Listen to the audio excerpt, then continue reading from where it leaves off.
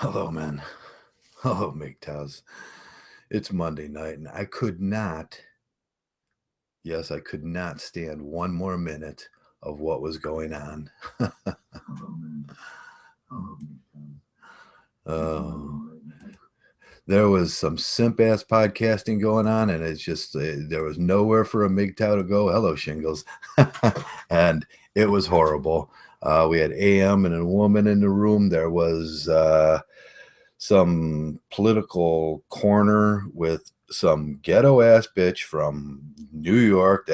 And she was gonna have everybody suck her penis and just yell through the whole thing.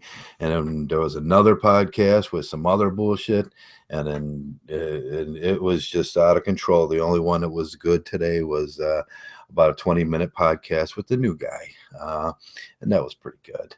So all in all, the podcasting on Monday night was simp ass corner. And I just could not take one more second of that. I had to start a podcast because if these people are going to tag me, let's talk about that today. Hello, Eric. Hello, Adam. Hello, Misanthrope. Want to come in, Misanthrope? We'll talk or something. I don't know. Just see if we can overshadow some of the simp-ass shit that's going on out there. People tagging Mgtow. There seems to be this thing on. The way I do it is I'll go to Mgtow, I'll go to today, and then I'll go to live and see what's on. And the live section sometimes seems to be filled with insignificant groups that tag Mgtow. That's how I found that Minty Fox girl. She says, "Oh, I didn't tag Mgtow," but she was the only way to get on the Mgtow live today thing is if you tag Mgtow. And then you got to listen to that shit for a few seconds and try to dissect it, and then you realize that shit ain't Mgtow. And that's what we got today. It seems like some college dorm somewhere in the Bronx or something was going off, and they wanted to tag Mgtow and talk about science and talk. They had a whole bunch of tags on. They had a shitload of tags on there. I mean, I say Mgtow, Mgtow forums, Mgtow red pill, Mgtow now, Mgtow today. That's the tags I use. But it was just ridiculous. So what's going on? What's going on in the world of Mgtow? Hello, Lewis. The world of Mgtow is looking pretty grim sometimes today. We got the Mgtow 2.0ers, and we got the Mgtow older guys, and we got the Mgtow middle guys, and there seems to be a little friction between them. AM's doing his podcast. I figured it would be a good time for people that didn't want to listen to that stuff. I seen one Mgtow over there, and he was just kind of. I could just see him like, oh man, what is this? What is this new bring a girl to Mgtow work? It's like bring a girl to work. Or bring your child to work is what we should say, because that's what it's like when you bring a woman into a podcast. It's like bring a child to work. Hey, put them on the drill press. It's like, wow, that's dangerous. It's always dangerous bringing women around. Now, we looked at that. I was Speaker's Corner is what I was talking about earlier. And there was two bitches. We had some simp on there that was just going off about he wanted to beat up the other simp. But that's what happens. That's what happens. Oh, Forrest was over there for a minute. Forrest, did you enjoy that Speaker's Corner thing? My God. You can see the dynamics of that play out in the social dynamics when you get a bunch of guys in there, and then one guy also, he'll automatically go off, and he'll go off, and he was like, "I'm gonna punch you out," and then the bitch was all, "I'm gonna get all ghetto on you," and she was getting real ghetto. Let me see who's around. See who wants to come in. Hello, Mortify. Hello, Doug Garrison. Hello, Forrest Burns. Forrest Burns. I know I asked you that before. That's just your name, but the name Burns kind of means a lot to the Irish people. It means raven in Irish. I won't explain that. Let me see if I can get Misanthrope and invite and see who else wants it. Maybe ST. This would be a good day to get so just me and the guys can just chat and do some chatting, just some Let's see. Yeah, there he is. He comes up first. Legend. Oops, I spelled it wrong. I did. I got to go get a beer. I've been running around all day and doing some things I haven't grabbed. I had grabbed a cup of coffee, and I got the dog dinner. He seems to be entitled. I have a little entitled dog. I bought him dry food. He looked at this shit. He was like, really? I was like, eat the dry food. He was like, that shit will sit there. I tried that before. My son always gets all over from this. He said, just give the dog dry food. The dog will eat dry food. I said, did you look at that dog? Do you know that dog? That's the biggest pussy dog in the world. He will not eat dry food. So I had to run out and get some canned food for him. He's like a cat. Hey, Legend, how you doing? What's up, buddy? Oh, nothing. I was watching the streams, and it just got to a point where I could not let it go no more. I just popped into it, and it just sounds like a bunch of random shit. Oh my God, where they go? Did you pop into that speaker's corner one? Yeah, just for a moment, you know. Oh my God, that was something. That bitch had just taken over the whole podcast. But that's what we talk about, isn't it? It's. Hold on a second. Okay. He going to get a beer or a drink. Oh man, it was so obvious what happened on that, and I wanted to explain to him. I said, "Hey, why don't you guys bring me in so I can?" All right, I'm back. Yeah, I told the guy, "Why don't you bring me in so I can give me controls, and I'll take care of this shit. We'll have a nice order." And he said, "No." Oh, that was funny. But I can only take that screechy voice for like once you start hearing the women's voice and they start screeching and getting all like ghetto and shit. And it's like I can only take that for like maybe 5 more minutes, like 5 minutes at tops. Yeah. Hello, she needs Mr. some Cheetos. She needs some Cheetos. That's what I put. We got to give her some Cheetos. And then I laughed. Shove some Cheetos down that bitch's face, and I like Misanthrope's new wolf. I seen the videos. You guys are just playing with that. Is that going to be the new character? That's going to be the new thing. That's the new thing. Yeah, I got to get out of my lair though. So let me get the wolf cam ready. So okay.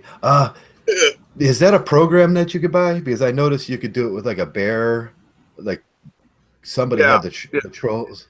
Is it a program? Yeah, some of them are really, really creepy, and some of them are really, really corny. And so I'm hoping I picked the wolf isn't too corny, you know. So yeah. So I was thinking about I was going to make a new channel, and I was working on my avatar and my character. And yeah, man, it's only $15. I got it on Steam. Did you get it on Steam for $15? Yeah. See, do you get a choice of characters, or do you get to make your character?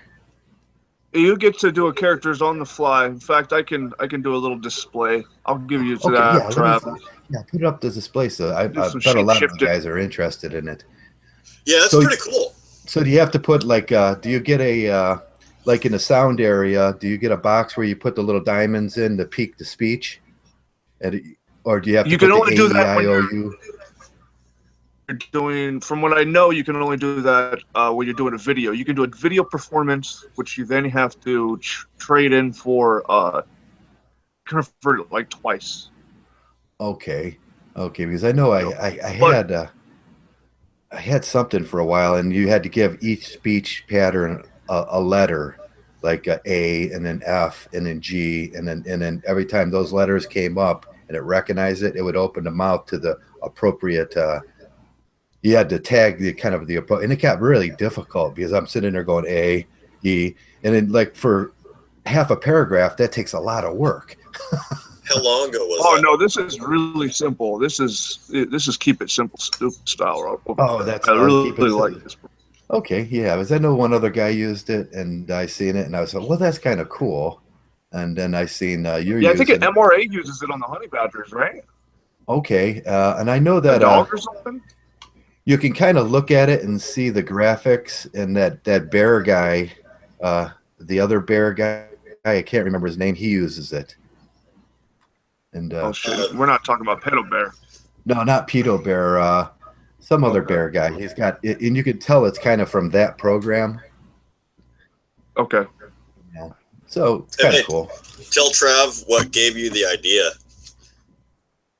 That one, the guy doing the skit off of. It was the troll video. It was the troll. Yeah, that's what I seen, the troll video. Now that was kind of cool when you guys are the interaction that was taking place on that. If it, you know, I'm sure he didn't spend like a whole day on it.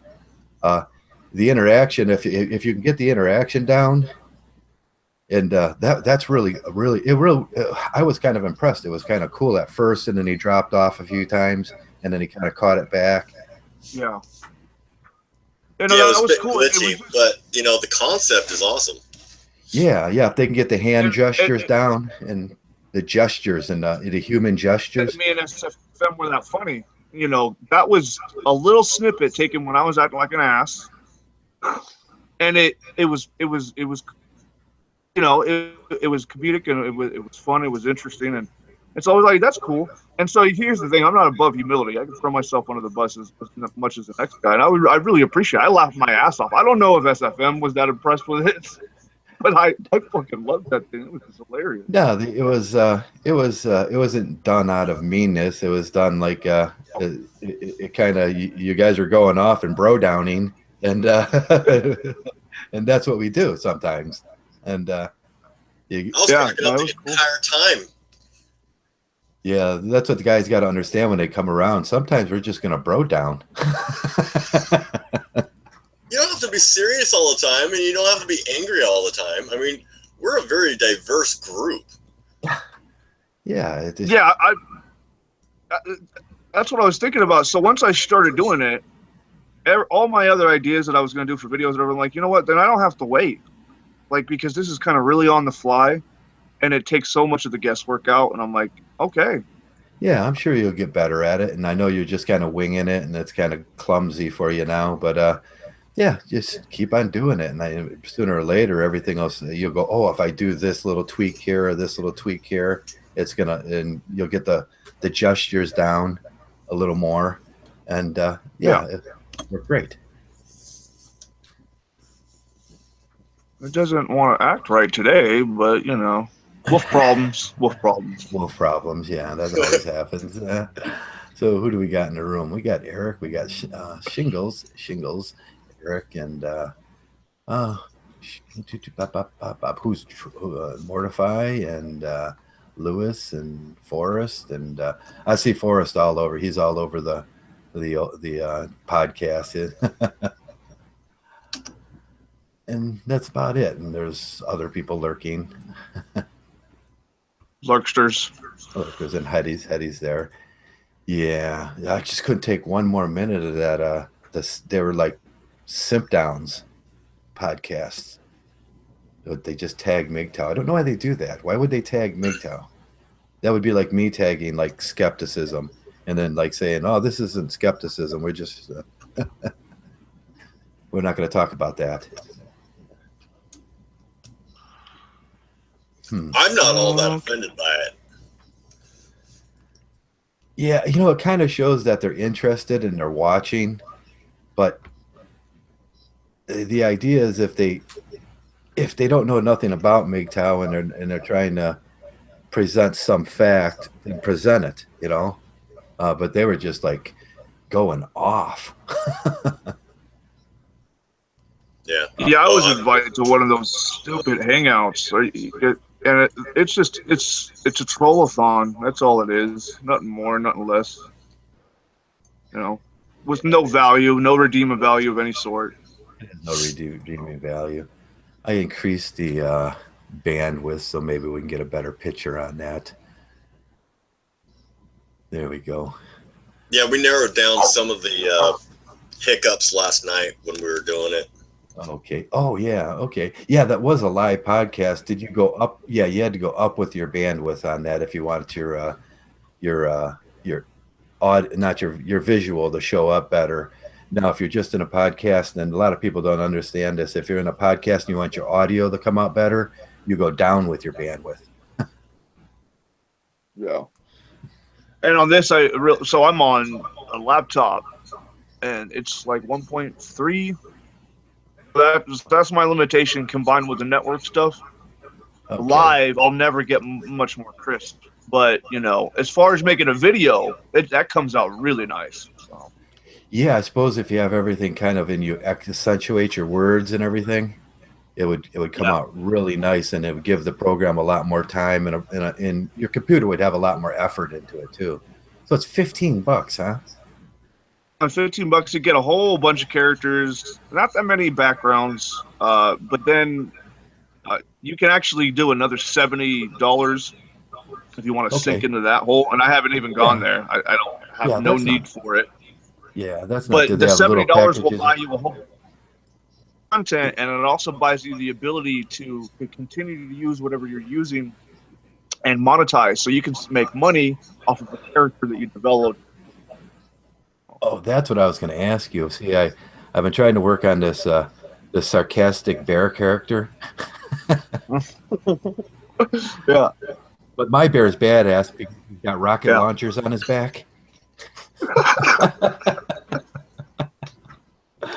But I couldn't get the GIF in, and I got the video in, and I got him on video, and I worked everything out, and I kind of smoothed everything out in Paint, and so I got him there, and but my program just will not it will not give me an avatar, and I was like, shit, now I got to go over to I got to reopen up Mojave movie theater so I can take a snapshot and then close Mojave down, and that's a lot of work. You erase it out because I don't want all that shit on my computer, and or just put it up. I was thinking if I just put it up on Google in private, then I can steal the thumbnail and then use that as the snapshot. It's really cool. My biggest concern when it came to live stuff was if it failed, because it's an overlay basically of your face. It's doing on the fly, your mouth, all that. Okay. And I'm like, well, if the program fails, does that mean I'm just doxxed immediately? And no, it doesn't, because it hijacks your camera. And if it fails, your camera's going to go black. It'll never actually show your face if you don't want it. Oh, okay. Okay. So it does it have that little mark where you kind of have to sit where the mark on your mouth is and accentuate your features? You just kind of have to show up in a good place in the camera. It's easy. Like, for whatever reason today, it's not catching me that well. I don't know why. Yeah, it's like most cameras have it now, where it's got the dots for your eyes, and it'll pick up. And when I go to take a picture on my camera, it'll show me where, if I'm a little off, it'll show me exactly where to put it back. So it's just facial recognition that they're working on, and that's so they can track us more. Oh yeah. So yeah, now I am doxxed in the NSA every time I get online. Now they got the voice with the face, don't they? Yeah, now they're recording you all the time through the app. Yeah, they're just doing it in the back. You think you just got a wolf up there, and they're recording the actual picture. And I thought it was just a fun little thing on Steam. Fuck. Can you imagine?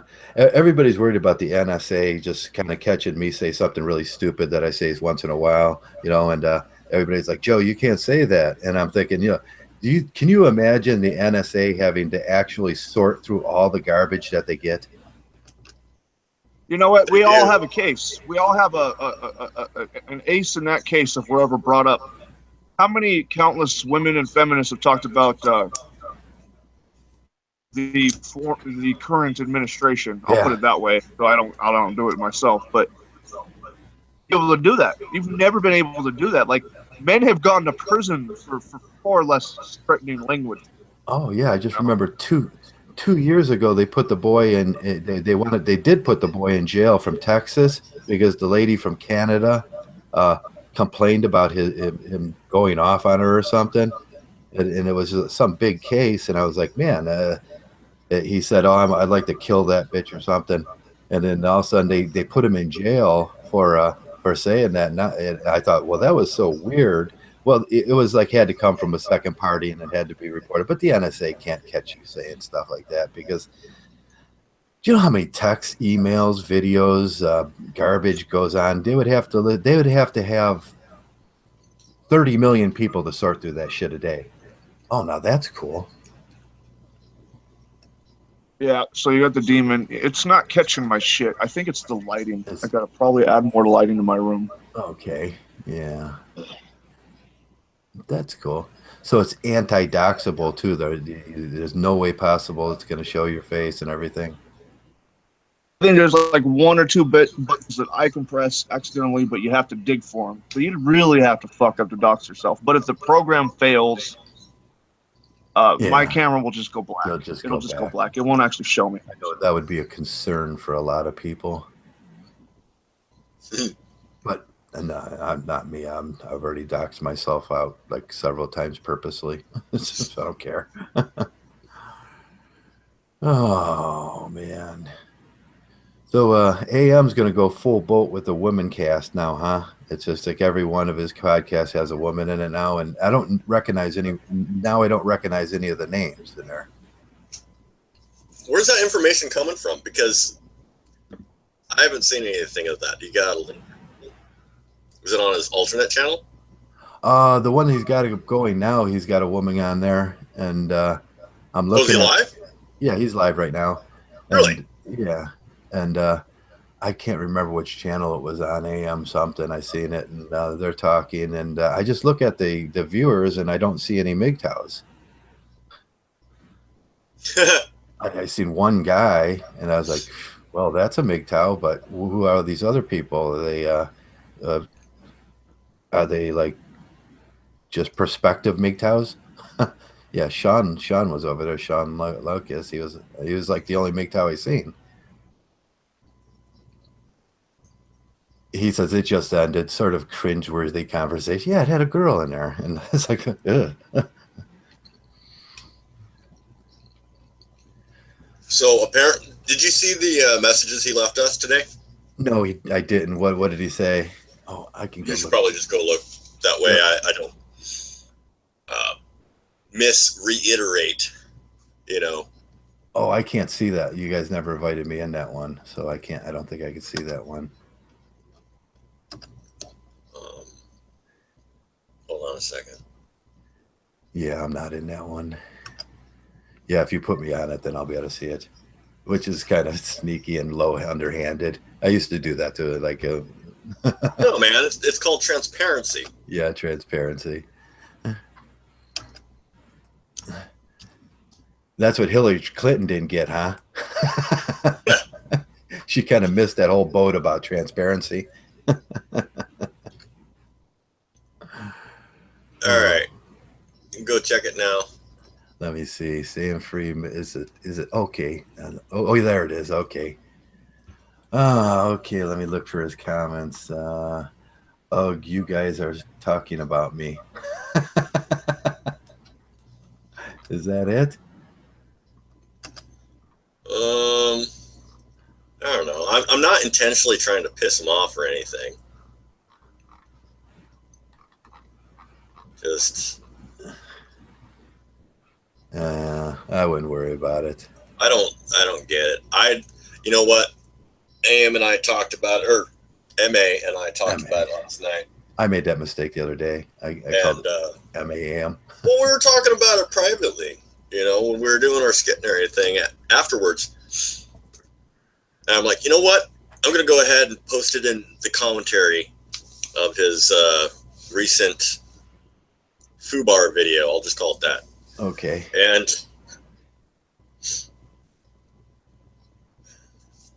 I don't know. I guess he didn't appreciate the comedic factor. Oh, yeah. They understand comedy when they're pooning somebody else, but they don't understand comedy when it goes their way. That's a cut and paste right there. And then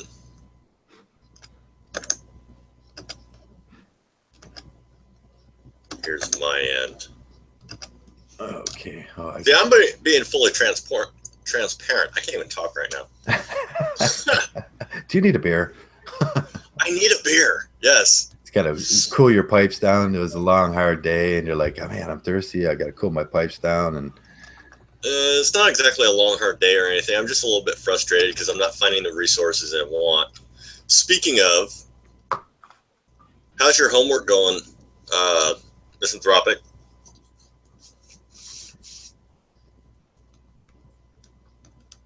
he's not back. He's getting a beer. Bastard. Get two. I love that when five guys are sitting in the room and one guy's, he's like, nobody wants to get up. And then one guy gets up, and you know he's going to get a beer. Everybody will go, 1, 2, 3, get four beers. Because no one wants to get up. Oh, it's just pack some in a cooler and bring the cooler out by the couch. Yeah. Well, you know what? I decided I don't normally spam people, you know, but I liked the video so well, and we were immediately getting such positive response. I figured, what the hell? Even if it's just this one time, I'll go ahead and put it over on a few of the different higher named or well-known channels. Okay. As a comment and see what they think. Good. Yeah, you just got to put yourself out there sometimes. And, Yeah. You know, you got a lot of problems to work through, and you know, there's guys that'll help. And most of the time, the community in here is really helpful when you got a problem. I mean, they'll work you through it, and at least one guy or two guys will jump up and say, "Hey, yeah, I've done that before, and you can do this, and that'll help out." And most of the time, guys aren't dicks, you know. Well, it all depends. It all depends. Speaking of dicks, or a bag of dicks. A bag of dicks, yeah, or a bowl of dicks. A bowl of dicks. Yesterday. Yeah. I looked at that video that Steve Hoka did just a little while ago. Oh, he was. Did you see that clip? I put a comment on there and everything. Yeah. He's all bitching about Mgtow, and I'm like, dude, come on over. Come on over. I'm Yeah. happy to have a civil conversation with you and hash this out.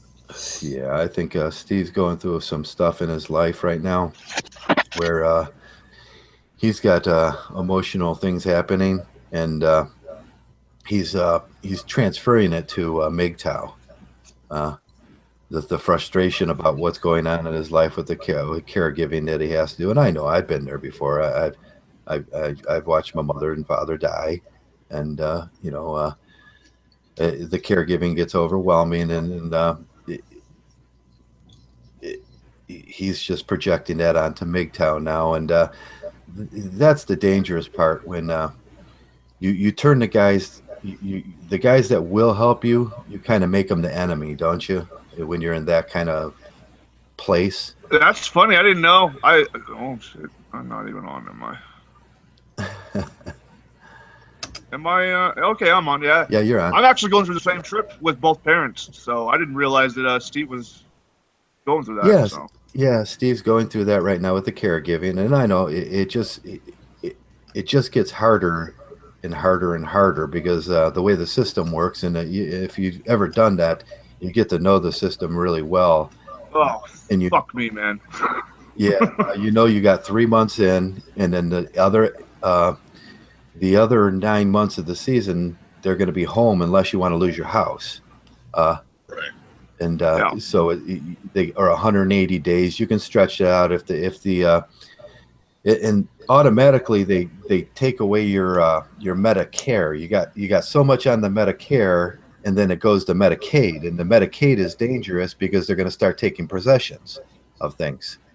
And that's what you got to be leery of. So you can go 90 days in, 60 days out, 90 days in, 60 days out.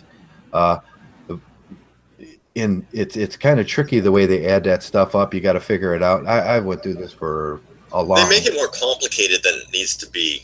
Right. Yeah. You just can't. If the parent. And yeah, just like a lot of other jobs, like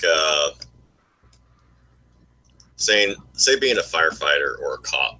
Yeah. You know, it takes a special type of person and a certain kind of strength that not everybody has. Not everybody has that. Well, that's why so many old people end up in the nursing homes. It's just that first time when you have to change your mother's diaper and she's laying there and she can't move. And, you got to change the bed. You got to wash her every day. You got to change her diaper. And that's that shocking moment in your life where, man, it's just like, oh, shit, this shit is for real hard. And then, there's 3 meals a day and then beverages.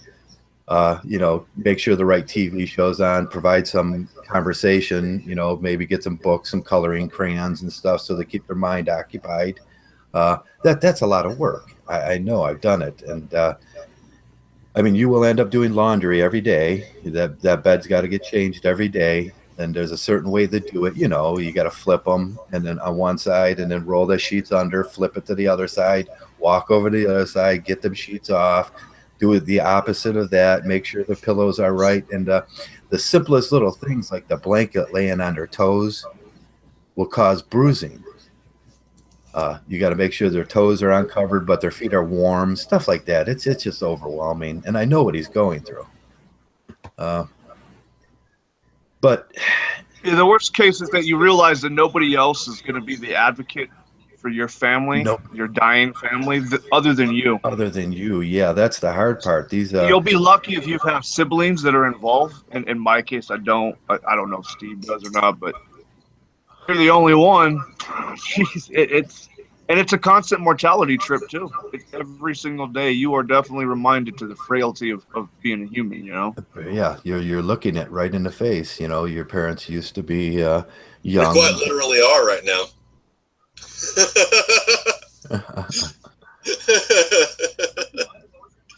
You talking shit to a demon right now? Look at what's going on your screen.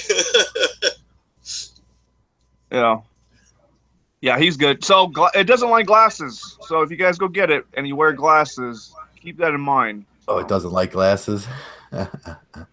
You can put fake glasses on, but your real glasses seem to fuck up how it captures your eyes. Oh, would it make really big eyes? The size of your glasses? Like it. I think maybe because the light might reflect off of your eyeglasses and it flips it out or something. That's what I'm thinking. Okay. Yeah, I can see that. Do the reflection, the refraction thing, so it can tell where you're at, and it's trying to gauge that. And if your glasses are refracting light, then it's like, that's no good. What else we got? Oh, well, this is.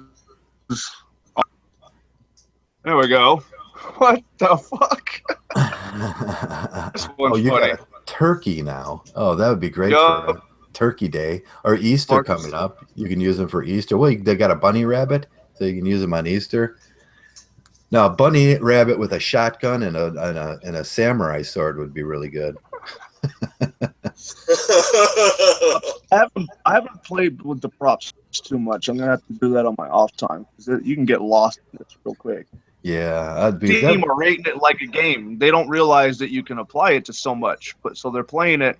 Oh, they're playing it like a game. Okay. Well, I gotta check it out. I'm gonna spend $15 on it and see what's going on. Maybe I'll spend a 70 if I. Yeah, I got a pretty. Oh, here we go. Oh, yeah, that's much clearer right there. What you got going there is much clearer. It's talking cheeseburger, so I guess that makes sense that it's clear. Oh, if you could put some Cheetos on there. Those bitches. There's a president. And there's free DLC, for a lack of a better term. So there's other stuff, extensions. I haven't even downloaded them. So you get like 20, maybe 30 or 40. Okay. Well, your sound went really clear when you put the cheeseburger up. I want you to know that. Yeah, that might change because I just changed. Oh, shit. It's a creepy looking Santa. This is not. Chris Kringle is psycho up in here. Yeah. Everybody loves creepy. Pedo Santa? Pedo Santa. Santa. I don't think he's going to be making many appearances. He's a bit trippy.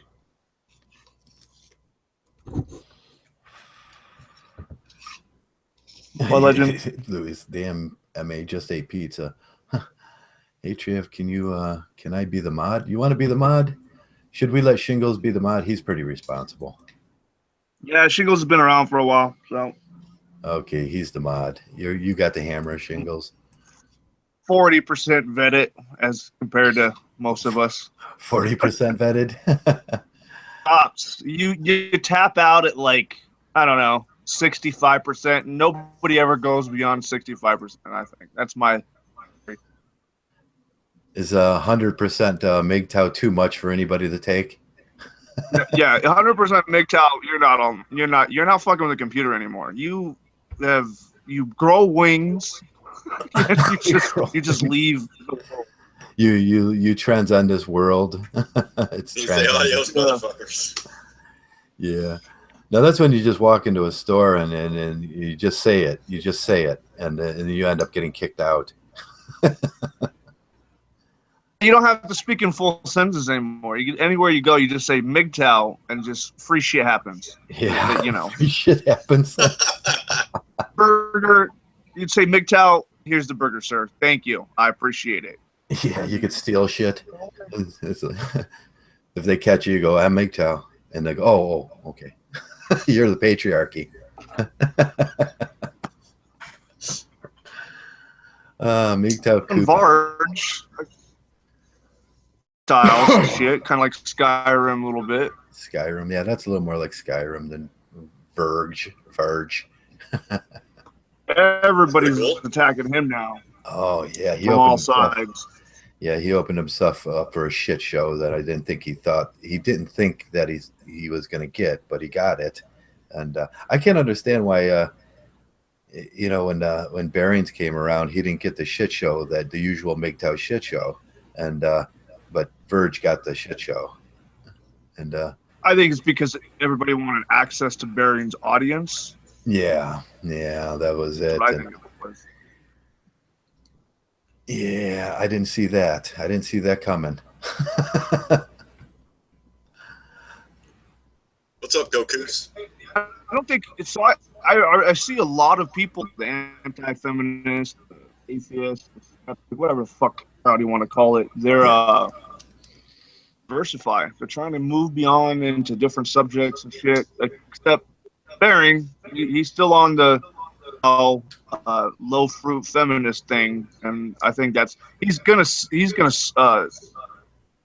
swim if he doesn't change it up.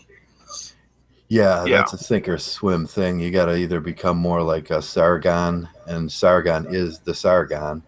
He rules that space, and it's just, I don't know. The price of admission is to drink wine and hug gay men. So that's the price of admission. Oh well. Yeah, if you go to I watched one of Sargon's videos last night. Like, damn, I was very impressed. Yeah, was that the? He did a video with Milo, and they basically cuddled. It was kind of creepy. It was kind of creepy. Wow. They gave hugs.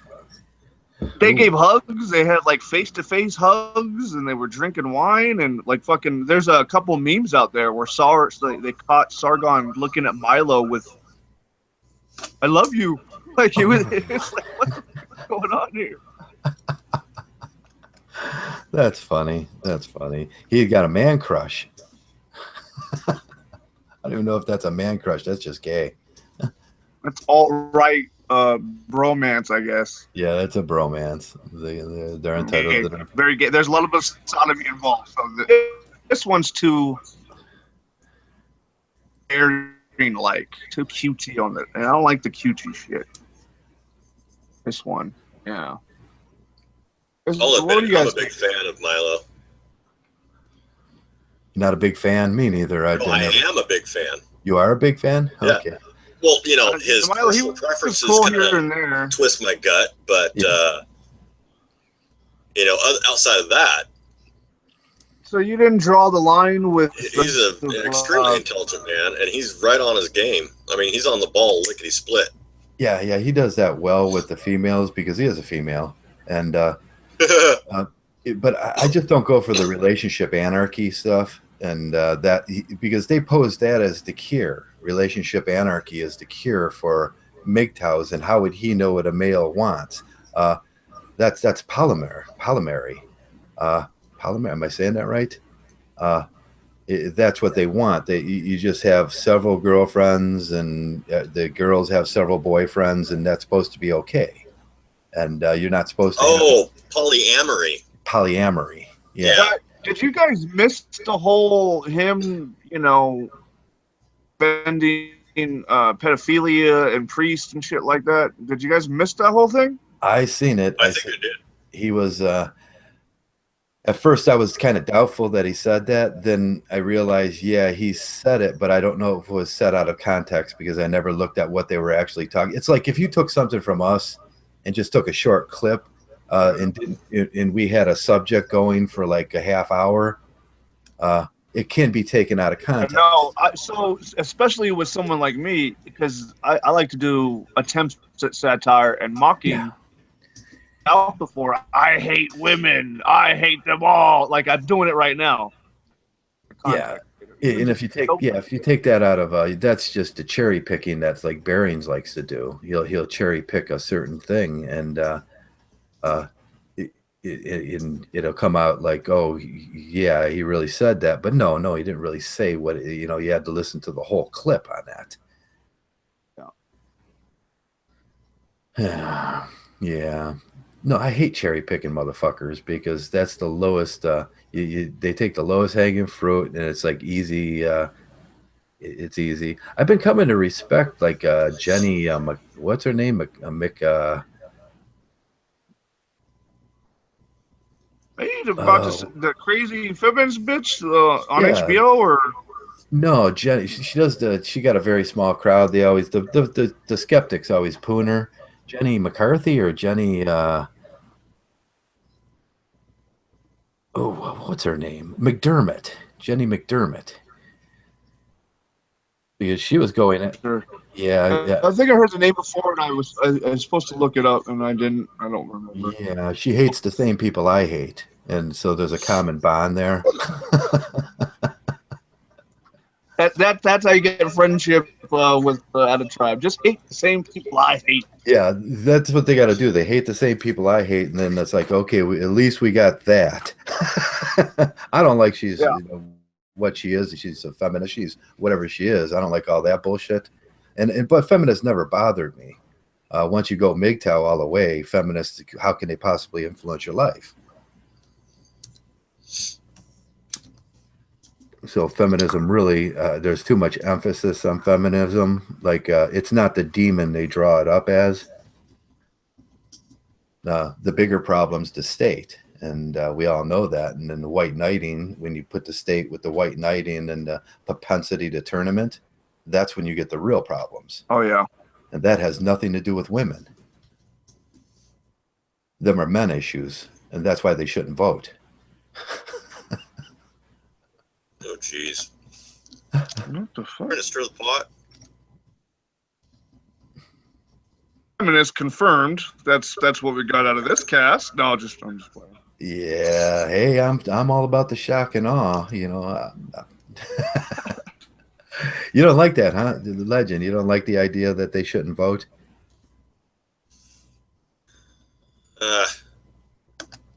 Oh. It's gonna be a bro down. But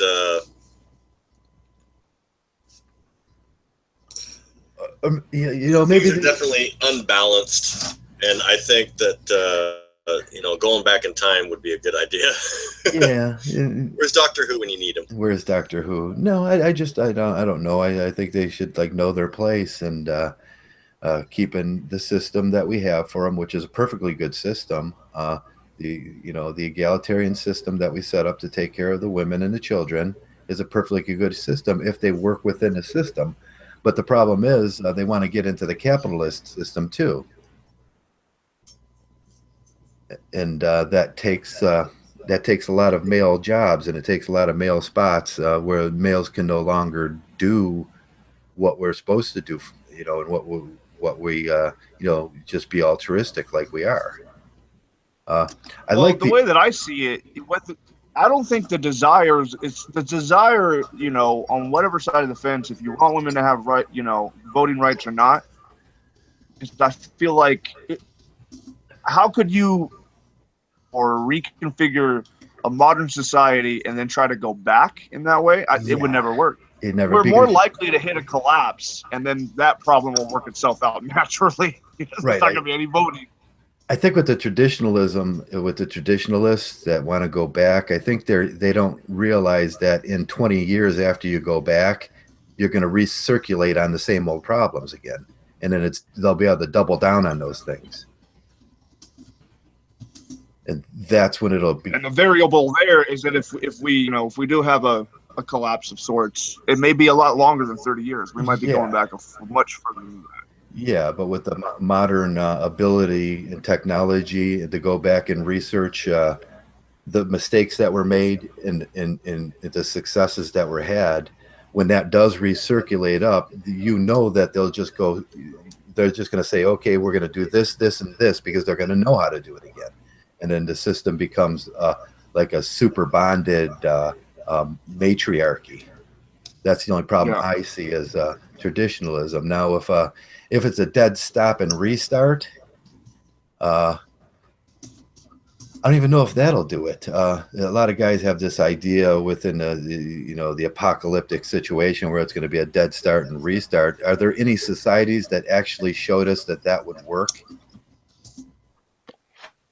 And there's no bets that so small. I mean, to be realistic, this is kind of weird. I feel like there's a lot of assumption Mgtow is going to survive those circumstances. That's not realistic. I mean, we're talking about some of the worst kind of beyond war, you know, like would just be hell on earth, and there's not going to be a whole lot of survivors. And just to assume you're going to be amongst those ranks, it's optimistic, but I don't think it's realistic. Now, what generally comes out of that is a more bonded matriarchal society. We can look at Serbia as a good example. You know, they're thrust into a war, which it was inner city wars, which was a lot like what the guys would talk about in that apocalypse, where you couldn't get coffee, you couldn't do things. The only thing either you had money or you didn't have money. If you didn't have money, you had to figure something out or join the army. You can look at that. I read a decent book about that, and it was totally what he says about them kind of situations is totally not what everybody's telling you in America. They say save gold, save silver. He says gold and silver ain't going to be worth shit. They made a top-down shooter video game about Serbia, and it didn't rate very well because it was too dark. Yeah, I saw that the other day. They made a video game, and most of the video game is trying to get resources. I guess you're put in a situation where you have to let children die so that you can do other things, you know? Yeah, what it becomes about is resources, and if you have a skill, now your skill set will predetermine your position in society, is what he was saying. If you're a plumber, if you can fix things, if you can fix a car, if you can fix a gun, people are gonna come to you. If you have a hot shower, if you have water, that's important. Them things become more important than gold.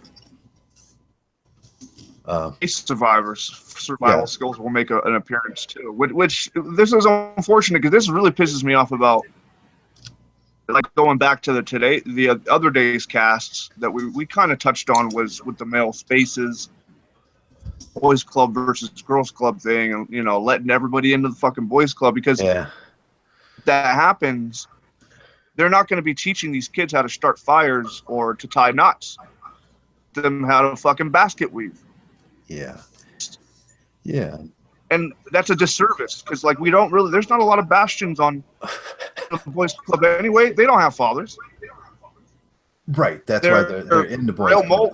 The single baby mamas are dropping them off to get a free babysitter. Absolutely. Hoping that something good will come to it.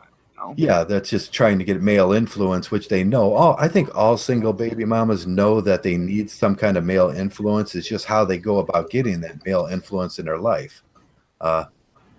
Some will use social services. Some will use fathers, big brothers. Some will use, there was a great movie about the LARPing with the kids with the swords, and they had the big brothers coming. It was a comedy movie. But that's realistic. The single moms were just trying to use the resources of the government still on doing. Yeah. The ideal way would be to keep the dad that he has, or at least know who the dad is. I think there's genetic factors in that too. I was just watching a great movie about my theory, and I think I made this up, and finally the medical community is coming around about bacteria and the genetic factors of bacteria, and how they form what we are. When you have, the father in the situation, the genetic father and the genetic mother in the situation, there's a lot of there's a lot of there's a lot of biological things that happen there that are underneath that most people don't realize. It's not just that the father is the great provider or the guy that throws the baseball with them. There's a real genetic. Yeah. There's bonding. There's a kinship bonding and stuff like that, which we haven't even touched on in science.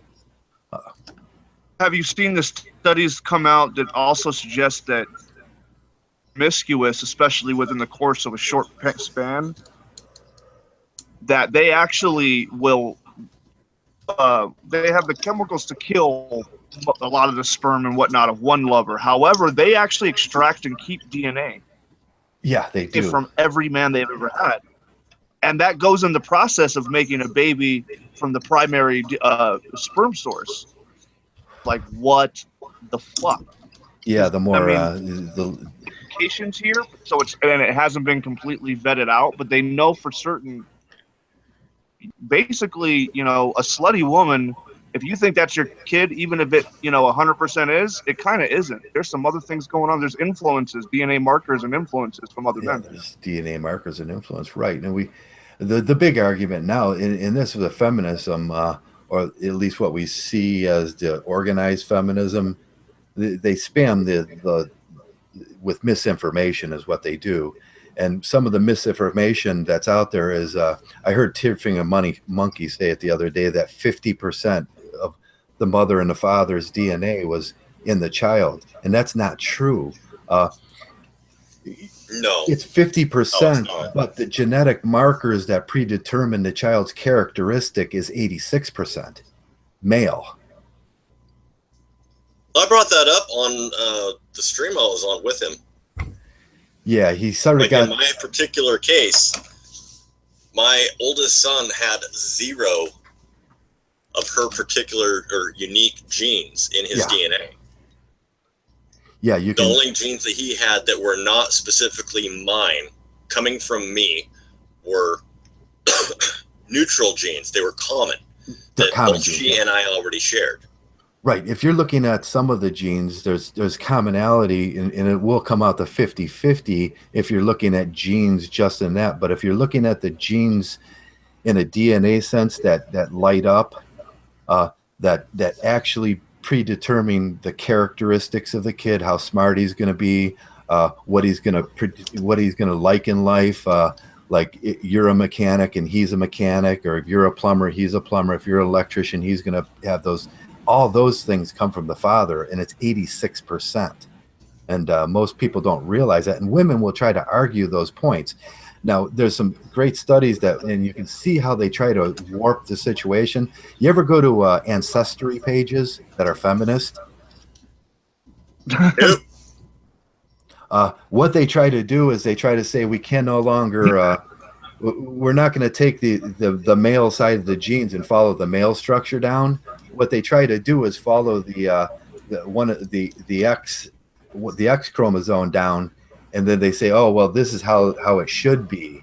And we know for thousands and thousands of years, it's just you follow the male ancestry down through the family, because we know you can visibly see that the children have the father's genetics. And it's just the way we do it. And it was so visible back 10,000 years ago didn't know this. They didn't know the science about it, but they could see it when they looked at the freaking kids. Well, 10,000 years ago, the gene pool was a hell of a lot more diverse as well. Yeah, yeah. We still had a lot more of the caveman in us and everything, but and that had to be filtered out, and that did with uh, with diversity. It was, yeah, sexual diversity kind of filtered that out of our DNA. But there is, a lot of people with the what is it, the Cro-Magnon, or I can't remember the name of it, in their genes yet. Uh, but these feminists, it's just misinformation. But you got to ask who's doing the misinformation and where the money's coming from to do the misinformation. And that ain't a bunch of little girls that got together and decided to be feminist. That's media, the government. Uh, when you look at, I tried to do a video once about how complex this gets, and when you look at where the information's coming from, and that's the Library of Congress in the United States, and who runs the Library of Congress? That's the government. And who runs the government? Yeah, who runs the government? That's up to the people, but at least in our country or your country or wherever, in a democratic country. But most of the information in the world now comes from, through YouTube and Google and American technologies. And where do they get their information? They just, the Library of Congress in the United States. So the information. Hey, John Kramer was, you get the mitochondrial DNA from the mother. He has no idea what you were referencing before. He wants clarity, I think. He wants clarity on that. I can look up and see what the actual the 50. You can look at it in like a shallow sense and see that there's 50. It'll come out about 50-50 the DNA from the mother, 50-50 DNA from the father. But when you look at it at well, maybe that's where TFM was coming from. And he was making that reference. That's a very shallow reference to what's actually happened, and I can look it up and see what they call it. It's didn't he admit it as much in that video? And someone else also came out and expanded on it, and he was like, "Yeah, in the video I referenced it. I was just kind of wanting to keep it simple." I think he did that. I'm not one to just. I like him when he fucks up TFM. I'm always on the lookout for his fuck. I think he actually admitted that he oversimplified it for a reason, for the sake of brevity, So. Yeah. Now he's got me searching. This might take some time to search. God damn it, TFM. Yeah, if you look deeper into the whole thing, and I'm not going to do this search right now, you will see that it comes out about 86% to the fathers, and those are the genes that predetermine the kid's characteristics, not the genes that are just there. There's two different kinds, and it's like when you probably look at your DNA sequences, you'll see that certain things are lit up from the methylenes. I think I'm really not sure if that's the right word. And that section will light up, and this section will light up, and all the rest of the sections aren't lit up. That's where we get our unique characteristics from. My nose is a little bigger, my chin is a little bigger. I have hair all over my fucking body. I get that from my father. I hope he was my father. Who knows? Who knows? It could have been. Mom never shaved. Maybe you bang this mom. Yeah, mom was there. That's my biggest fear in life. Some guy's going to come around that looks exactly like me, and I'm going to be like, "Oh shit, I just know it."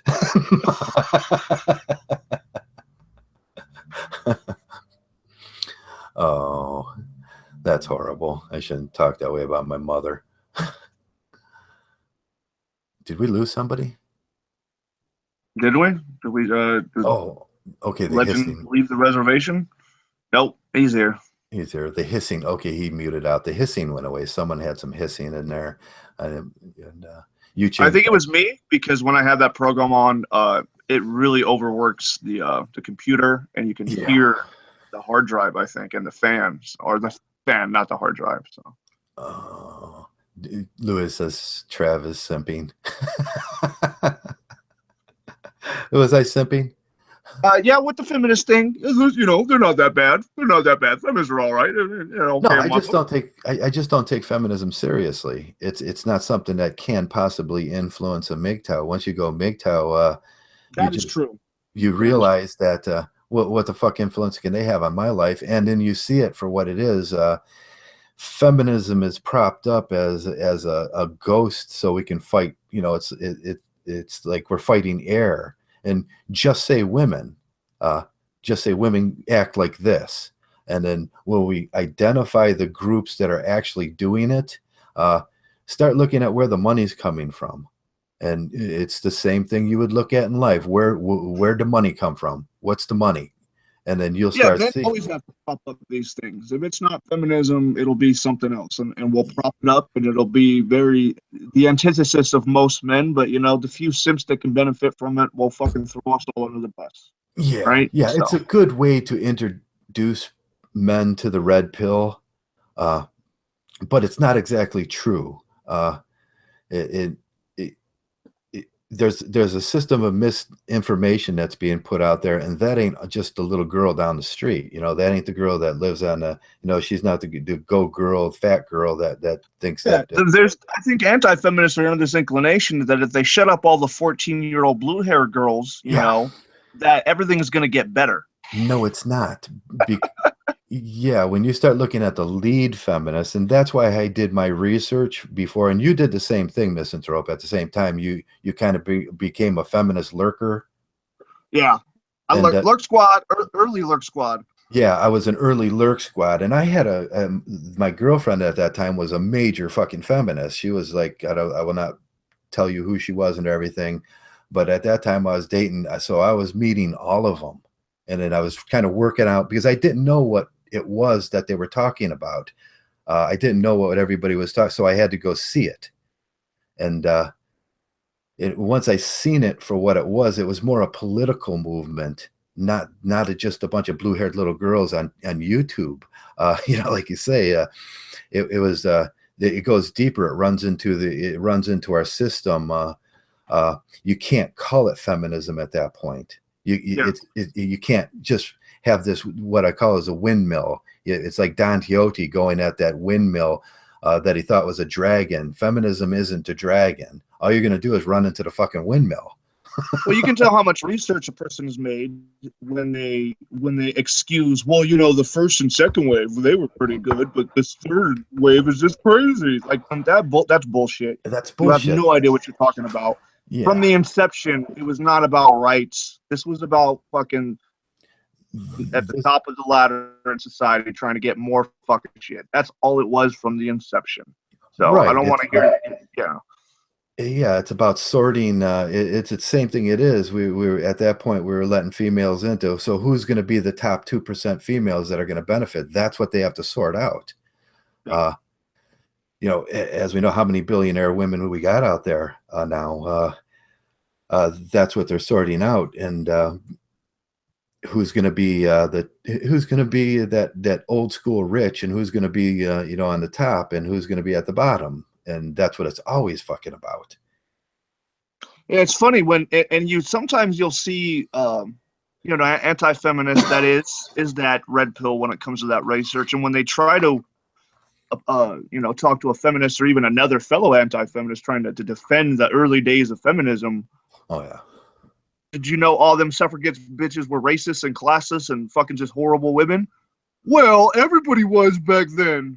Everybody was. Did you ever hear some of that Stanger, Margaret Stanger? Oh, dude, She I was. got together a collection of quotes. It's on another computer, but I went out and I did a lot of research on this. Every single woman involved in the suffragette movement was quoted to saying some abysmal, horrible shit.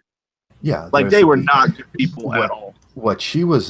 What she was. Freaking evil bitches. Yeah, what she wanted birth control for, and she was leading that birth control thing, is so that the poor could not mate anymore. That's her idea. She said that. She says, well, and specifically to wipe out the blacks. Yeah, and the blacks and the poor, and we can't have. She said we can't have these underclass people just mating when they want to. So that was her idea about birth control. It was never about women's right to actually choose. It was about the rich's right to try to quell the poor people from having children, because they feel that costs them out of the money, out of their cut. Like, the poor people are taking our cut, and their cut is everything. Yeah. I mean, things ain't changed that much, So that's why it's a trend. That the whole anti-feminist thing, and I think it's slowly going on the outs. I don't think it's gonna pick up any more steam. No, I It's a don't think fucking trend because they only go so far. They're not interested in history. They're not interested in anybody's rights. They're not interested in men's issues at all. No, because it's just going to end up and kind of modulate in where it probably should be, and men are just more dominant, and in business they're more aggressive, in life they're more aggressive, in war they're more aggressive, and that's going to play out in life in men's favor, and that's it. That's all there is going to be. You can't take this feminism thing and say at a certain point they want to rule, because that's just going to be an impossibility.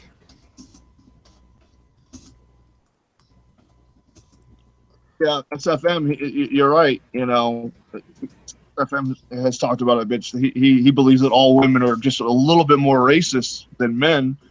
And I think that's kind of protected underneath the clause that they're natural, fuck. A little bit more racial stuff.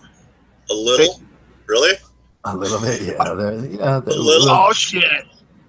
I modulate it. Them bitches be racist as fuck. Fuck them. Yeah, yes. That's why I brought up speak the truth. The xenophobia thing, along with the genetic diversity thing. Yes, they're going to be more racist than men, because they have to be more selective, and everything in their genetic souls, if they have anything in there, is telling them that they have to be selective and they have to be xenophobic. I mean, that's it. They have to have a protector, and it's just that's the way it is. And that as soon as you get to that point as a Mgtow, things become a lot easier to accept.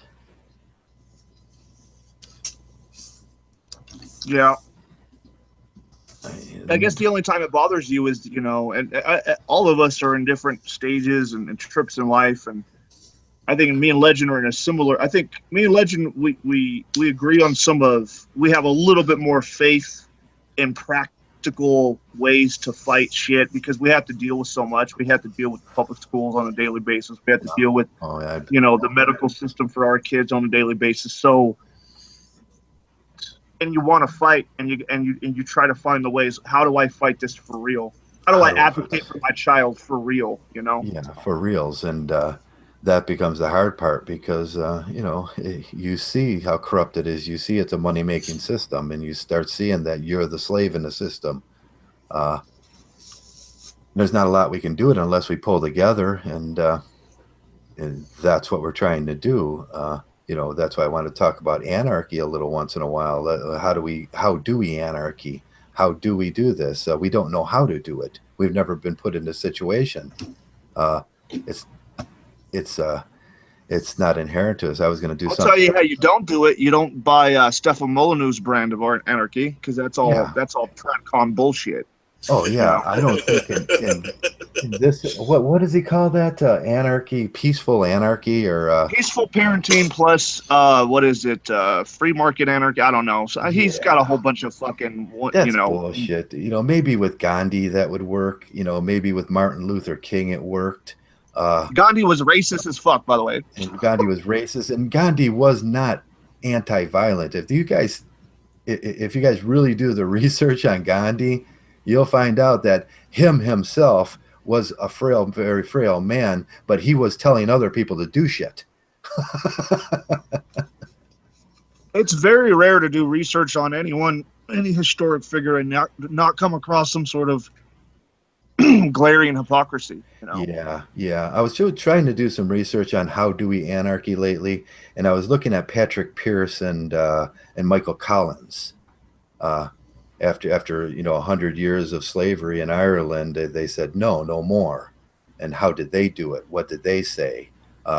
what kind of figure was Patrick Pierce? What kind of figure was Michael Collins? Right. One of the smallest countries in the world had gone up against one of the biggest countries in the world at that point, and that's what I feel like in MGTOW, where we're at that point. So if we are gonna anarchy, we got to learn how to do it. I mean, personally, I think looking at history is crucial. Yeah, because it repeats itself anyway. It repeats itself. Just repeats stuff in a modern sense. Yeah, it boils down to human nature. What happened in these situations in human nature, what's going to happen, and you can expect that over and over and over again, like a light rotating on a spectrum. Right. It's just natural law. So if we look at these guys, we can learn a lot from them. I'm sure there's other figures in the world about, I don't know if Chavez is a good figure to look at, or, but there's things we can learn from that. Well, let's tie the two things together with the whole peaceful parenting deal. Like the two tenets there, the one is never hit your child, right? Yeah. That's up for debate. I don't want to go down that rabbit hole right now. No, I don't hit my kid, but whatever. I don't hit my kids either. You don't even yell. You always try to remain calm. And I don't know that that's even fucking possible. I don't believe that motherfucker does it because he yells at everybody who calls in. So see, they're removing the male dominance away from you, and that's all they're doing in that situation. And they're forcing you to act effeminate. And that's more of that why kids only hear the female voice thing. Why men only hear. Why do we need the honey badgers? Because 80% of those anti-feminist motherfuckers can only hear the female voice when it's talking. Yeah. It's like their brains are only set for that frequency. They don't fucking hear the low tones, the low male masculine tones of fucking men. Right. It comes off as aggressive to them. That's why they're always asking us to tone it down. And what they're saying is that's what they learned from their parenting, and that's what they were doing. Their parenting was, the father can't show that aggression to show, and that aggression is very important to a child. It shows you that shit, life is tough, and when he says something, you do it. It goes back to leadership. How do you learn leadership? Yeah. Well, how, as a parent, right?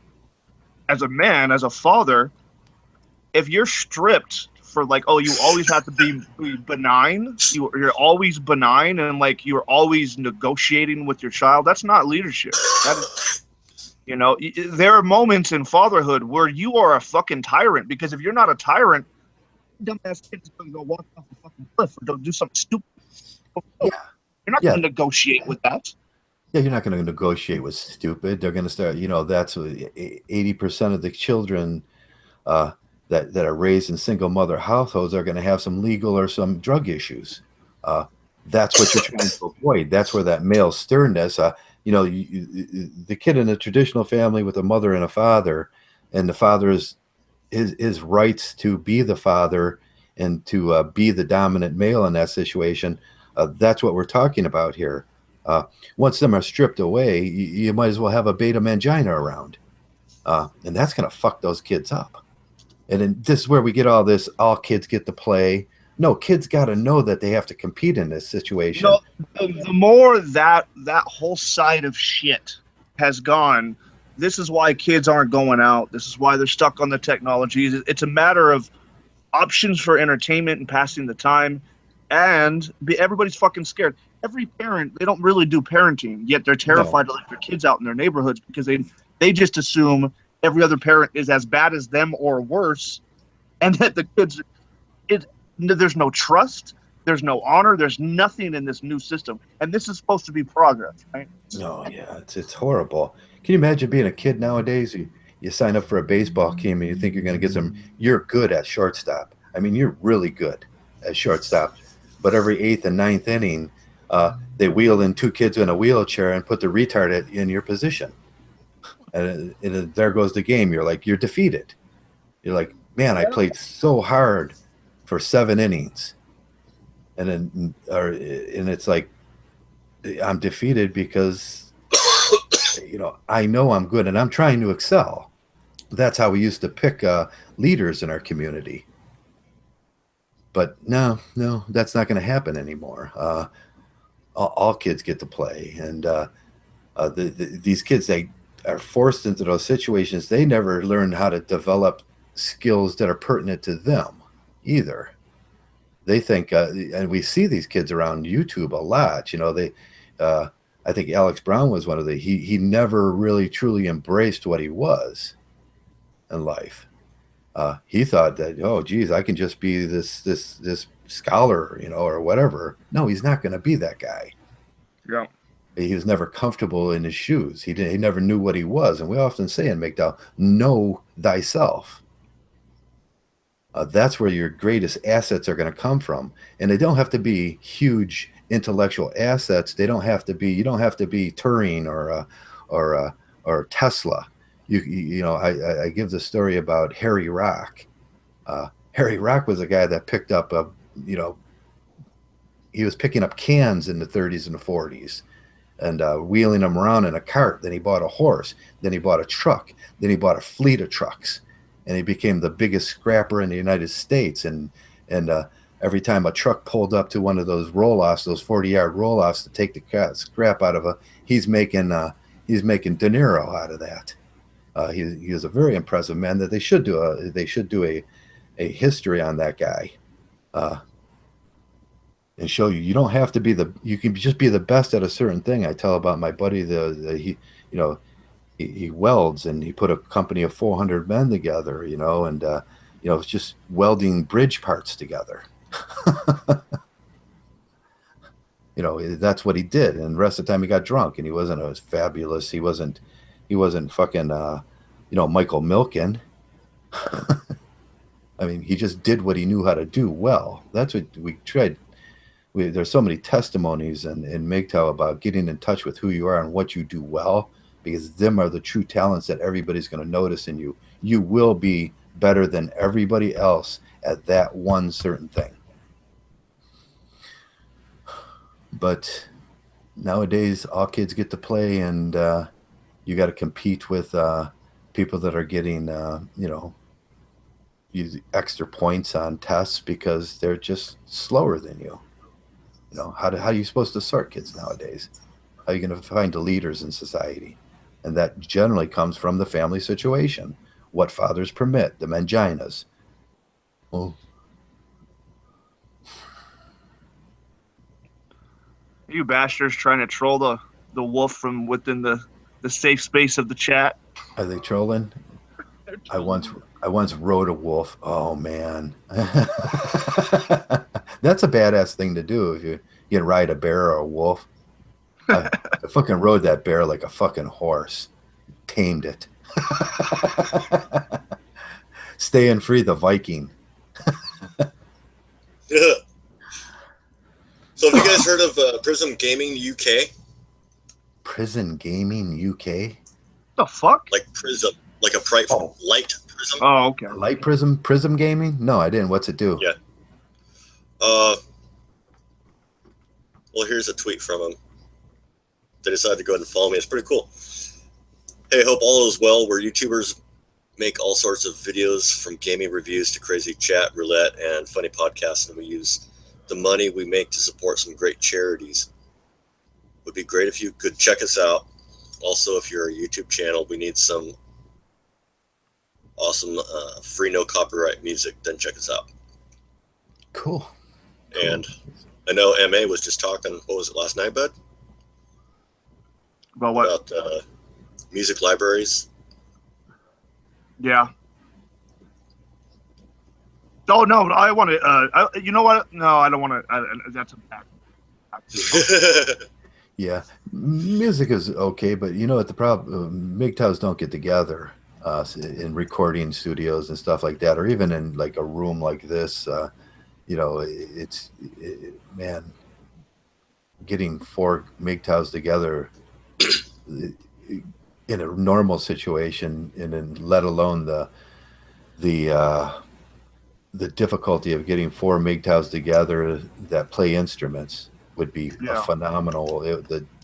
I mean, I don't even know what the odds against that would be. Well, I think I've been fairly successful at beating the odds lately.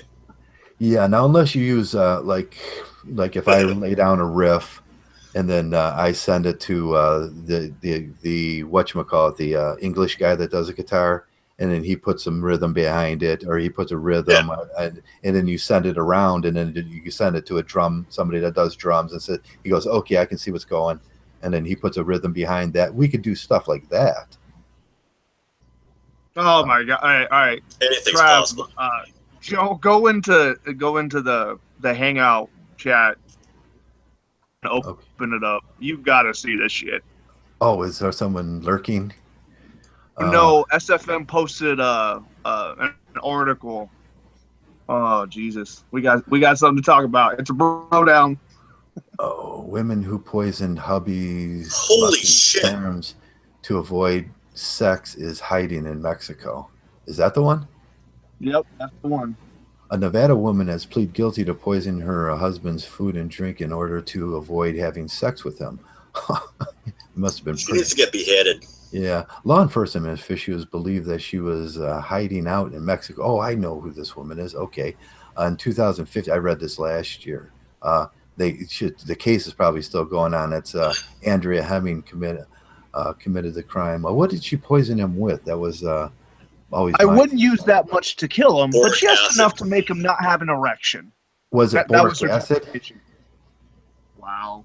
Yes, it said Hemming admitted to slipping boric acid into the man's Lucky Charms cereal and energy drinks when he wasn't looking.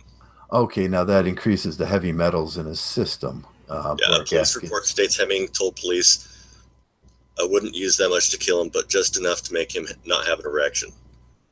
Commonly used by exterminators to get rid of cockroaches and caused the man to suffer from diarrhea and nosebleeds. Much to his initial confusion, I had been getting sick a while back, like 6 to 8 months. I got stomach cramps, he complained. The night before she was supposed to be dealt her sentence, Hemming slipped through law enforcement's net and made a run for it. She's been missing ever since, but apparently police now believe her to be hiding somewhere in Mexico. Hemming's then husband, who identified himself as Ralph, said that his ex-wife had a history of erratic behavior towards others and that this sort of thing wasn't focused solely on him. She did reveal to me a story where she was a flight attendant at one time and she had a customer, a passenger who she said was unruly. He told 3 News she actually put sedatives in her drink. Or she actually put sedatives in her drink. Annoyed that she had managed to run away, he continued, I thought we had a better system of keeping track and holding people responsible. We don't. If police catch up with the woman, she should be facing 15 years in prison. I don't. Yeah. That's fucking attempted murder. Yeah. So anybody that thinks, let's go ahead and give a slap on the face or slap on the wrist for attempted murder, you're a puss. You're a pathetic piece of garbage. The police rarely follow up, and that's an exception to the rule where they actually have enough evidence to follow up. And even if they do have evidence, they tend not to follow up on these violent acts. But women aren't going to aggressively go after a man, but they are as aggressive. They'll be sneaky about it. They're sneaky about it. And poisoning is... And they're way more vicious. Yeah, poisoning is the way they do it. I can testify this because this happened to me. Both my ex-wives thought it was funny to tell me that if I ever did something that they didn't like, they'd cut my cock off. See, I don't understand. What the fuck is wrong with you people thinking you can get away with whatever the hell you feel like doing? Committed your life and your body, your relationship, your soul, your time to your partner, to your spouse. Yeah, that's the big question. I don't personally believe you get married and you can go ahead and file rape charges. Fuck you. Yeah, that's like saying, I want to buy this car, and you know what? I just feel like I don't want to do it now. the car is just not good enough. So I want to file suit on GM or Ford or Honda or whoever because I don't like it. And put them in jail because I don't like it. Because I don't like it. Yeah, it's illegal to make women unhappy nowadays. There's no sense of commitment. No, be accountable for your fucking actions. Hey, you know what Ragnar and don't his get wife. Married. Don't commit to anything if you can't follow through. If you can't be, yeah, that's always the question with men. That I didn't. What happened? The why did she do that? The why question. That's the question that lingers on most men's mind, because the promises were made, the agreements were made, everything was supposed to, the plan was put in place, and then they change, and then it's simple little things like that. Is like, and I did the video on xenophobia for a reason, because xenophobia is the cause of that. We become the angry face. We have to, because we're the protector, and that same angry face they learn to hate. In some cases, like this case, she just learned to hate his body for some reason. The same body that probably she loved, a few years ago. That's when that change happens. But that change is always the difficult moment of why? Really? I'm the same guy. No, I changed. They'll say. You hear that a lot with women. I changed. And no, you So what? Yeah, so what? Your fucking your mental health may have changed, and that's what that's what I'm concerned about. Is it's always their mental health, or the way their outlook on the world is. The only thing that changes within them is their is basically hypergamy. Yeah, with that logic, they should be able to go ahead and go around, have their child, raise their child, and then all of a sudden, I made a mistake. You changed. You changed, yeah. Well, and then they could go ahead and kill him scot-free. Yeah, that's convenient. Fuck that. Yeah, fuck that. There's a lot of convenient excuses that people that don't have responsibility use. We know, and we see them all the time. We see people making convenient excuses why they didn't show up to work, why they did this, why they did that, why they robbed the drugstore, why they did. Them are just convenient excuses. Women, they get the pass on these convenient excuses. My ex-wife never spent a day in jail for poisoning me when all the medical evidence was sitting right there. And I mean, the police are inept. Very rarely. This was a huge problem when I first started doing research on this, because it wouldn't leave my mind why. In Italy and Sicily, a matter of fact, women were over poisoning their husbands. They had to actually open up clinics, male clinics, that men can go get blood tests at.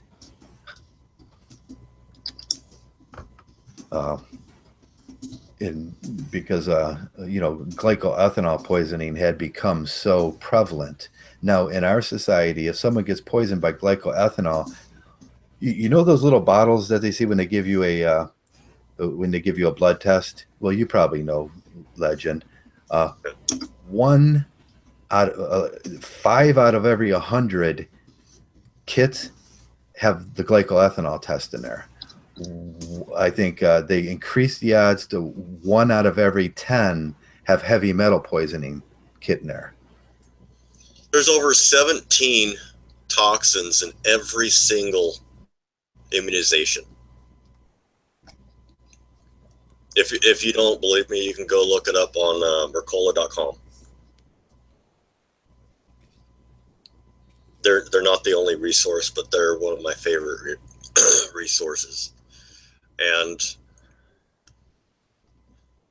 I have a big problem with required immunizations and shots, because especially when you find out that it's a fact that a large majority of these induce and trigger or cause mental retardation, cancer, SIDS, all these horrible diseases and physical attributes, situations for these innocent children, let alone, the elderly.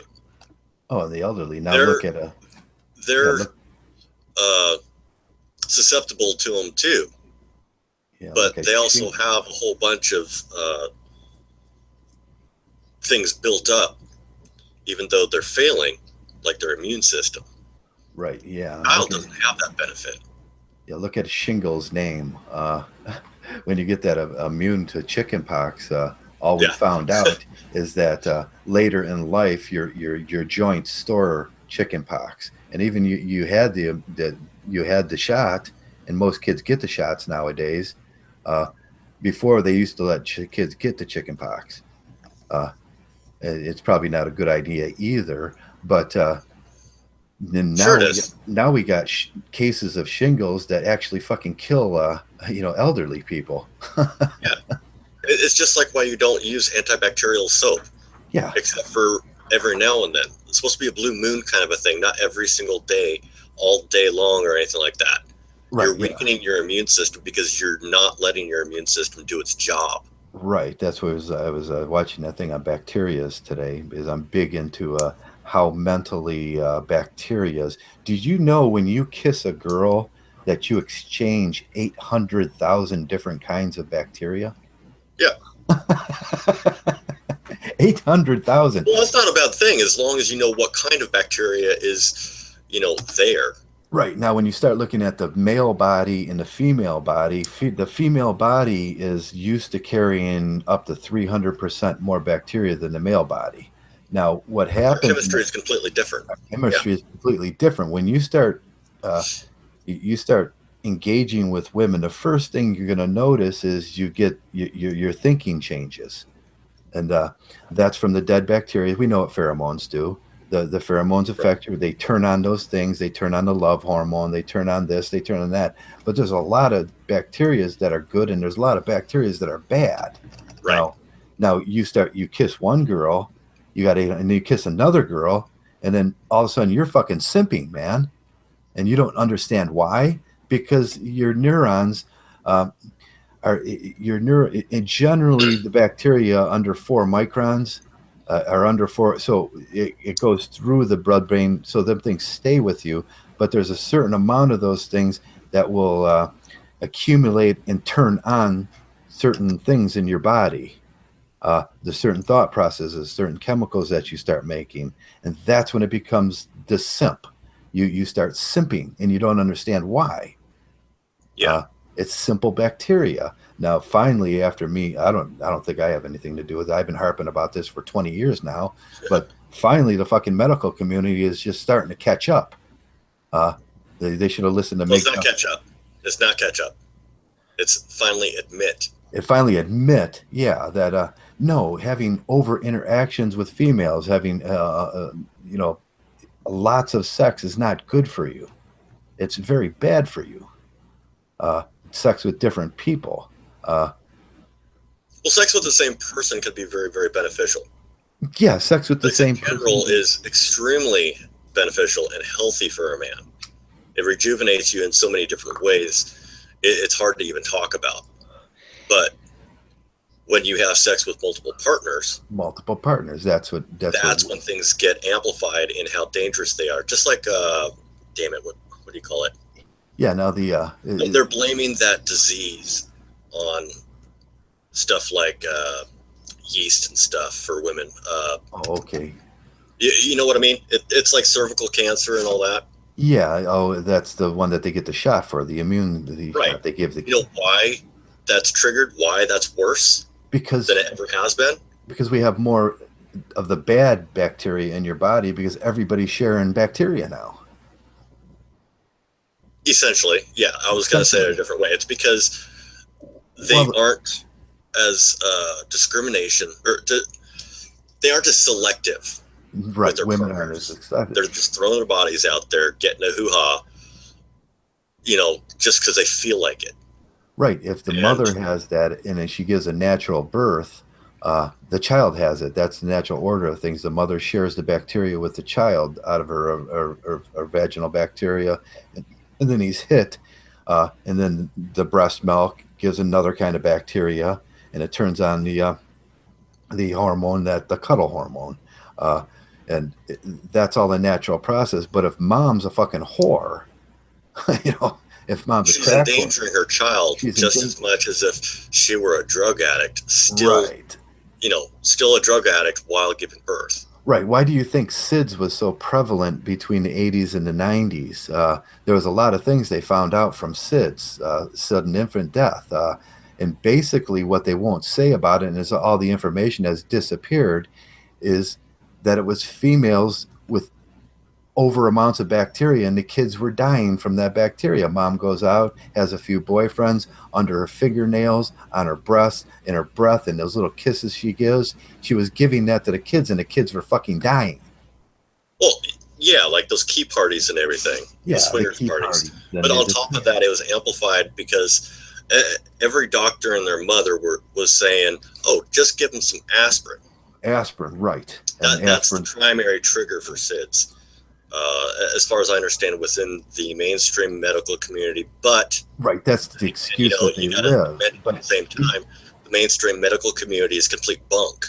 yeah, but giving a kid is an aspirin is the secondary reaction to something else. You don't just go, okay, I'm going to give my kid. You don't wake up and say, I'm giving my kids aspirin today. No, you're giving your kid aspirin because he has a bacterial infection, and you're mistaking it because they're getting a fever, and they're mistaking Most it. of these people, these parents, and primarily mothers, because most fathers that I've known, don't do this. They have more common sense. You do not give someone a fever reducer, especially a child, Yes, before they hit a peak temperature. Your body is supposed to. There's a reason why your body gets a temperature that raises its body heat in order to cook out the infection, the bacteria or the virus. If it gets out of hand, like outside of 101, that's when you go ahead and do it. At about 102 or higher, yeah, go ahead. Because you have that small window between 101.5 or so and 104 degrees. Right. That's your window. Once you hit 103 to 104, you can actually start cooking the brain.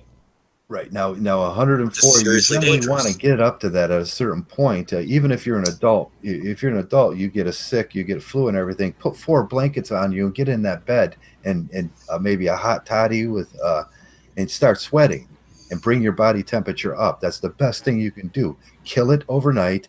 Take a bath in the morning, a nice hot bath with some mineral spirits in there, some magnesium salts or something like that. Get that stuff out of you. That shit will go. And don't take antihistamines. Jesus. You have to be your own doctor. Some numb nut I was talking to the other day was saying, I'm not a doctor. I'm not a physician. That's their job. I was just following their medical advice. Fuck you, you freaking moron. It is your job. It is your responsibility to be responsible for your own health. They are a guide. Yeah. You don't just do whatever the hell a mechanic tells you to do because your car's screwing up. Yeah. You are required. You're responsible to pay attention to it. Do you know what you essentially do when you bring your temperature up? Your lymph nodes start secreting the good things in your body that learn how to kill those bacterias, and then they go away. And then your body has that immune system. Now afterwards, I see so many people dosing themselves down with antihistamines. Now your histamines, all that water coming out of your nose, all that shit you're gagging up and everything, it's doing that for a reason. It's doing that to remove those dead bacteria. Yeah, but most of these people are too lazy to figure anything out, to do any research. They can't understand. Questions. You know how many people I've talked to where I'm like, okay, well, did you make a list of questions to ask your doctor? No, he's supposed to do that. How the hell is he supposed to go ahead and read your mind? When these people are going down to the local Walmart and buying a fucking big box of fucking stupid shit and taking that and not telling them, and then their sickness lasts for weeks and weeks and weeks, and they don't understand why. You never let your body do what it's supposed to do. Yeah, but then they think that if you were to go ahead and mention or suggest a naturopathic remedy like vitamins or supplements or something like that, they think it's just as dangerous or detrimental as mixing meds. No. It's called naturopathic for a reason. It's natural that you're giving your body. You not understand between natural or organic and synthetic.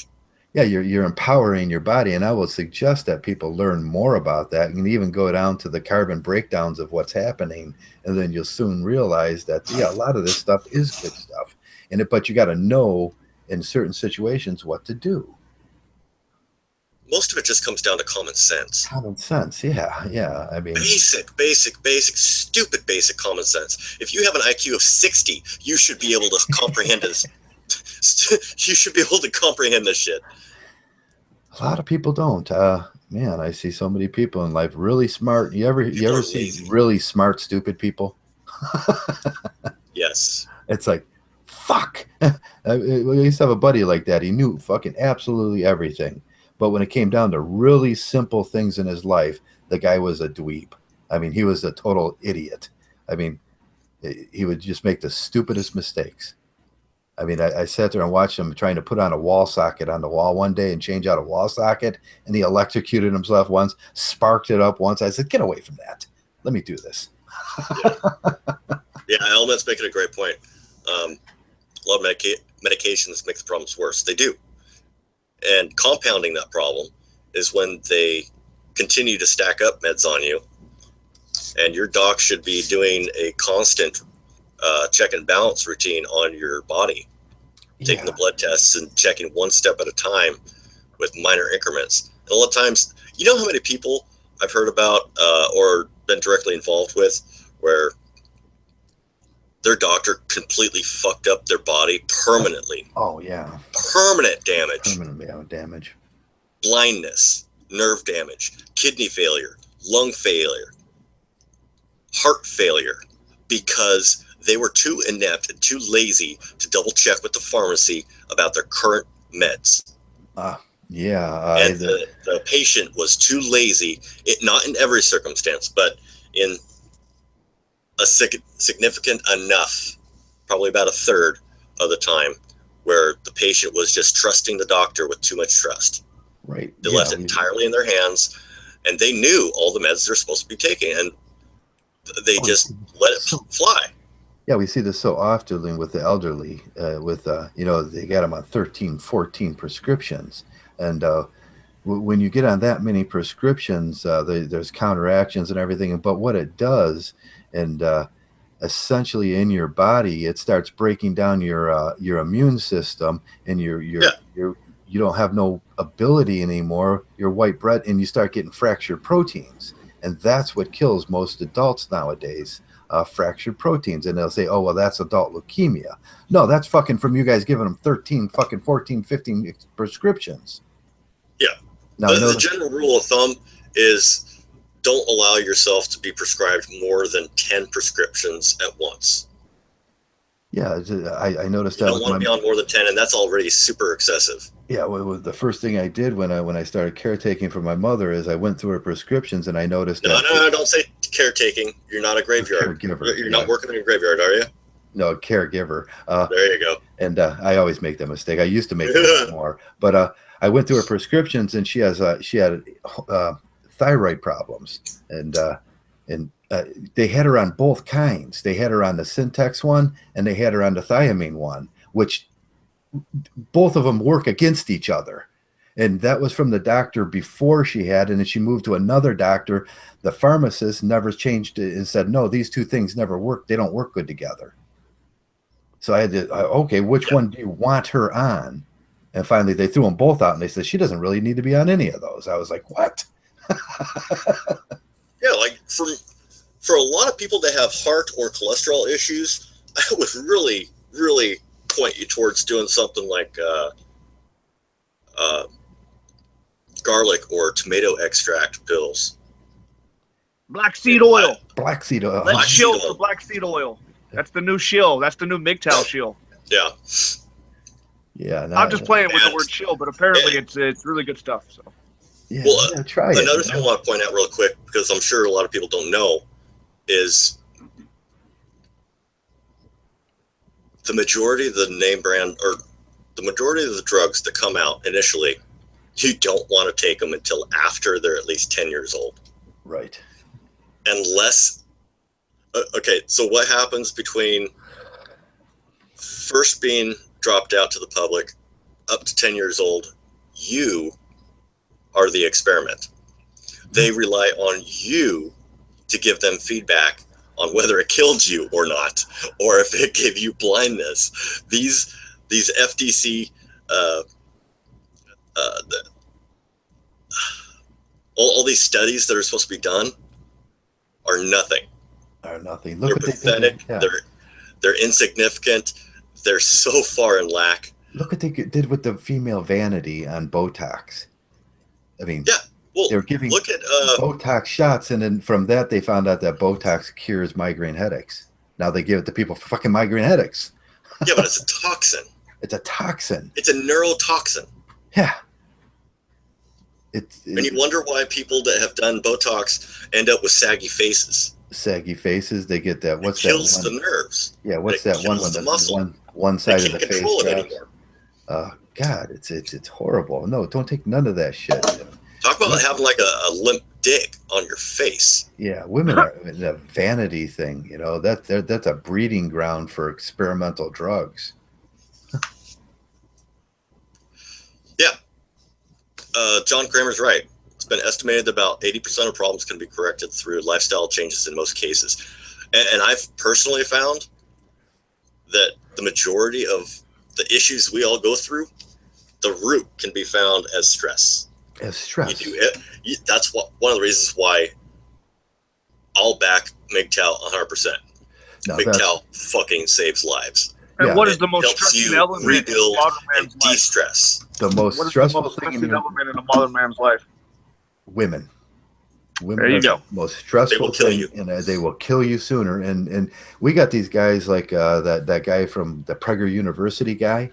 You're going to live longer, and that's the biggest freaking lie that there is. If you're married and you're under that stress all the time, you can just knock 10 years off of your life.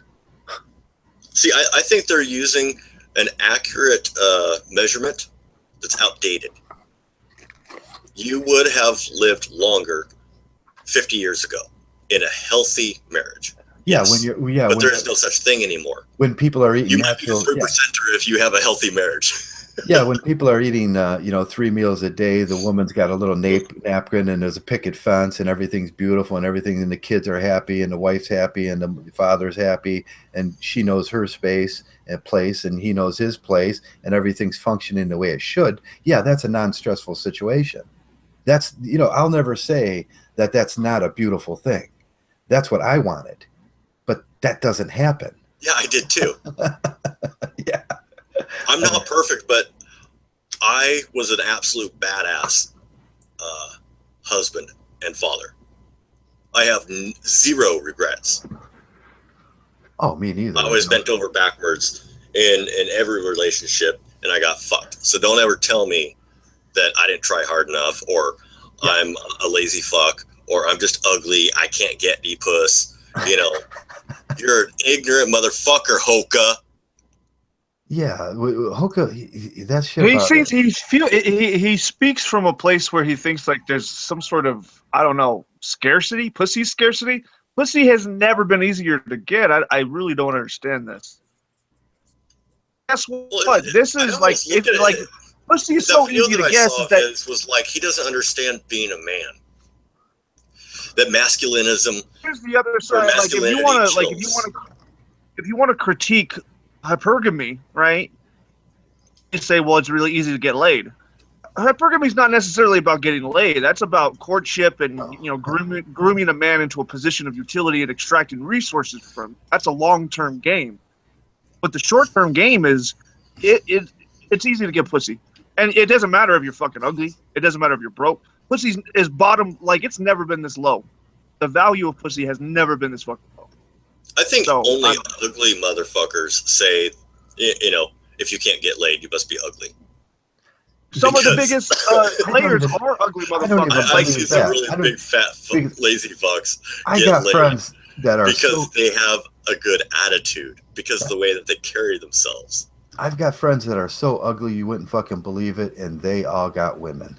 And if Steve Hoka, he is not an ugly man. He's got some problems, and he's got some stress problems going on in his life. And that's why he needs to come in, and he needs to talk through these things. That's what we're here for. He and I could have a modeling contest. Oh, hey, legend, does my ass look big in these pants? What's that? Does my ass look big in these pants?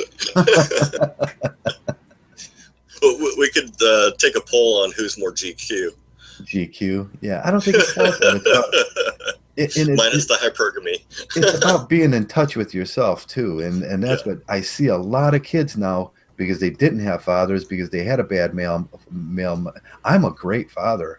My kids know exactly what they are. If anything in life, my kids know exactly what they are, exactly what they can accomplish in life, and that gives them heads up over. Now, there's a lot of kids that don't know what they are still, and they take that shit into. And Steve may be one of those guys. He doesn't know what he is yet, and as soon as you get comfortable with what you are, if he wants to go that blue pill route where he gets a girl and everything, once he identifies the women that he can get, the women that he can't get, and that ain't what you think it is. Women prefer all different types and sizes, like men do. And I found that I'm a large man, but I found in my life skinny black women dig me. I don't know why skinny black women dig me, but I dig skinny black women too. Once I realized that dating was never easier.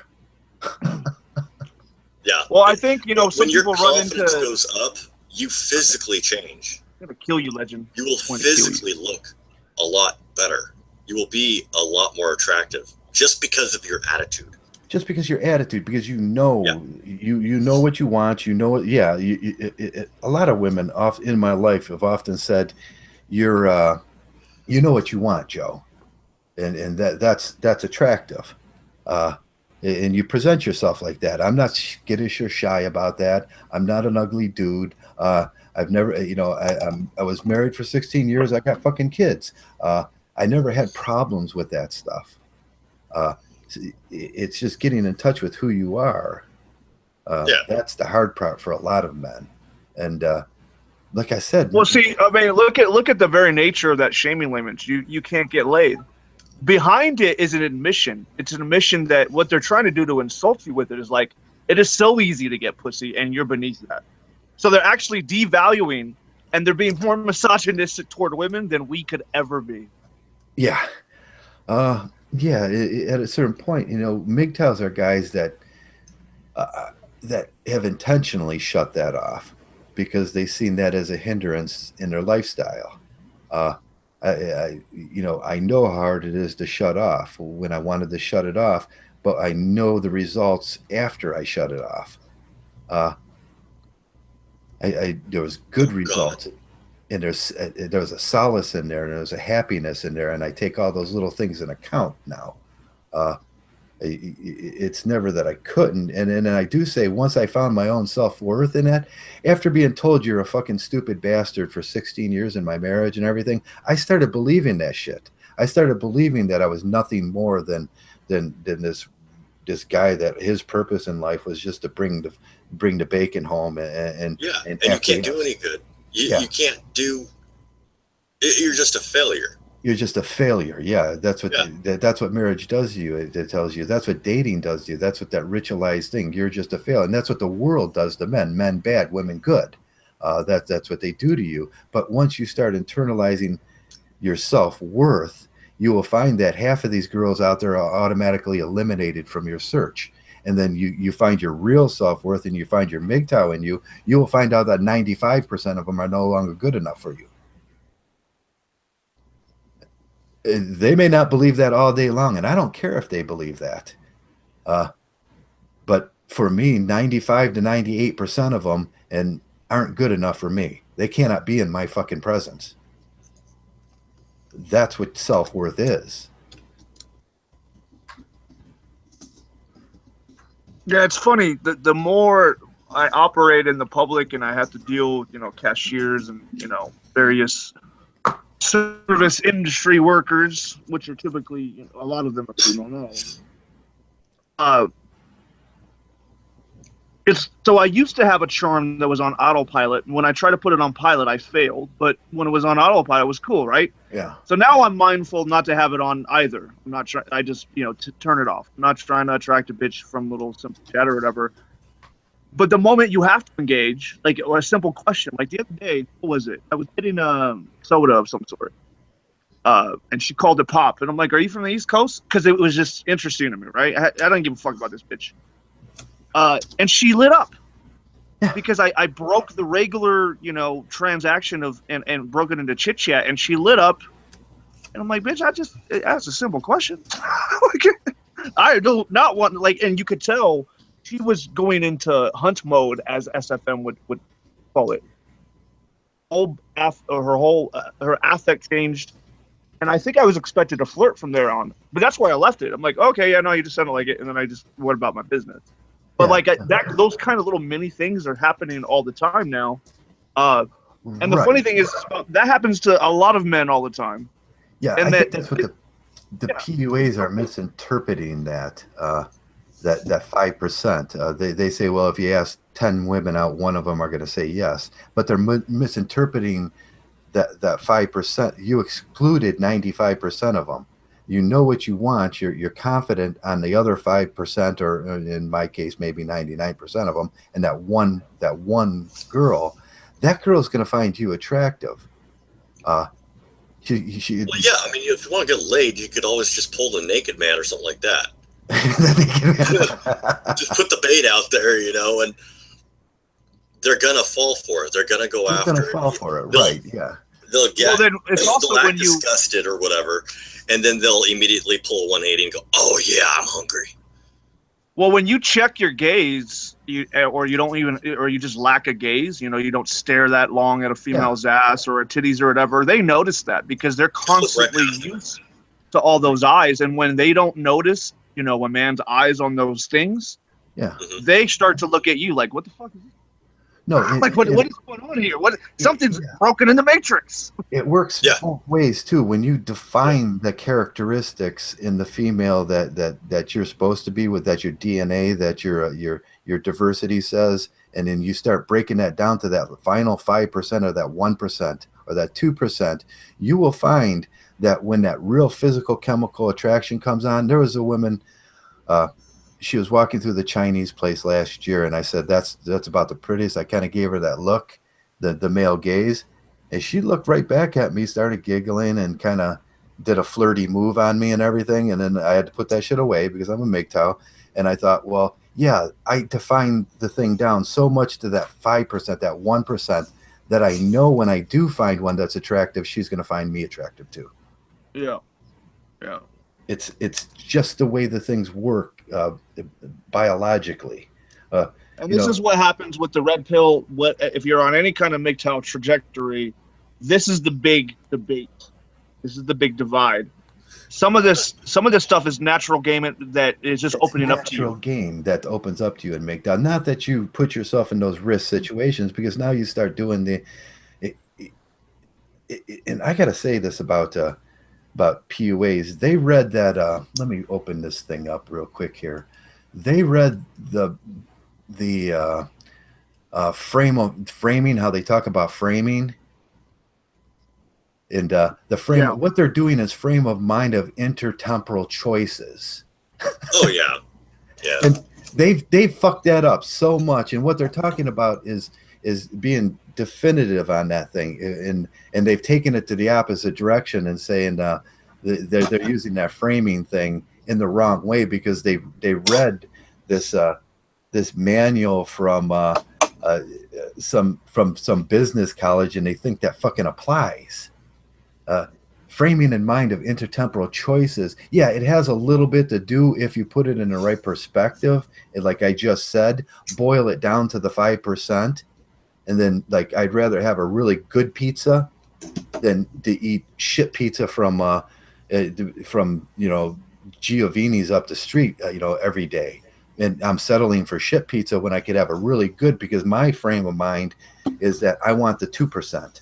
I don't want I no longer do the 95% anymore. So even just changing your state of mind. Yeah, you're changing your state of mind. You think that you only have one range that you can accomplish, whether it's in your work, your physical performance, or with the ladies. If you're going after some, you need to get wet, you think you can only go within this realm. I challenge you. Go outside your realm and eliminate what you think you can do. Yeah, just do an introspection. Go outside your range, go for the long shot, and you'll be really surprised. You're going to be really surprised. And when that thing happens, that we start all know, snobbing them. Yeah, when you know is going to happen, you play the game. Then I'm not. A Mgtow monk is a complex thing to be. Now I'm not. I preach abstinence, and I preach that for a reason. That way, because you're a better man. But I'll never say don't do it. What I say is don't talk about it when you do it. Because don't make it your priority. Yeah, that's the etiquette that we project around here. We don't talk about those things. I'm never going to sit down and tell you what I did last night. My bedroom is my bedroom.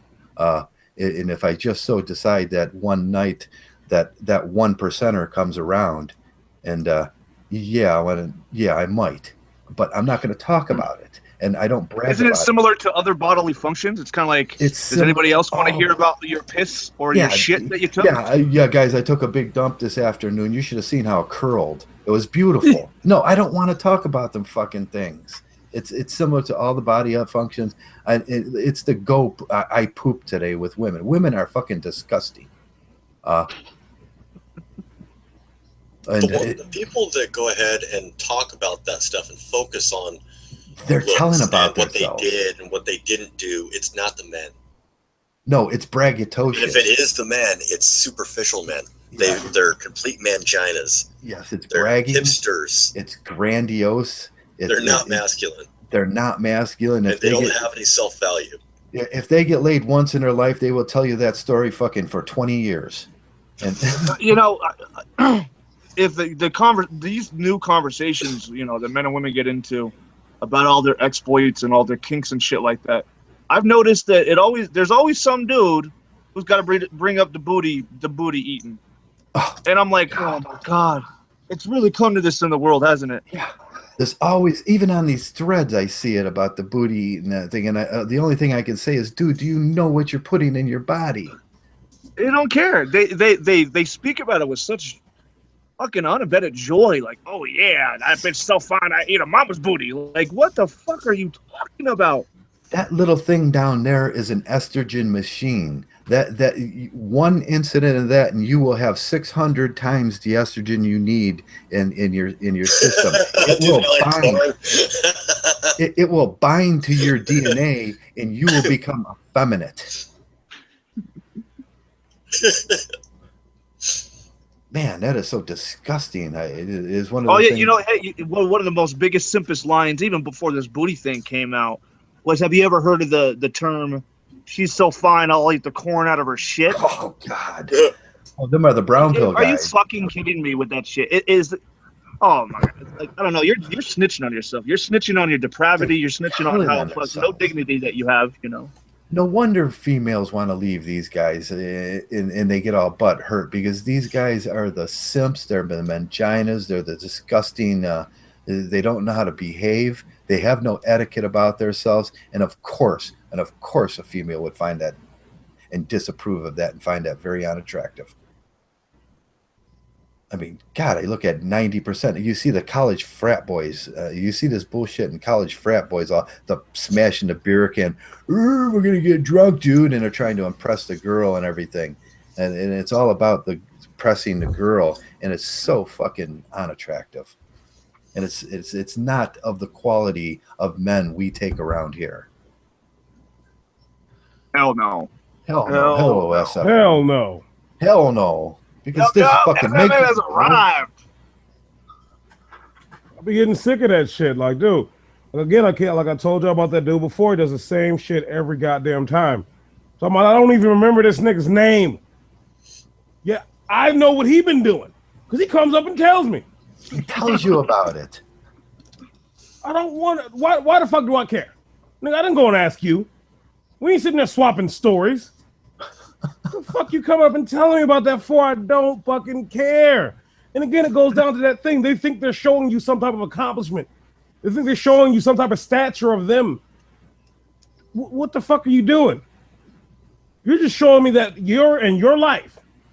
The most important thing to you, the biggest goal of accomplishment you could ever show anybody, is that you got some ass. You got some ass. That ain't a skill.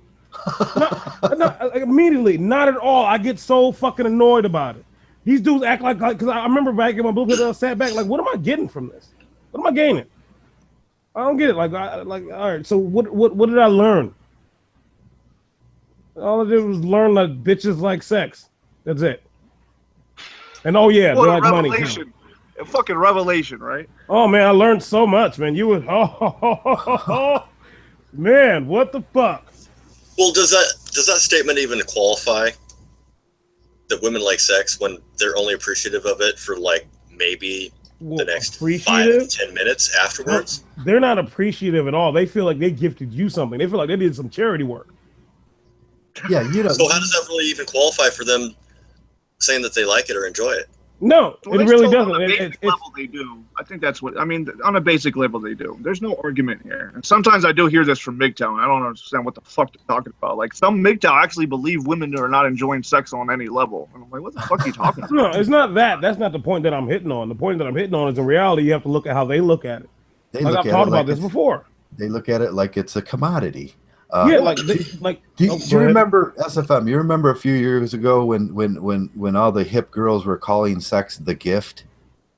Oh, yeah, I'm gonna give him the gift. Yeah, I'm gonna drop the gift on him. Yeah, they're gonna gift on them, and then that was supposed to make it like spiritual to them. And they're all saying, "Oh, I'm not religious. I'm spiritual. I'm gonna give him the gift."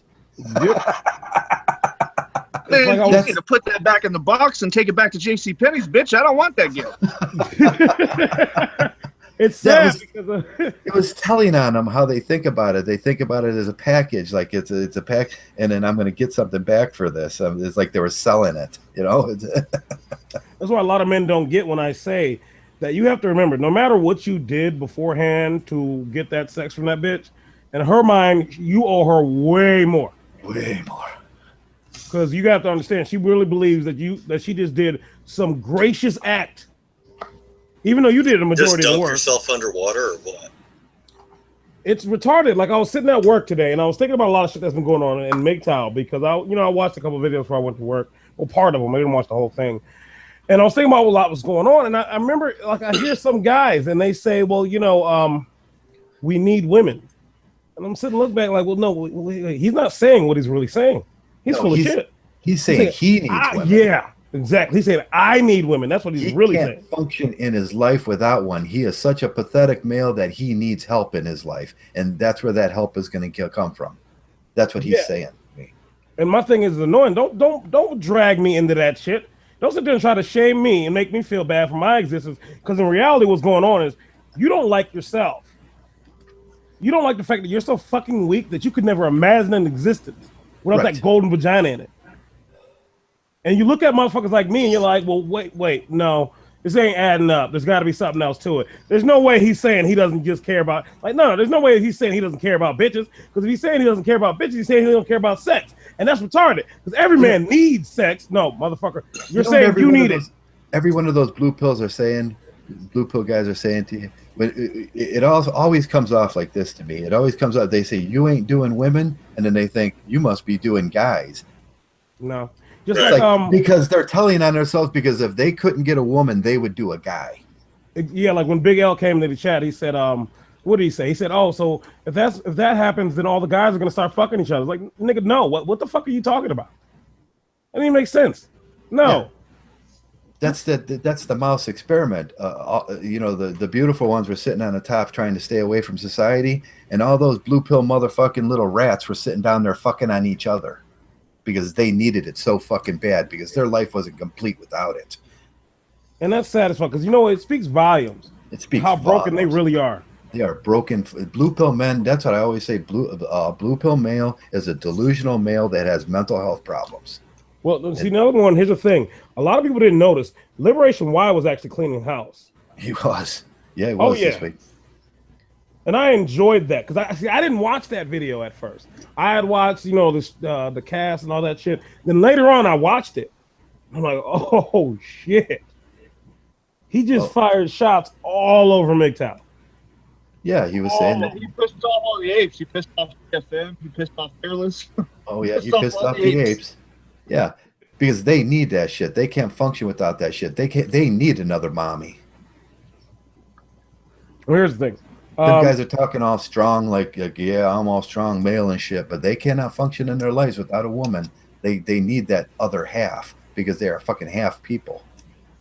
And that's a fucking sad, to be honest, because I don't know where that's like. They need to understand, like, dude, you're already whole. There's nothing wrong with you. Yeah, that bitch isn't gonna help anything in you. That's not gonna be like, oh, she's just magically gonna make you whole. Now you're Superman. That's not how it fucking works. She actually breaks you. Yeah, she actually breaks you. The Romans had that thing about the two people that were separated. They were such simps that they believed that the male and the female at one time was combined in one body, and that's how they explain their urges for pedophilia. What the fuck? Them fucking men, they would fuck a woman, they would fuck a man, they'd fuck a dog, they would fuck a telephone pole if they could get away with it. Sounds like they need to be put down. They need to a be lot of put women down. too. It's go ahead. It's enough to make you vomit for the next week. Because it makes no fucking sense to me. Like, dude, you're not gonna die. And in fact, you'll be perfectly fine. Yeah, only babies die from lack of love. Yeah, you'll notice something happen in your life. You're more prioritizing yourself. You'll sit there and you say, hey, did I do that? You know, I need to go do that right now. Hey, is that, yeah, you know, I'm gonna improve that part. Hey, I'm gonna do this. Hey, you know, I would spend that money normally. Like that's what happens in your blue pill days. You're like, I'm not gonna spend that money. A bitch comes along, oh, you're spending that money. And I was like, no, I'm gonna put that money up. I'm not touching that. I'm not touching it at all. Not touching that at all, yeah. I have no need to. Yeah, you think it's gonna be worthwhile. You've got the hope that it's gonna be worthwhile. Well, yeah, because there's something that you're actually going for a tangible benefit. Tangible or just in yourself. Towards a gain towards you as yourself, either knowledge base or experience. Yeah, you know what I did with that extra money this week? I bought an air powered rotary saw. That's a fucking tool that's gonna get me something in life. Dope. That's dope as hell. I got some I basically I expanded my grocery budget. Did you? You know, yeah, oh yeah, oh hell, man. I love living by myself. I had a bitch, I'd have to like triple, quadruple that fucking budget. This bitch be all types of unnecessary bullshit. And the thing I laughed so much, I was in a line, and these little kids are there. I don't know what I saw them come in. They just walking around getting shit, and you hear them talk, "Oh, thanks, cuz," and all this shit. You know, like you know how kids be acting when they're little young dudes out just making a store run, grabbing snacks and shit. And so the bitch who's the cashier, immediately I could see she didn't like the fact that I didn't really respond to her or give her much eye contact. Well, I didn't because I don't. Hey, BT1000s, leave me the fuck alone. Just stop. Stop it. I know you peeped my shopping cart. I know you noticed something. Leave it alone. Just stop it. And so the kid looks over and he's like, damn, you spent, well, he didn't use the word damn, but he was like, you spent that much on food? I'm like, well, yeah, gotta have food for work. I need to eat, don't I? And it's almost like this woman got so pissed off that I would actually acknowledge what he was saying more than actually even try to conversate with her ass. Yeah. You know what you got in your basket too? That none of the people in there have. Every single item in that basket you picked out and you like. Exactly. Man, when I had women, half of that shit I did not like. I would not put in my fucking mouth. I would not put in my body. Exactly. Yeah. Like, dude, all that processed bullshit and all that, I don't want that. Oh yeah, those TV dinners and that fake shit and all that garbage that they that makes their life easier because they're so fucking lazy. Like no, I straight up go vegetables, I had to get some milk, but I got a small amount because I don't use the milk for much. I really don't. Yeah, you gotta have it for macaroni and cheese and shit. Yeah, yeah, scalloped potatoes, all that, and then so yeah, then after that, I straight up hit the meat section. And after that, that's when I shine. I'm like, oh, I know Oh immediately what yeah, I'm after. I did shopping today Oh myself. yeah. I've had some coworkers look at me. They're like, "What? Why I always see you with these type of meals and shit? It don't even really be meals. I just eat like a small amount of meat, and then I might have a little bit of vegetables or something on the side." Yeah, I eat less when I find out when I eat something I really like that I wanted, like, and I made, and it was perfectly to my specifics. I eat less of that. I get satisfied faster. Yep. Uh, I have one, and it's like fucking that was great, and I Yeah. don't need no more. If I'm eating something that I don't like, I'm usually trying to. I'm still not fulfilled. Sometimes it's what humans do. You're craving something. You're craving something. You're grabbing potato chips. You're grabbing Cheetos. You're grabbing fucking cheese. You're grabbing bananas and everything. And sometimes your fucking body just wants a glass of water. That's it.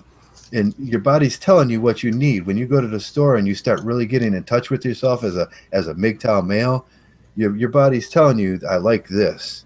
I like this for a reason because my body told me I like it. Yeah. My body's telling me what I need. And sometimes in life, you just need a glass of water. Yeah. Like I was in morning run before work. I was grabbing like I use these big gallons of water. Yeah, I grab them on a daily basis. I might even drink more than that. And chick just like a horrible looking older lady, BT 900, and she looks at me and says, "What's all that stuff?" And I'm like, "Well, yeah, because you're supposed to drink about as much water in ounces as your body weight." And I told her like, "Yeah." And at one point, I let myself fall off. I was like fucking 280 something. Now I'm down to like 215. And all it took was just cutting out all that bullshit, being more active, Yeah. Yeah. just eating Flushing that better. bacteria out of your system. And they found out some great studies about bacteria, and having the wrong bacteria in your stomach and everything leads to obesity. Uh, when you're not doing, you drink some water, flush it down. I put it to each one and every one of these guys that are listening. Next time you're having cravings, next time you just can't figure out what you want, and you're pillaging through everything in the house, just stop, fill up a big fucking glass of water and drink it, and see if it goes away. Exactly. I have those times where maybe I'm slipping, like maybe I'm so busy I don't want to stop, and then I might start feeling a little off. And some people are like, "Well, I need to go do this. I need to go do that." Just drink some water and see how much better you feel. Just drink some water and feel almost how much better to do it. When I was in the steel mill, it was always 114 degrees in the mill, and we drank a lot of water. The first thing I noticed is guys were eating healthy, or they're eating salads, they're eating fruit. We never ate pork products. We never ate greasy products. We never ate pizza or anything like that. And I did notice that the guys that were passing out from heat exhaustion were passing. Them were the guys that just had a big greasy pork sandwich for lunch. Which is not like, here's the thing. A lot of guys get it wrong. And that's why I talked about a little bit where it seemed after a while, as almost like my body was getting tired of chicken breast. It's because after a while, you do need a little bit of fat, but don't overdo You it. need some fat. Yeah, I often talk about that. You need some as a man. Your testosterone, what flushes the estrogen out of your system will be those bad fats. Those good fats don't not do that. The fats bind to the estrogen in your liver process. Flush your liver. Drink some water. Eat some good hearty fat once in a while. Uh, and then keep that at a moderation. Your body teeters back and forth with your zinc intake. Uh, the estrogens bind to the zinc, and they bind in a globular form with those fats. And in between each molecule, you'll notice a hydrogen, and then one binding process is that zinc. Now, you modulate on that zinc. You don't put too much of it in your body. You don't put too little of it in your body, and it modulates back and forth very naturally. But you do need those fats to do that process, and that will rinse it out of your body, and it goes away. Estrogen reduction is crucial to MGTOWs. It's crucial to MGTOWs. And then from that process, your naturally your testosterone will build. Exactly. Now, a lot of All right, guys. you know what? RPG and Eric, y'all figure it out like grown ass men. All right, calm the fuck down Y'all with that been bullshit. around a long time, Is Eric and going now? all of us can vouch for both of you. So quit the shit. Yeah, we like you both, so stop it. Jesus You hate Christ, all the RPG. same people we hate, so Yeah. don't hate each other, motherfuckers. Yeah, think about that. Think you hate all the same people we hate. That's how I like to put it now. Yeah, That's- but I'm going back to the whole testosterone factor and all that. When it comes down to your diet, you do have to understand, like, again, you can try with all the healthy proteins and all that, but you do have to add some fat in. You have to Like add your some body fat will in actually start craving that shit, because when you go on that path of just straight up, like, that's how some guys actually die. They try to up that protein so fucking high. Yeah. They get that protein poisoning because they're not realizing, like, all right, so you want to go ahead and be this super healthy beast. Well, you have to What the remember hell some of is the most. protein poisoning? You never heard of that before? No. That's when your system doesn't have enough vitamins in it. When you look at the Atkins diet, how people went on the Atkins diet and they were only eating proteins, what they were doing is they was depleting their vitamins in their body, and then they had vitamin deficiencies. And then that could, Well, they're supposed to be, most of those proteins you're supposed to be getting from the vegetables and fruits. right, they never included those vegetables and And fruits you're in supposed their to be body. including your meats, of course, because, that's another primary. Yep. Yeah, what they were And, you know, doing is your they were fruits and starving their nuts, but- system. And That's they're just getting moral.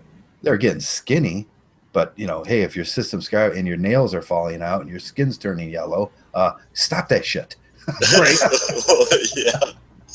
Well, when you get jaundice, the yellowing of the skin or the eyes, you got some internal problems you got to look at. And you also become a really good R&B rapper. Yeah. Oh geez. shit, yeah. Well, that's from Or crack. president, right? So yeah, a lot of men need to remember, try to keep your diet somewhat balanced, and also make sure you Yeah. keep some physical activity in there. Yeah, when you go to the store and you pick out a steak, there's a reason why you pick out a well-marbled steak. I cannot preach this enough. Don't go for that lean shit. Don't go. Look at your steaks. It will be tastier. It's going to be better. It's going to be better for you. A well-marbled steak. And that's how I pick out my red meat. Don't stay with that chicken. You can get your protein from your chicken. Or if you enjoy liver, it's a good way to do those things, and it's a really good way I to. hate the taste of liver. Yeah, it's a really good. I used to take liver. I used to cut it up, and I'd put one piece, and I would cut it up in a little 1 ounce sections, and then I would just eat one real fast one day. And that's how I did that. But that increases the proteins that you need, them healthy proteins, and a well-marbled steak. Don't overdo it. Maybe on a Saturday when you want to sit down and fucking enjoy yourself with a couple beers, don't overdo the beer either. What? This is insanity. What the fuck? What are you talking about?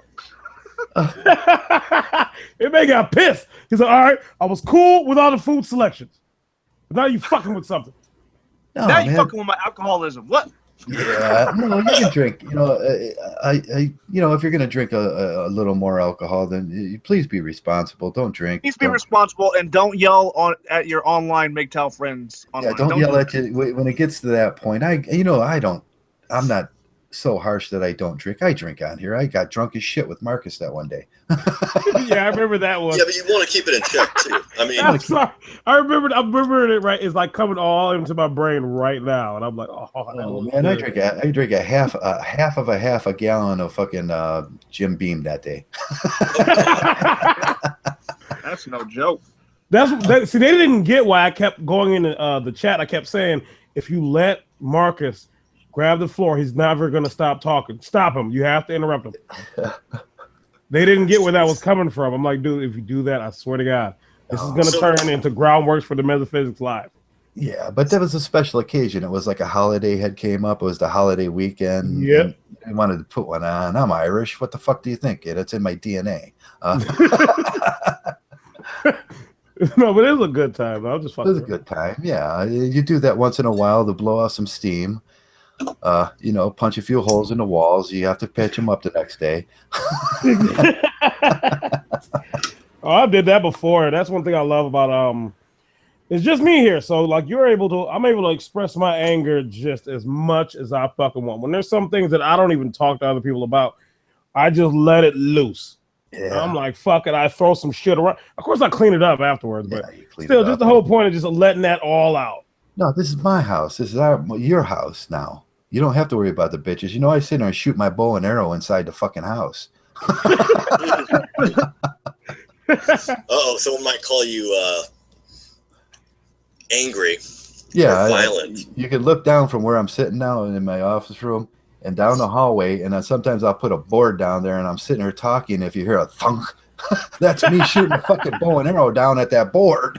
If you got a bitch in your house, she's gonna be all freaked out, call the police, and no, it's your house. That's being a man. A lot of men need to understand that they don't understand right now. See, in reality, even though the law's on their favor and women know they have the advantage, the moment you actually start showing that you're done with that shit, and it's like, all right, I'm gonna knock this bitch out, they're scared as hell. They're actually naturally scared of high testosterone, high masculine men. They don't like that. There's a little bit of an issue because the moment they see they can't control you, they know, I have to shut the hell up and listen. Yeah, you know what the best move in the whole world when dealing with a bitch is? The aggressive forward stance, when you just do the look. Boom! You just fucking turn and do the look. Like, yeah, I like to do the reverse. Yeah, I had a BT 1000 challenge on me. Oh, go ahead. And then lean forward. Lean into it. That will shut a bitch up. Are you stupid? I'm making myself clear, but you have no recourse. You can't feel like I'm intimidating you because I'm outside of your bubble. Yeah, you do not have to say a word to them. All you do is step forward and look, and you give them the man look, and that shuts them right the hell up because at that point they know sexual dimorphism. Yeah, they call it intimidation. Yeah, exactly. They get it. Yeah, there was a bitch who tried to push me like that. I didn't go anywhere. They want to make that illegal. Called me a bitch and left out. I laughed my ass off. I thought it was the most funny thing in the world. They might as well just be honest and say they want all forms of accountability to be illegal. Yeah. Really? All forms of accountability is, making a girl unhappy is illegal nowadays. You got to make them happy. Oh, why are you in jail? I didn't make my bitch happy. I wouldn't be fucking surprised. I'm sorry. At this point, I wouldn't be surprised where anything is really going. Like, I remember somebody was telling me that they were in an argument with their wife, and so the cops came. I swear to God, you better fucking not. And so the cops came, and then basically the cops literally asked her, is he bothering you? His husband and wife. They just asked her, is he bothering you? That's it. If she would have said yes, they would have booted his ass out. And what they're really asking her is, are you unhappy, ma'am? Yep. Because that's illegal now. That's why most men are in jail after marriage. Why are you in jail? I couldn't pay the child support because the bitch was unhappy. They made it illegal for her to be fucking unhappy. Yep. Why should Hold up. Dude, we're missing something in this conversation. No, I am summoning I knew it. the dragon. I saw the blue goddamn thing. I saw it. I am summoning the dragon officially. Seth be lurking all over the place. He needs to come in for a minute. Bastard. Okay. My thing is, does anybody be noticing if it, like, especially like on Sunday, you look at the chat, you look at the number watching, and you're like, wait, hold on. Wait a minute. That's not adding up at all. Yeah, you can see there's so many guys commenting, and that's let's look at the participants. They named that participant. That makes 1, 2, 3, 4, 5, 6, 7, 8, 9, 10, 11. There's 11 participants.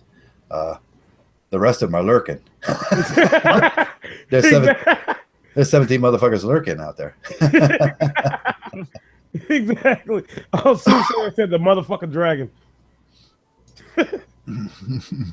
Sue be cracking me up, man. I'm sorry, I can't help it. I want you guys, lurkers, just come on in and say it.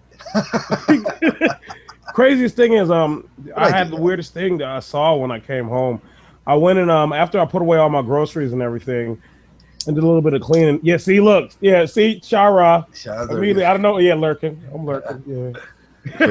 There they come. Here they come. I had put a comment on an old Barbarossa video, but you know, I'll be watching Barbarossa stuff sometimes, you know, just to get me back out of the funk. And a bitch commented to what I said because I said something about equality. I'm like, how long ago did I say that? Are you bringing that shit up now? And I'm like, all right, they're every fucking where now. There's nothing. Even like, think about how long it's been. since Barbarossa made that video that I commented on. Yeah, I hate when I get those like 2012. Somebody commented on a comment I made, and I can't even. It's like I can't even fucking remember what that video was about. Comment like, what the fuck? Ooh, what's going on there? What happened? Is someone hitting your? I seen your mute button come on. One of you guys hit his. Oh mute no, button. I think I might have accidentally hit my little control thing I have right here. Okay, your mute button came on. Barbara is God. You used to be. He I don't know. That's the thing that I'm going to go through a lot of his older videos to see something, because I've been noticing a lot of things that's going on now, and I'm like, hold on. His stuff was powerful. It was the best. Barbara is the orator. He's I mean, he got that shit down. He can orate something and make that shit good. That's a skill. I say I tell a lot of guys. I used to tell a lot of guys all this all the time. If you want to get really good at that skill, and Frederick Douglass, the way he got really good at talking was he read the Brazilian orator, and it's got like 10 stories in there that you're supposed to orate out aloud, and then you see the inflections and how they did it. You start using your body language and using that tonal inflections. Barbarossa's got that shit down good. Plus, he's Hispanic, so they're really good at that. The Chavez shit. All right, let's clarify something right there. Are you talking about Spanish, or Mexican, like from Mexico? Because there's a big difference. There is a big difference. I think Barbarossa is more Spanish, but it's hard to tell anymore. That it's been that gentle interweaving between the Spanish and the indigenous people of Mexico. It's a matter of cartels versus cucks. It's cartels versus cucks. So yeah, I'm not sure how they distinguish the difference. I don't know how they tell. I guess it's like, how would you tell the difference between an Irish guy and a Scottish guy?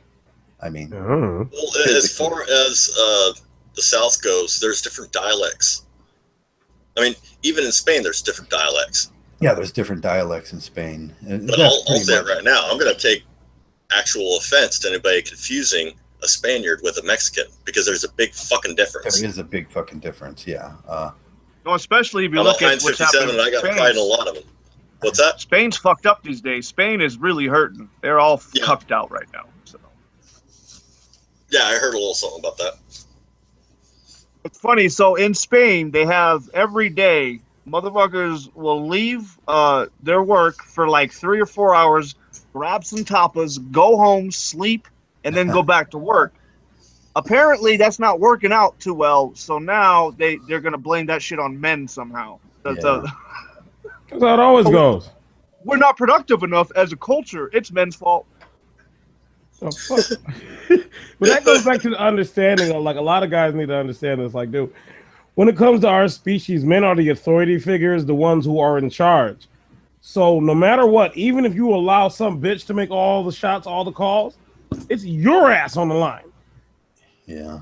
I was going to ask you, who's the greatest like that has that Spanish image in movies that you ever seen? Like, did you ever see The Princess Bride? Mm-hmm.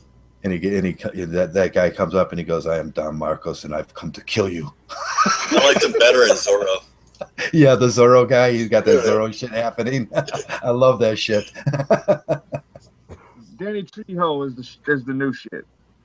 Yeah, Danny Trejo. Does anybody know Danny Trejo's background? Because when I was reading it, I'm like, holy shit. Ex-con. Like he is what he looks like. He's an ex-con that kind of just fell into acting, and they used to typecast the shit out of him, So yeah, like nobody knows. Like, dude, he was he went through a bunch of drug shit, all this other shit, gang shit, all that stuff, and then they actually found this nigga like working out. Like he was just outside working out. Like no bullshit. Shirt off, just doing pull-ups and shit outside. He's like, "Hey, you want to act? Whatever, Holmes." And I was reading it, and I remember one dude, he used to try to shame me when I looked up to these guys' backgrounds. Like, what are you, gay? You got a crush on them? And then shut the fuck up. Dude, this guy, I want to know how interesting a life this motherfucker lived. Because when you look at Danny Trejo and you find out his age and a lot of roles and shit he's doing, you're like, no, hold on. There's so much background missing from this shit. You don't just get to say, yeah, here's Danny Trejo, and that's it. No, motherfucker, tell me how he got there. Yeah, because he don't look like he just walked away. Like he literally was going through acting classes in his 20s and now got his break at 60s. That don't look like that's what he's been doing. Yeah, and he looks pretty good, and he you know, carries himself well. He's healthy. What the fuck? How did he do that? How did he do that? We met a guy once. We were on the docks, and all the oil was going out that day, so we're kind of just writing down. And a truck driver came in, and my buddy says, "Hey, dude, come over here." He says, he goes, "Joe." He says, he looks up at the guy, and he goes, "Show him your ID." And I said, "What?" He says, "No, I'm not doing that." Now he says, "No, show him your ID." And he goes, "Joe, how old do you think that guy is?" And I said, "He's about 32. And he pulls out his ID. That motherfucker was 64 years old. What? I took him. We took him off the side. He says, "Stop the line right now." We took him. I says, "How do you do that? How do you do that?" I want to know. Edward James Olmos is pretty cool. He's got an interesting past. That motherfucker showed up in my elementary school, and around the time American Me came out, and he gave like a speech about gangs and shit like that. Pretty cool. He was a cool cat. So yeah. Well, the thing that's cool is to see these guys who basically within their situation and lifestyle eventually had one of those understandings like, hold on, this isn't working. Something about this is off. I need to change this shit up quick, or I'm going to be put in a bag pretty goddamn early. I mean, it took them a long ass time, but whatever. You know, eventually they got there though. Oh yeah, don't go Charlie Sheen. Yeah. Never go full Sheen. Never go full Sheen. That's a bad thing. You're gonna be AIDS. You're gonna die early. If you want to learn how not to do it. Yeah, fuck trannies and get AIDS and shit. Jesus Christ. The POAs love that guy. It's like, yeah, he got laid a lot. And here's a motherfucker. He's probably laying up in bed having spasms right now. Apparently he contracted HIV. I don't know. It could be gossip. They love fucking with that dude, so who knows? Well, I mean, I think they really want to give it a detriment to men. Like, well, you know, if you want to sit there and be rich, have all these money, and just bang all the young women you want, then watch what happens. There will be consequences and repercussions. You better get married. Yeah, you know who always freaked me out? Remember that coach for the Pittsburgh Steelers? He just retired like a couple of years ago. He's a defensive coordinator. He was with them forever. What was his name? Steelers used to be my favorite team. They said that guy's 82 years old. I looked at him and he looked not a day over 50 years fucking old. I want to know that guy. Bill Cowher. Oh, not Bill Cowher. He was the coach. He was a white guy. He was I can't remember his name. I'll find it out for you guys. I want to know what that guy's been eating for the last 30 years.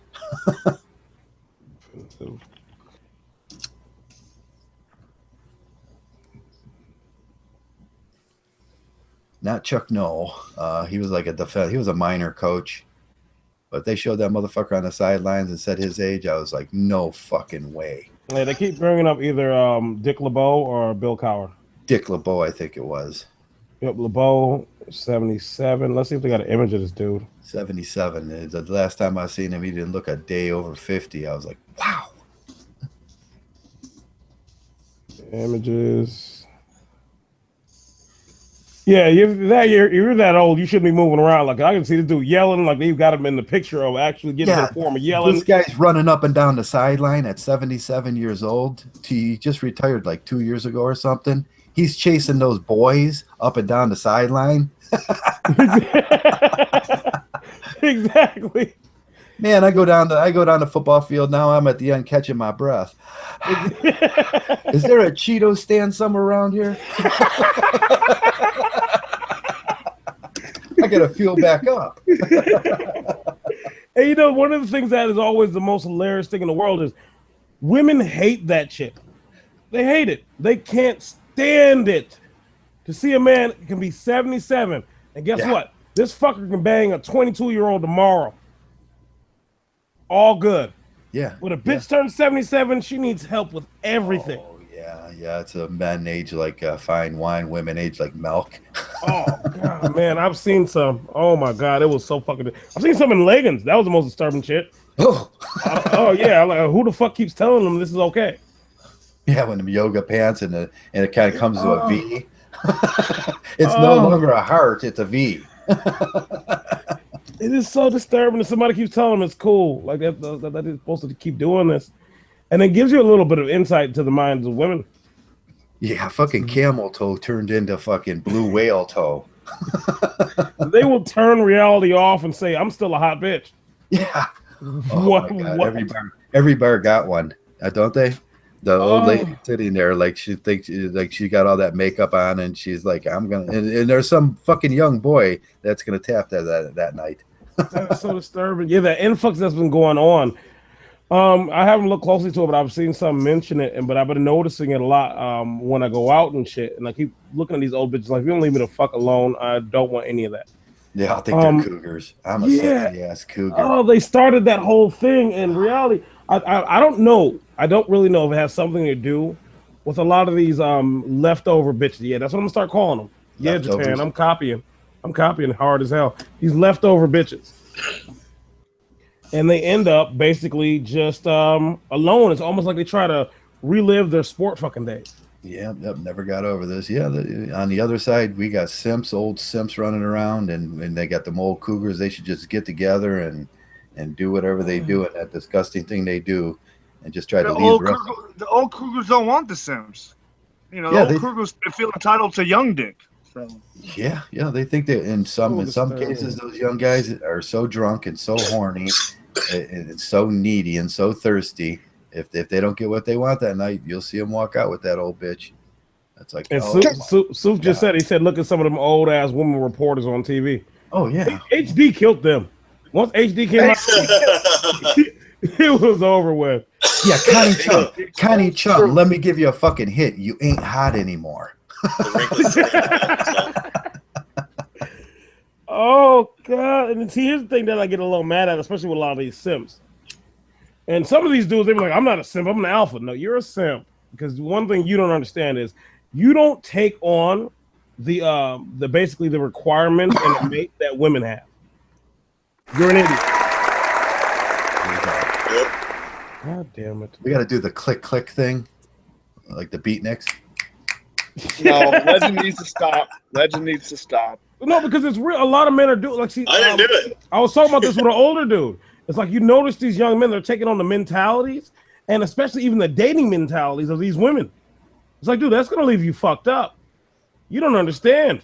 That's not how your mentality really works when it comes down to these women. You actually want something of legal age, probably around like 23, 21, but anywhere from like 20 to before like at least 25. You want around there. And here's the thing: you don't care what this bitch got. Go Cuss says he did Connie Chung. I was wondering, is that a sideways notch on your bed?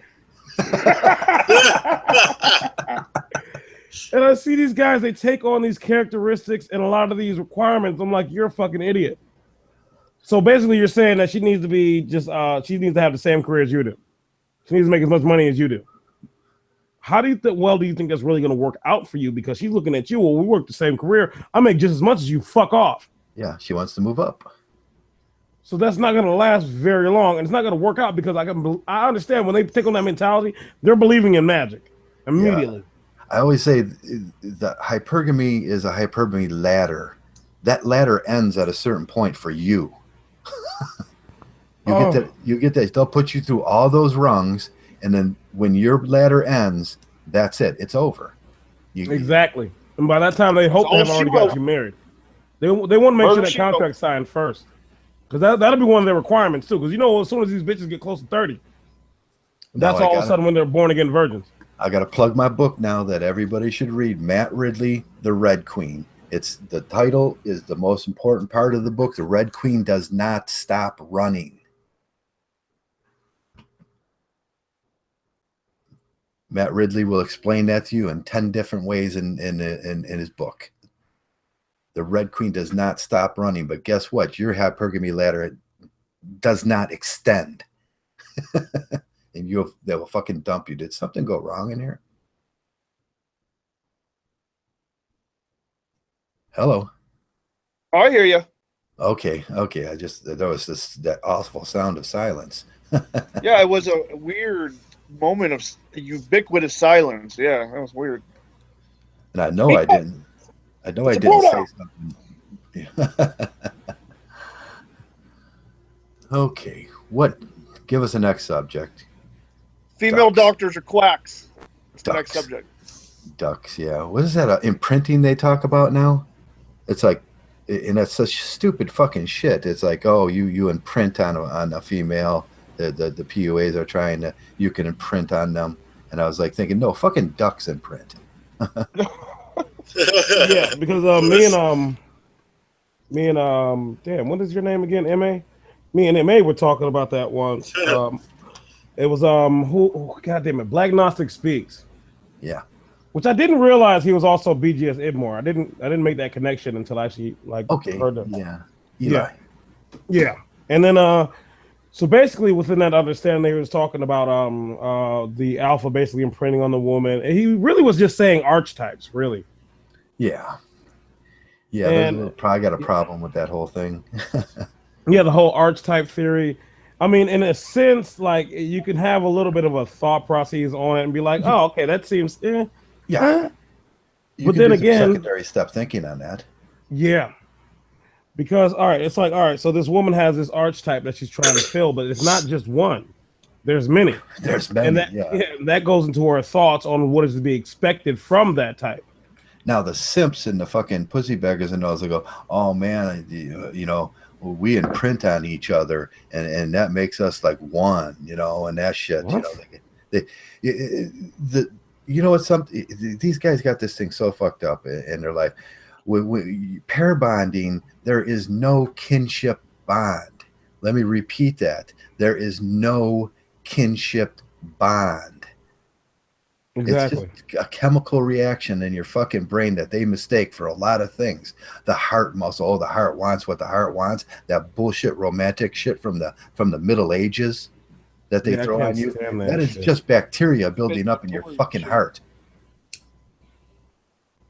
Oh man, it's really irritating because what is going on is, again, it's more magical thinking. It's magical thinking. They will take anything. Like I said before, they took that simple the simple documents from framing, ecological framing of intertemporal choices, and they took that thing and they warped it so fucking much. Where a lot of that romantic fuckery comes from? It comes from one man. One fucking man has had so much influence when it comes to this whole romantic bullshit. Rumi. The poet Rumi, the old fucking ancient poet Rumi, fucked everything up. Just putting that out there. Yeah, romanticism and the age of romanticism and how we visualize art and how we visualize the woman, and that rolls down to the Virgin Mary. She's so beautiful thing, and we romanticize. And I always say there's a difference between romanticizing something that's beautiful like a jaguar, and what we do with women is we romanticize ideas in our head that she's going to be this, and that's where that's where the thing comes where we think they're better than. I mean, you may be laying with a 5 and going, man, she's the most beautiful thing in the world because you romanticize that thing. Man, I spent many a day laying with a woman and dreaming about her fucking sister. I mean, we delude ourselves into these ideas that they are the perfect, and it's just romanticization. And there's a difference between there's a real difference between the two words, whether you're romanticizing an object, as in, and that's where the female feminism thing, they objectification comes in. And what they're talking about is the romanticization of like an object, like a finely built Italian car, and they're confusing that with what happens with men is they romanticize it in a different way, and they're building a delusion. Yeah, you see it all the time. That's why I find it a little hilarious. That's what I brought up earlier. When you got these guys coming around saying, well, no, we need women. Yeah, that's what they're doing. You can't leave them out of your life. How do you do that? You'll die. We've talked about it before. Motherfucker, I interact with women on a daily basis. I have to. That don't mean they coming into my personal life. I ain't bringing a bitch home. They might walk through this door, man. Exactly. Found my change missing, and we need them. I need to get a hooker. I need this. I need that. And I'm sitting there like, no. See, here's my nigga. You keep using the word we. No, it's you. You need that shit. Yeah, we don't need them. You need them, and that's the biggest thing. What they tell on themselves when they come around here. They start saying that shit. I don't need them. You need them because you're a weak ass fucking male. Exactly. That's what they're saying about themselves. But you know. They want a tournament right after that where you say something fucking serious that hits the mark to them. Well, they don't like that. See, one thing I've always thought about is people don't like getting figured out. They really don't like that. That's when they come back with the gay statement because they're saying, and that's where it could become so offensive because they're saying if they can't have a woman, they will fuck a man. Which is disturbing. They're telling more on themselves. It's disturbing as fuck. My thing is, like, it's really weird to show the testament of how much these guys need that type of chemical reaction, that high they get. They're so lost without it that they can't live without it. Yeah, you want that high? Eat some fucking chocolate and work out. That's it. Yeah, I literally. When it comes to internal validation, every time I accomplish certain shit that I said, in fact, I go crazy in my mind. I'm like, nigga, you did what now? Hell yeah! I do that celebration of myself. Yeah. The moment that I sit there and I was like, you know what? I set my mind to something. I did it. I accomplished that. I praise myself immediately. I don't need anyone else to praise me. In fact, the moment they do, I'm like, yeah, I kind of don't. Back up. Back the fuck up. Why are you talking to me about it? I don't need you talking about that. That's why a lot of things I actually do in my personal life, I don't talk about them. I don't need to. Yeah. Because I already gave myself the validation I need. I got to get a beer here. I'm going to be right back, guys. You know I can't shut up, so I'm gonna keep going. And so when it comes down to the understanding of the validation of these men are still looking for in these chemical highs that they're withdrawn to, not withdrawn, yeah, well, they technically are going through withdrawal on those. And so they're going to keep ever focusing and finding different ways to accomplish those while still steering away from the risks that are always still constant. See, they believe that within an understanding of what exactly is going on, that means they can tame the beast. You're retarded. That's not how it works. See, you can go ahead and say, well, I understand tigers, how they work, how they hunt and everything. I can kill every single last one until the day comes that one tiger kills your ass. Yeah, it outsmarted you. You didn't even see it coming. All right, I'm calling you out, Carolina. I'm in the stream. It's Fight Club. It's Fight Club. Look squad. Look squad. Poetry wasn't meant for fucking simping for bitches, but that's what the Sims turned it into. But you know what? I am a poet. I ain't a simp, so come in. Let's vet this shit out. Come on, Carolina. Let's do it. Let me drop it on you. You will send me a picture of SpongeBob when he was going thirsty at Sandy's place. What? Yeah, man.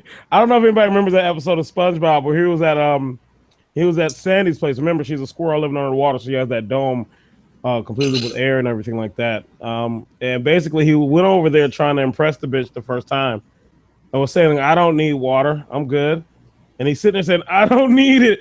I don't need it. I don't need it. Then he goes crazy. Says, I need it. I need it. It loses his goddamn mind. It was hilarious as shit. And then after that, I swear to God, like, dude, it was just a hallmark moment. I've seen a dude give into his thirst because then the bitch gives him lemonade and everything. Cartoons be trying to hide some slick shit, man. I don't know, but I find it hilarious because a lot of these men, here's the thing. I'll say it 1,000 times and I'll keep saying it. A lot of dudes who talk about their Mgtow and all this shit, I'll just be honest, they're not over a lot of things. They relapse hard like a motherfucker and they're trying to take everybody back with them. If that wasn't the case, there would be no reason for me to ever say the phrase, well, you can go back all you want to. I'm not, and you're not taking me back with you at fucking all. You have fun, go back. I'm good. So MA had an actual stint, a brief career as a poet, right? So MA going back to like fucking 12. Why do you keep wrote poetry, right? Never wrote about bitches. Almost never. It took him about 15, almost 20 years to write a poem about women. That poem blew the fuck up. All my other shit, nobody gave a fuck about. Isn't that some shit? The moment you simp, you're validated. But all that other shit, no, we don't care. We don't care. So anyway, I just thought I'd share that story. Man can't be a man even when he's trying to do. So It's weird that you referred to yourself in the third person. Thought that was odd. I had to, man. Nobody recognizes my voice, you know. No, yeah, they do. What? Yeah, I'm the big troll on the left. Remember? I don't know. You haven't watched that video, have you? You don't like that video, that troll video. What troll video? The troll video. You and I may have any argument. Oh, with Speak Truth Always. He be lurking like a motherfucker. He don't never. Yeah. I love that video. I think it's just I mean, a little more work, like a couple hours more work, and it would have been perfect. It was funny as shit. I'll be honest. I laughed my ass off. Yeah, I don't like stitches. Like it's hard for me to watch something with my own voice in it, but I had to watch that because I laughed my ass off. It's kind of perfect for MA's voice because he does those stutters. When he really gets passionate, he'll go, and then it was just perfect. Fucking Trav just called me a stuttering motherfucker right now. No, when you get excited, you do that. Yeah.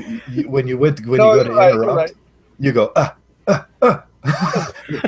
It's in a manly way. It ain't in a bitch way. You're like, you know.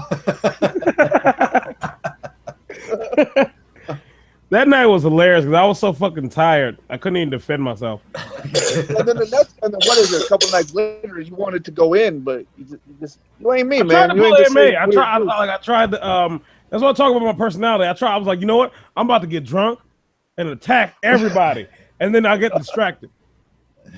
Yeah, like, yeah. Squirrel. I got drunk. I'm like, yeah. So what were we talking about again? I'm just not that type of person. I'm sorry. I'll attack you while I'm sober. Immediately, I'm not going to hold anything in. The moment I find you just saying something, I'm going to call you a bitch. I'm going to tell you why. And I probably won't let up on anything else you're saying. I said what up to, what's his name? Marmion,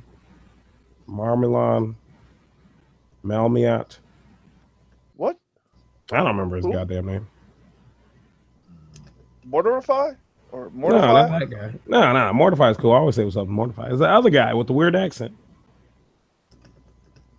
I have no clue. Goku's, are you drunk? I just asked you a question. It's Go-Cuz, and he's always on some other shit. Go-Cuz. What you guys planning in Cleveland? Can I be a speaker?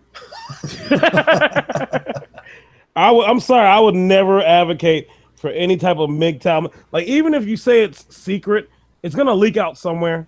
Cleveland's going to turn to a shit show for a Mgtow, like a Mgtow reunion, because Toronto, it's sort of in the center of where everybody lives. Yeah. I mean, if you can't drive to Cleveland, well, besides you guys on the West Coast, you have to fly in. But yeah, and ain't nobody helping you with the ticket either. Ain't no one helping you. You can get a donation from your channel. I honestly think it would be a shit show. I really don't think it will go well at all. I can see it immediately. The whole nation would the whole female nation would start pulling like buses together to go there and protest, and it would be a shit show. I'm talking about just Mgtows themselves, period. Think about the small clashes that happen over the smallest things. Oh, we'd be outside yelling at each other, bro downing. They won't understand it. Exactly. It would be all bad. We're having a fucking bro down. Don't you understand what we were doing? It was man thing. It would turn bad. See if him would trying to start a fight with fucking what's his goddamn name that always pisses him off? I can't even fucking remember. Y'all know what you need to do. Enter the stream. You know, it's all shenanigans from the chat. Enter the stream. Fight Club, bitches. Yeah, Cleveland is actually a really nice city. Most people don't know that because they've never been here and they hear all the rumors and everything. But once you've been in Cleveland, you're like, fuck, this place is nice. I've been through there. Like one of my older brothers actually lives there. I don't know if he still does. I don't keep in contact with him. I mean, he actually is he's a straight up simp. Like this dude is big as shit, but he's a fucking simp completely. I remember a lot of the workout tips and everything I got from him. And when I say simp, I'm talking about basically he got this chick, married her, had a kid, helped her lose all the weight, get in shape, get her life together, put her through school. Then she ran off for some thug dick. Did he get together with the Maple Heights girl? Oh, and then guess what? He took her back. Oh, she must have been a Maple Heights girl.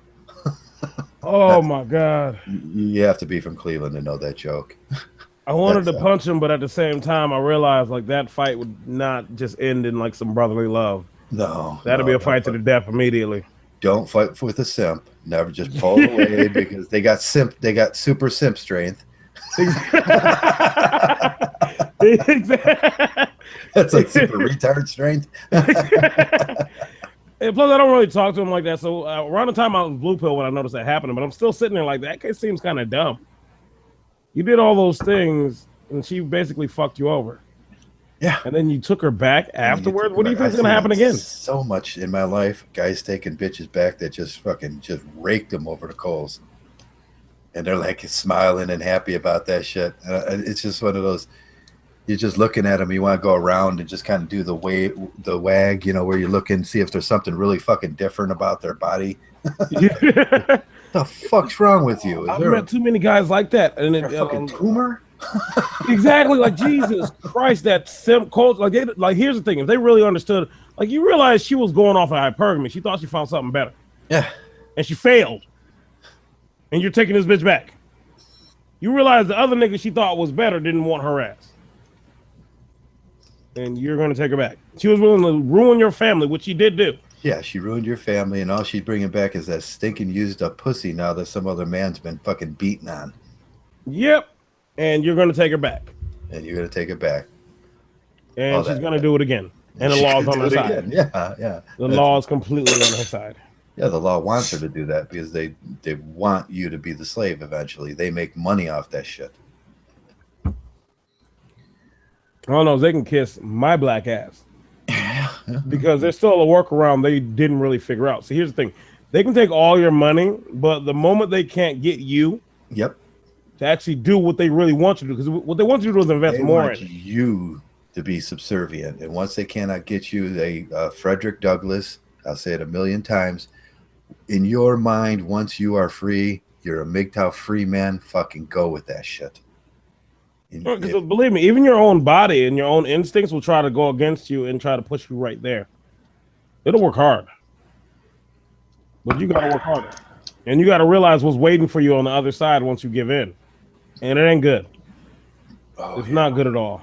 Enjoy the little things. I'm enjoying the little thing. I bought a 12-pack like 2 days ago. And my son ain't been home. And I still got like 4 of them. Yeah. Oh man, it's just a lot of guys. You got to understand what's going on, especially within Mgtow. I was worried about Mgtow earlier. I really was. I was at work and doing my thing. I like thinking while I'm physically active, and for a little bit I was worried. I'm like, man, what the fuck is gonna happen? Like, it seems like it's about to be like this breakout of all this shit and da da da. And then it's almost like I had to mentally slap myself, like, shut up, bitch! Did you hear what you said before? Mgtow sorts itself out, dumbass. Yeah, you know what? The fucking blue pill simp ass motherfuckers, that's them in that delusional thinking. That's what they've been trying to push on us, that Mgtow is going to fail. And they're because they're so delusional that they don't see the fucking writing on the wall. They can't see that this thing is growing monumentally. And they don't want to think that way. They're like, oh man, I don't want Mgtow to be out there because them motherfuckers, they're going to be telling on me and shit. The thing is, because a couple of the people who I realize are trolling me, they keep coming back. And my thing is, what are you coming back for? What do you really want? What are you coming back for? Yeah, what do you come back here for? Yeah. I know exactly what it is. It's like I explained to one guy. See, you argue with them, you drop those knowledge, and they're going to focus on what you're saying. Because they're mad. They got to find a way to come back to it. Oh, so what happens is they're going to start searching through Mgtow videos. Yeah, we're gonna start looking through more and more. You know what? Me and one of the podcasts, me, Shiny, and the Messenger come up with this idea at the very end after the whole podcast, and we were talking about how they come back, and we realized that what they really fucking want is a daddy to yell at them. that actually isn't that far fetched. That's not that far-fetched. We went down the whole mind map on that fucking thing, and we came out at the end that these motherfuckers that keep coming back, these blue pill motherfuckers, them are the guys that have single mama, baby mamas as their mother, and they never had a daddy, and what they want you to do is yell at them. And when they get that, they'll go away for a short period of time, then they'll come back for more of that because they crave that. Makes sense. They are there's something they're missing out on when you look at a lot of Mgtow and you go through a lot of the shit, like how I've been going through it, you'll realize there's something there. It's almost like, shit, man, isn't it the shit that my fucking dad was supposed to tell me? Yeah, that was the shit your dad was supposed to tell you, and some of our dads forgot to tell us because my dads were fucking simps. Exactly. So they come around, they hear guys talking this shit, and it's almost like they want a beating. Like they want that sternness to be put. That beating. Yeah, they want that stern put into place. You know, this is how you fucking up, and this is why. And they get that, and they walk away, and they say, man, fuck that dude. Fuck what he's saying. But I'm going to look into what he was saying, though, because I need to know. Man, you make such a good father, FS. Just that tone, you'd be coming out of the room again. This is it, and this is the motherfucking shit, and you're going to do it, and fuck you all. I don't know. I hate that shit because I remember there was a couple bitches who would say that to me. I didn't like it. I didn't like it when they said that because it seemed sort of nefarious in what they were saying. Like something about what they were saying wasn't genuine. You know what I mean? Like, you know, when you could never put your finger on it. Yeah. Yeah, and I realize that now. These were single black baby mamas. Single black baby mama. They hate that shit. They want the male, but they hate the male because that's what I was talking about with the xenophobia, because you project that thing. You're projecting that thing that's scaring off all the other males, but they're getting scared too. Oh yeah, they hate that. They can't deal with that in their mind because a woman doesn't think that way. She's going, I hate him now, and then they learn to they learn to make you into the enemy. I always find it hilarious because you're doing what you're supposed to be doing, what they wanted you to do. Well, that's why I tell a lot of males, embrace it. It's already there. Mm-hmm. They didn't actually take it away from you. See what they did? They tried to steal it, but you're just building it back up. You don't even realize you're doing it. Yeah. Yeah, that's all you're doing in Mgtow. You're building yourself back up, body, mind, and soul. And oh yeah, they hate that shit too. Just pay attention to a lot of things they say. See, I don't have that many problems like that because here's the thing. I can either yell at you or I can simply actually explain everything out to you. Yeah, it depends on what I see you coming from. But when you see a simp, you just want to yell at them, don't you? Oh yeah, once I hear that bullshit coming out their fucking mouth, when they're basically they're trying to play a little game, and I notice it a little bit at like female behavior. Yeah. Oh yeah, I see it. I see a man, but I hear a woman. Yeah, exactly. And that's at the point where I'm like, you know what? Nope. Like, nope. You're about to hear this shit. Here. I don't let no bitches in this house, not even male bitches on the internet. Exactly. It's just so fucking frustrating to me. And I see a lot of the shit that even some MGTOWs who are around and shit, I be lurking and I hear some of the shit they're saying. I'm like, dude, why do you think you can get away with that? Who is not letting you know that the logic you're using is bullshit? Yeah. Who's letting you get away with that? And you got something to say? I think it's hard to identify sometimes, and it's hard to articulate that's why Marcus, what he's doing right now is so important for the guys to listen, because it gives you the answer to when they're making some stupid comment that makes no fucking logical sense at all. You got to identify that shit, and then all you have to do is formulate an answer to that. Yeah, that's pretty much it. That's why Marcus, I'll give him high praise on the videos he's doing, and he sees a little bit of what I'm seeing now. That it's time. It's time. Oh yes, it's fucking time. It's time for us to up the game, up the ante, and we're all in now. And that's when critical mass is going to come, when we start really, when 2, 3, 4, 5 million of us go fucking all in on this shit, and then we will be felt. I'll call your fucking bluff, and I'm gonna put 10 more fucking in.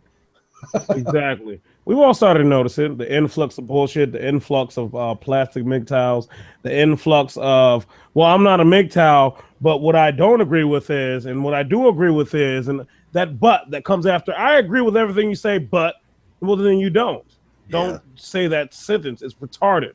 Yeah, and that's actually what this podcast, Man Up Monday. I'll tell you what, motherfuckers, I'll man up, but it ain't gonna be the way you motherfuckers want. Oh, they can kiss my ass. They can kiss my big fat motherfucking ass. They don't get that. I'm sorry. They don't get the expected behavior that I know they're looking for. That's not what you get. See, what you get is a little bit of a mind fuck, and you deserve it. Then after that, when you finally fall into, I know exactly what you're gonna do. I'm gonna bitch smack the shit out of you over and over and over again, because you deserve it. Because obviously somebody hasn't did it yet. Obviously, there ain't been a male influence in their lives. Obviously, It's getting annoying. I got to get another beer. That one was really good. They're going to keep doing this, and they're going to keep showing up, and they're going to have the little squads where they talk behind the scenes, and they're like, this is the form of attack today, gentlemen. And I'm like, yeah, shut the fuck up. No, it's not. It's the worst form of attack because you have no clue what the fuck you're doing. You are trying to go at it in ways that you believe are going to be productive in your actions when you have no understanding of what the fuck you're even coming at. It's really sad. But at the same time, I'd actually like you to keep coming because I've been noticing something. The more that you get mad and the more you get shut down, the more you have to look into exactly the beast you're fighting. You have to look into that monster. You have to know exactly what it is. You have to study all of it. And within that, I like what's going to happen to a lot of your passive thinking. See, you're going to start noticing something. A little bit of those mental blocks and all that shit, they're going to get hit really hard, really hard, really hard. And you're going to have a problem with your own path of thinking. It's going to piss you off. Yeah. Something's happening. Oh, man, they don't sell 40s of PBR. Yeah, no, I don't think, PBR, I don't think they do 40s of that. Oh, man, I wish I could get a 40 of PBR. Yeah, they got like, they got the 6-pack. They got and the they got six-pack that comes in the 16 uh, ounces, and then they got like the 12-pack. The 24-ounce one. They're rare to find, too. Yeah. And then you got the 24-pack. Hey, I want Rick to come in the stream. I hope he's got a mic. Rick is married, but I've seen him around a lot. I want to know. I just want to hear from him. I want to hear what his situation's like. Oh, Rick Providence. I just call him Mark. Yeah. If Rick wants to come in, Rick can come in. Invite him in as long as he doesn't do that, that simp shit or mangina shit. He's, No, he's been on my stream too. Okay. Oh, he says he has no mic. No mic. Okay. God damn it, Rick! How do you not even have a gaming headset? God damn. Your wife took your mic. She took your voice. She took your mic. A Logitech, the $26 Logitech from Amazon is fucking beautiful thing. I'm gonna have to plug my own headset. Everybody's got smart. So here's the thing. I'm sorry, but everybody's got a smartphone too, which means they can hop on. It's an excuse in my opinion. Put tape over your cameras. Yeah, that's what you do. Actually, Seth did. Like I saw Seth do the other thing the other day. I was thinking about that too. So when I'm at work, if I'm on break, I can actually try to respond to some of the messages. Because again, like I said, it goes straight to my phone. All those Hangouts groups in there. Rick, of course you're in debt. You're fucking married. I mean, hello. What do you think is going to happen? Like, women don't really produce as much as they Lock consume. yourself up in the bathroom. Get your smartphone because you got one. Everybody's got damn smartphone these days. Download Hangouts. She took his shit and made him get a flip so he couldn't go on dating apps. You got to go back to clam phones and shit. Yeah, fucking even Traversable Mgtow got a fucking smartphone. You know how many fucking phone calls that guy gets a month? Fucking maybe two. They work for other things now. It's just crazy because I'm noticing a lot that's going on, and I find it hilarious because the division is always going to happen. But the problem that it is, a lot of these men aren't seeing what the division really is over. And the division actually boils down to, I was thinking about this a lot today. I was thinking about it from so many angles. It's bitches. That's it. Bitches. That's it. It comes down to bitches. You got some Mgtow saying, well, I don't even bother with bitches. The other saying, well, yeah, I still fuck bitches. I mean, that's cool. The other saying, well, you can't have bitches in your chat. And the other saying, well, no, it's cool to have the bitches in the chat. What they're really saying is it's cool to have bitches in your life, and that's not Mgtow. That's some sip-ass bullshit. That's some pussy bagging. If you can't get over that, you're not a monk. And if you're not a monk, you're not a fucking Mgtow. And just like Liberation Y did this week, he explained it very thoroughly. And we've been saying that for years now. the pinnacle of fucking Mgtow is monk. That's what you aspire for. And, it's just like when Smarkatek Man came around and he tried to troll under what was it, Kev something? Yeah. And he sat there and said in his Jamaican, well, why is it kind of be Mgtow and go your own way with the girlfriend? It's like, well, okay, number one, please focus yourself on understanding of what you're doing when you do that. Yeah. See, like how TFN made me this video, he actually, in a weird way, proved the point. Gynocentrism is the focus on females. Yeah. Over males. If you're in a relationship, your focus is on the bitch over everything else. Think I'm bullshitting? Watch motherfuckers at work who got girlfriends and wives. See what happens when they miss a call or they didn't answer their phone. Look how they panic. Look at that. Just breathe that in for a second. Were all you guys, when you seen Liberation Wise video, it's a stellar, top of the grade Mgtow video. I haven't seen it. It was a sleeper though, because I ignored the shit because I've been subscribed to him for a while, but I ignored the shit for almost a week or something like that. No, then I saw it and I was like, oh shit, this is a sleeper. Yeah, right? This is one of those Mgtow videos you put in your fucking collection. But he rose the bar a little bit, and he was willing to raise the bar a little bit and say, this is the way the fuck it is, guys. And that's the way Mgtow videos used to be, but we lost a lot of that over the last few years, and it's basically because what we've been talking about here. The Simps are coming, we're spending too much time on the Simps, the fucking white knights, the married guys that want to explain to us how they're going to die, all this bullshit that we have to deal with, and we're cleaning up the fucking, we're cleaning up the schoolyard here, but a lot of these type of videos aren't getting made now, and we all have the capacity to make those videos, the little bits of genius once in a while, and those are the videos that should be kept and should be repeated. And but I'm seeing less and less of this, and I think that's what Marcus was getting at, the quality, and a lot of guys were getting at the quality. What they're not saying is the intellectual quality. What they're saying is that there was that swag, there was that fucking Mgtow there. There was that Mgtow that wasn't afraid to get in your fucking face and say the truth. We need the swag, we need the monks, but we also, and I realized the other day I stumbled upon it, and I'm not calling myself a comedic genius, but we need the humor on our side too. We need to weaponize our kind of humor, because if we don't, everybody else is going to do it for us, right?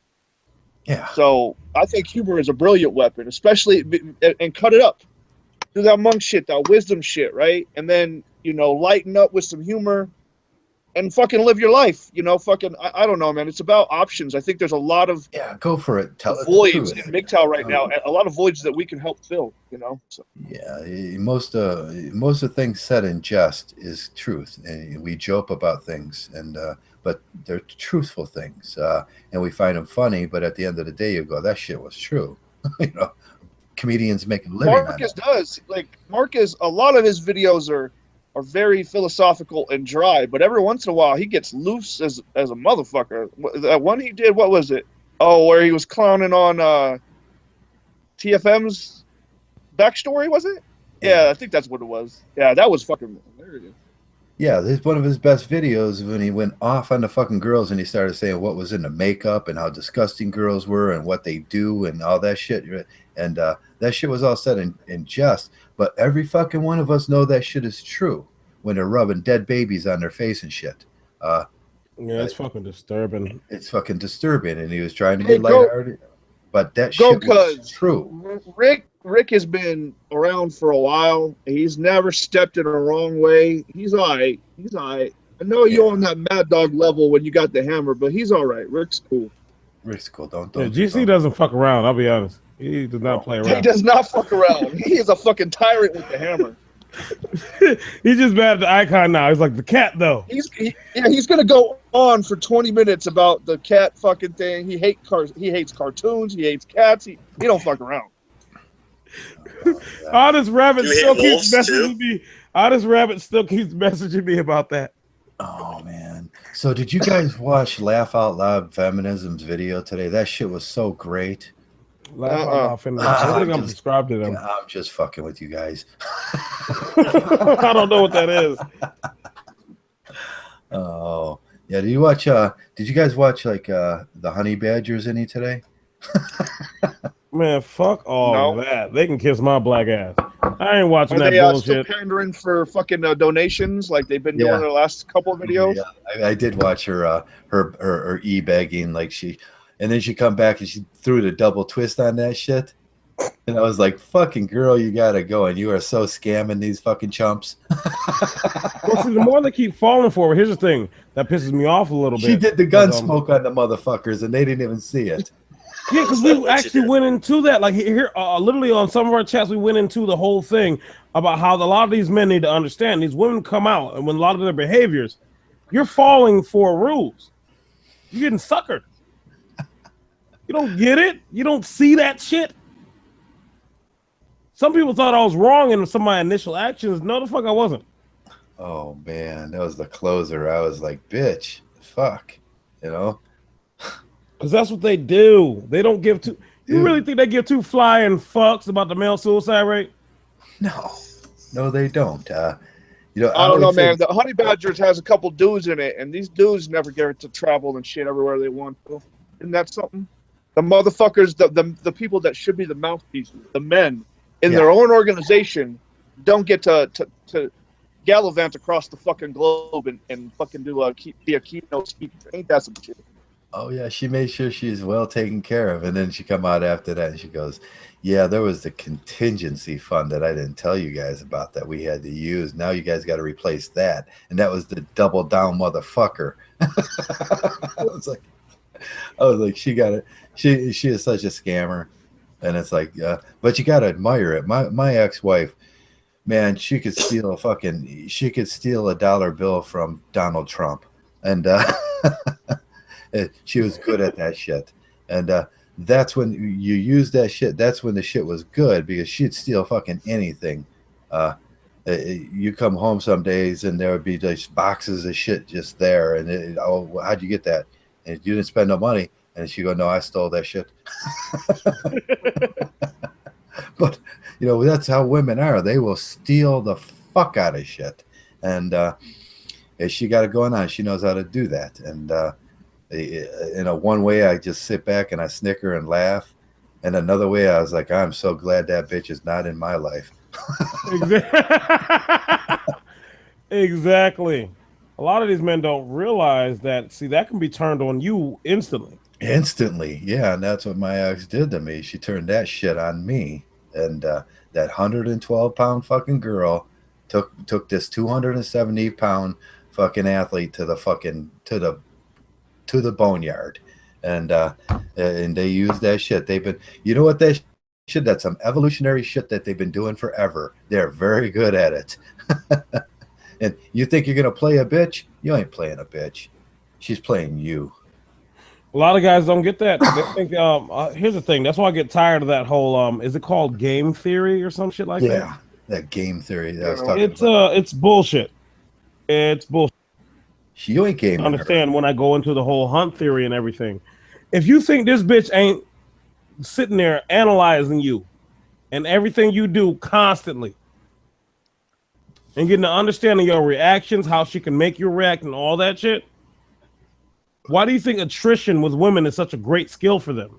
Yeah, if I would have did one thing in my life that would have made things perfect, at one point in my life, I would have leaned over to my sister and looked over and said, "Is that bitch playing me?"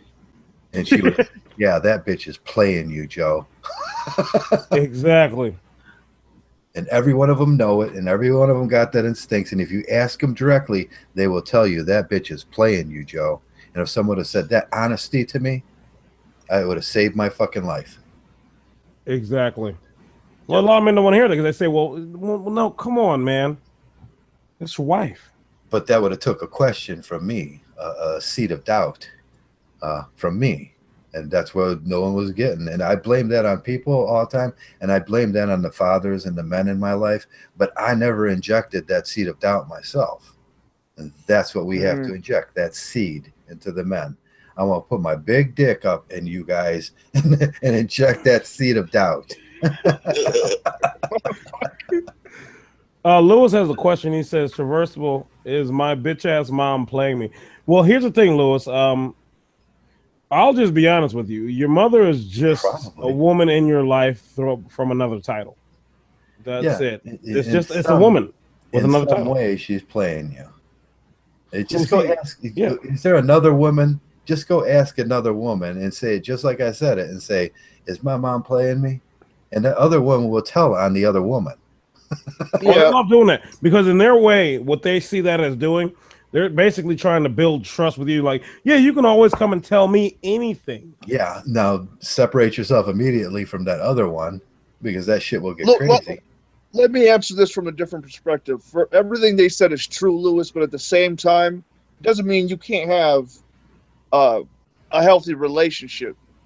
You can have some leverage in that shit. What you need to do is find a way, and this is where you'll find out how your mom, who she's really down for, and that's you need to mirror. It's like, hey, I'm not your utility. I'm not this. I'm not that. If But you I'm not. still, if you still want to talk and do this whole family shit, cool. But otherwise, fuck off. Like He said it was like, ironic. He knows she is. I am not daddy's replacement. If you're a yeah, child, I would. They put us in those situations. Like I am not daddy's replacement. As a child, I was not daddy's replacement. I am not daddy's replacement now. And They're trying that's to do that shit to me now. Literally, both my mother and my father, they're not together. They're basically making it so that they can put everybody off on me. Well, you got me fucked up. And here's the thing. They know a lot about my personality. I don't have time for your shit. I'm not going to play with you, and I'm not going to put on kid gloves either. And they're doing that. They're trying their hardest. See, they're hoping for any bad situation to hit my life so that somehow I become dependent on them so they can put the other ones off on me. Bad move. I see you from a mile away. Oh yeah. Now that's why And I then they say try to hit me with the well, I'm your parent. You can't say who hold up, wait a minute. Pay my own rent, my own insurance, my own everything. Cut the shit. I see exactly what this is exactly how I talk to them. I see exactly what you're doing. See, if you were more upfront, I'd have more respect for you. But the reason why you're sitting there trying to manipulate me, because you know I'd never go along. See, manipulation is used in that aspect because the person would never go along with it. That you understand them, and they'd say, "Well, fucking no." no. I tell you, I would tell you exactly the opposite of what the PUAs will tell you. You walk into a room, if you're still dating out there, if you walk into a room and you observe that room and you go for the craziest, stupidest bitch in that room if you want to do that. Because the craziest, stupidest bitch in the room is going to fuck her or play up. And then you're going to know what it's all about. But use it appropriately. Yep. Some timid little bitch in the corner, she's just setting you up. That perfect Nawalt, she's just setting you up. That unicorn setting you up. No, no, no, no, no. Go to the craziest bitch in the fucking corner because she's going to fuck that shit up. Oh, yeah. Immediately. And then you could do what you want with it if you're doing them things, but let it go and she will actually drive you away after that. But let that shit go. That's why I said I only date fucking crazy girls when I was dating. The bigger, and the way you can tell, they got little purses with a few things in them, and then they got medium-sized purses, and then the crazy bitches have big ass purses with a whole bunch of shit packed in there. Oh yeah. Oh, that's been my problem. Yeah, Legend, you seem like the type to go for the crazy ones, don't you? Well, you know what they say. No, I like the crazy bitches because they're fucking so transparent. And they're gonna fuck that shit up. And anything they do, they're stupid, they're crazy, they'll fuck it up, and then it automatically tells on itself. Now, the ones you have to worry about is the ones that look sane. Oh yeah, immediately. Because here's the thing: the crazy bitches don't like to hear you say anything intelligent. They don't like that. When they hear you go through a constant stream of basically coherent thought that is logical, they don't like that shit at all. It's a problem. But see, the little nice, meek ones, they love that. They're like, oh, great. He thinks he's smart. Yeah, you know what? Show his ass. The crazy bitch wants a pancake dinner at fucking Oh Boy. The little meek ones, they want that fucking lobster dinner at fucking the Steak and Shake. Yeah, because they present themselves as if they're not the same as the crazy bitch. No, Yeah. they're the same. They just have different methods. They just know how to lie better. Exactly. I thought like I don't know why it took me so long when I was younger to realize that shit, because I always liked the chick who had like the glasses on, you know, was like sort of feminine, you know what I mean, and seemed to present herself in such of an intelligent manner. What I didn't realize was no, that bitch is diabolical. Yeah, she's diabolical. Yeah. She crazy as shit. They're the ones that gave me the most problems. Like the one that was loud and shit, I could see that shit come from a mile away. With the little meek one, I'm like, oh, it's cool. She like, you know what I'm saying? She from the suburbs, blah, blah, blah, blah. Nope. That's the one who was probably gonna put me in the dirt and I wouldn't even seen it coming. Yeah, I'll tell you what, we'll do a Batman analogy. There ain't nothing, everything transparent is about Holly. But you date Poison Ivy, you're gonna get fucking stung. Like, yeah, she can tell you all these equations and everything. But go ahead and trust the bitch. See what happens. Yeah. No, Holly right out there. She don't fucking give a shit. That's a crazy bitch. But no, don't fuck around with the Poison Ivy. Exactly. That's a Batman. Hey, Batman Lewis, go into Mgtow Fight Club and read that shit real quick, please. Thank you.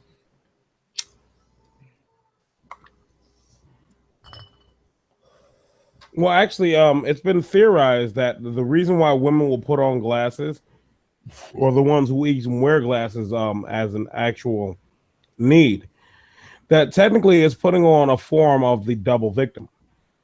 That there's a reason why they seem more approachable and more engageable, is because when you pay attention to exactly what glasses signify, they show a sense that the person has poor vision, as in they're at somewhat of a meeker stance, as in they don't have the advantage of having great vision, that once the glasses are off, they need help.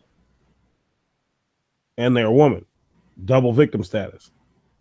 So within that point, you feel yourself like, oh, well, you know, I could talk to them because, you know, there's always been that stigma about glasses that the person is more intelligent and more engageable, that you can have a conversation with them. And I don't know when women start to realize like, hey, you know what? Because of these glasses, dudes automatically think I'm just this nice little, what's the word I'm looking for? Nice little, words escaping me. Nice little meek woman. Fine, we'll just keep using that. I hate repeating myself. Yeah, basically, I am a victim. I need help. I need help. Please help me. I can never do any wrong. And so that puts dudes at a disadvantage immediately. They're taking the house. And so a lot of men, like I felt for that immediately. Like I said, I'm a big dude, and you know, when it comes to women, I don't want no big, burly, unfeminized bitch. I actually do want a actual, what in my idea of a mind is a woman. And somehow that automatically went to that. It went blind. She's probably intelligent, all that dumb shit. So, hey, Trev, go ahead and check in the chat. Hang out, chat. I think you'll like this. What the fuck is Legend up to now? God damn it. Men's Knowledge 101 just said it best. Predators posing as house pets. Yeah. Yeah. That's basically what sums it up. What was that? Say that again? That sounded predators posing as house pets. Yeah. Basically that's bringing themselves into a more domesticated form. When in reality, they're just the same as that crazy dark-skinned bitch who's going to break out all your fucking windows. Let me stop making it about race. That crazy bitch who's going to break out all your fucking windows and then tell everybody she was justified in doing it because you wouldn't propose or some shit. Or because you said she was crazy when you're not crazy, when she's not crazy. And so she busted out your window. Yeah, it's just insane. I do have to go in a little bit, guys. I got some homework I was supposed to be working on all day today and haven't. The Mgtow homework or regular homework? Business homework. Business homework. I hate. Business. So yeah, it's Mgtow homework. Yeah. Well, get that shit done. Usually only takes a few minutes once you start getting into it. Oh yeah, I was thinking about a little bit of the gaslighting, but I can't remember exactly what the thoughts went into. Yeah, gaslighting is an interesting theory. Most of the time, men get blamed for gaslighting, but it's women that do it most of the time. They've got that down as a skill. Yeah, just like abuse and being racist and shit. It's very disturbing. Because you see I gotta call, situations. guys. I gotta get going. Now, this is what we need Mgtow, Peace, Bat. what's his name, 101? Yeah, you guys later. men's knowledge 101, because he can fucking hammer down and gaslighting for you. Because I don't really understand much about gaslighting except for I've experienced it before. I kind of get a feeling of what it is. It's basically somebody trying to say that you have no clue what you're talking about. You're crazy. That's not what happened. Yeah, Men's Knowledge 101 has a great video about gaslighting. You still got that video up, Men's Knowledge? He's a summer in earlier. Just another kind of trolling. That's all it is. It's just trolling. So it's basically saying you have no clue what you were talking about. That's not what happened. While you clearly, vividly remember what was going on. And they use that, and it's very annoying because here's the thing. It took me a while to see exactly that's what it was because people tried to use that on me excessively. And after a while, I'm like, yeah, fucking no. How about this? Since you're going to gaslight me, I'm not going to actually give you a response. I'm just going to walk away and leave you the fuck alone. Yeah, gaslighting has a very useful purpose because it gets you to think that everything you see, that everything you're doubting about the person that you're doubting it about is unreal. And once you believe that it's unreal, they can get away with anything. Yeah, because you're going to keep doubting yourself. You're going to doubt yourself. Yeah, so they gaslight you. They make you believe that they're the perfect person. And they make you to believe that, oh, you didn't see me out with that other dude. You're just illusion. It's just an illusion. You know, they're stealing shit from you. Oh, I'm not stealing. You did that. And then you start doubting yourself. And it's very, very, it's a very hostile thing to do to a person. Yeah, because it's like, oh, I didn't move any of that shit. You must have moved it. You just probably didn't remember. Yeah, I didn't move that shit. You go to the door, and my wife used to do this. You go to the door where you put your boots, and on the way out to work, and your timing's just perfect where you can get to work on time, and your boots aren't there. And then she moved them, and and I know my boots were there, but and then you're searching for your boots, and she's saying, "Oh, I don't know where they're at," and that bitch moves them to the closet. So now your timing's off. You're late for work. Shit's going on. You're doubting everything in your life. Did I really move my boots? No, I've been doing the same thing every day for fucking 30 years. I know the boots are there. That's how they do it. Little things. And it's a constant barrage of little things and then they'll blame you. You're fucking up. You're not the man. You're not that man that you thought you were. You're useless. And then that's how they get that shit off. Gaslighting has everything to do with that shit. Yeah, ever since basically became Mgtow. I'm not gonna say red pill because it was Mgtow first. That shit don't work. Because before I'd have those statements, I'm like, no, I know what the fuck I did. No, and they'd be like, no, you don't. No, you don't. As a Mgtow, you put your fucking boot up their ass and say, motherfucking bitch, go get those fucking boots before I fucking punch you in your fucking face. Exactly. And see, here's the thing. All that gaslighting shit, done. Capiche. Done. Over with. Capiche over because you've learned your masculinity. You've learned who you are, your power. You take that shit back because bitches will do that. They will do it. My wife used to do this thing where I would do a job in the house, like hang a door or put up a ceiling fan or something, and there ain't nothing as dangerous as a fucking woman with a fucking screwdriver. Really? She'd go the next day, and I noticed this was bitches at the apartment complexes that I used to manage too. I would send the guys in, they'd put a door handle up, the next day they come back, and I said, I know I tightened those bolts, Joe. And the bolts would be out. Bitches are contrary bitches. They gaslight everybody. It's not just you, it's everybody. They want to get that advantage that they can gain by making you. Next thing you know, you're over there and you're fucking fixing her cabinets. And the next thing she's getting a new bathroom put in. And the next thing, if she can pull that shit off, she will. Right, nothing is dangerous. My ex-wife used, I'll put up the ceiling fan, have everything fucking perfect. The shit's running. Come home the next day, she'd go, that fucking blade fell off. You didn't tighten that good enough. I look up there and said, the only way that blade can come off is you got a fucking screwdriver, bitch. And they will do shit like that. It's fucking crazy shit.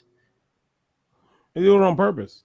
They do it on purpose, just to chase your work. I used to call it chasing your work. I used to have to explain that to the guy when a fucking female's nesting in one of the apartments, and then I'm having these little talks with I used to do with the guys.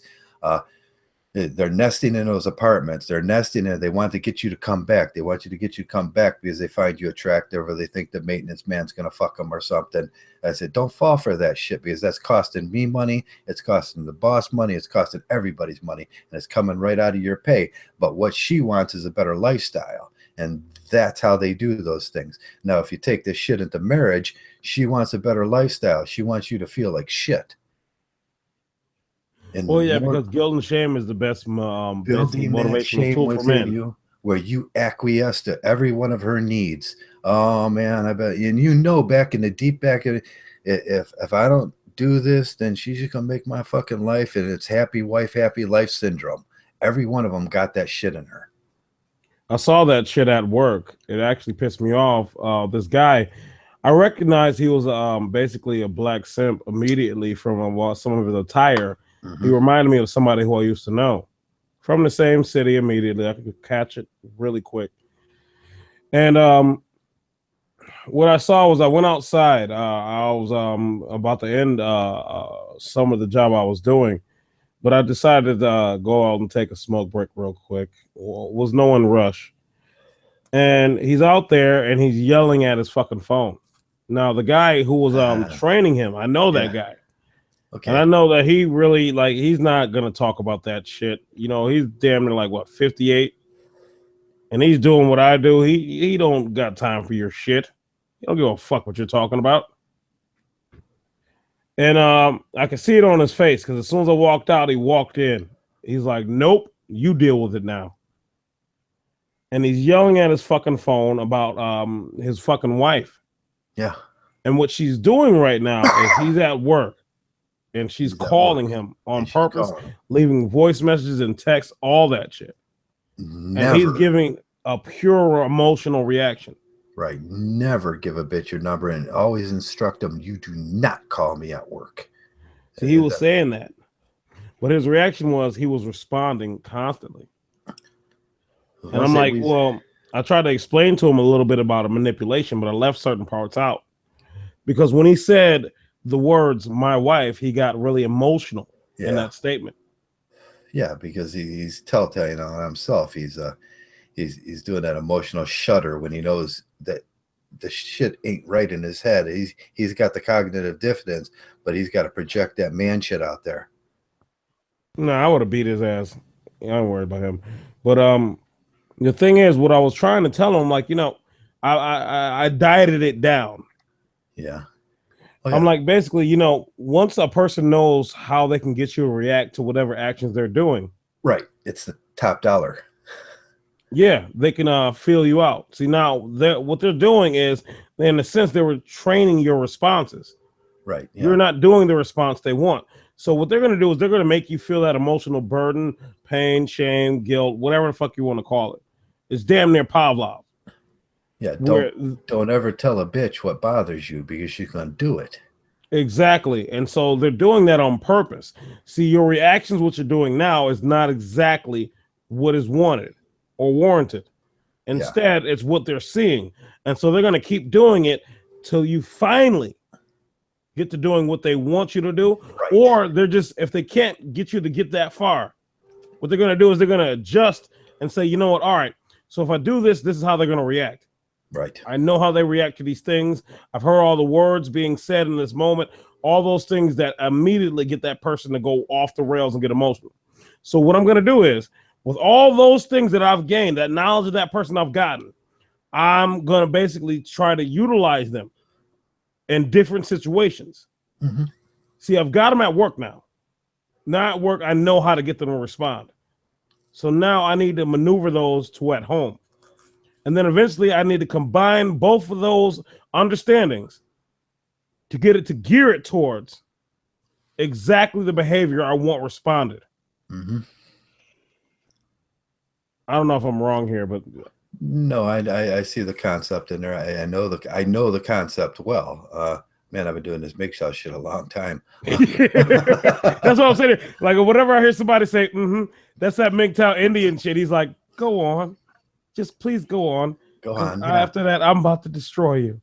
Because you gotta, man, at first the shit don't come, and then you start seeing it, and then you start knowing it, and then you start implementing it. You get that acceptance phase where, man, I take this shit into my life, and I rule the Mgtow rules my fucking life when I'm out there now.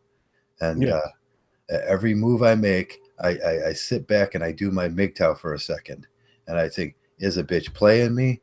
Am I paying for someone else's bitch? And I start going through all those scenarios in my head. Am I getting gaslighted?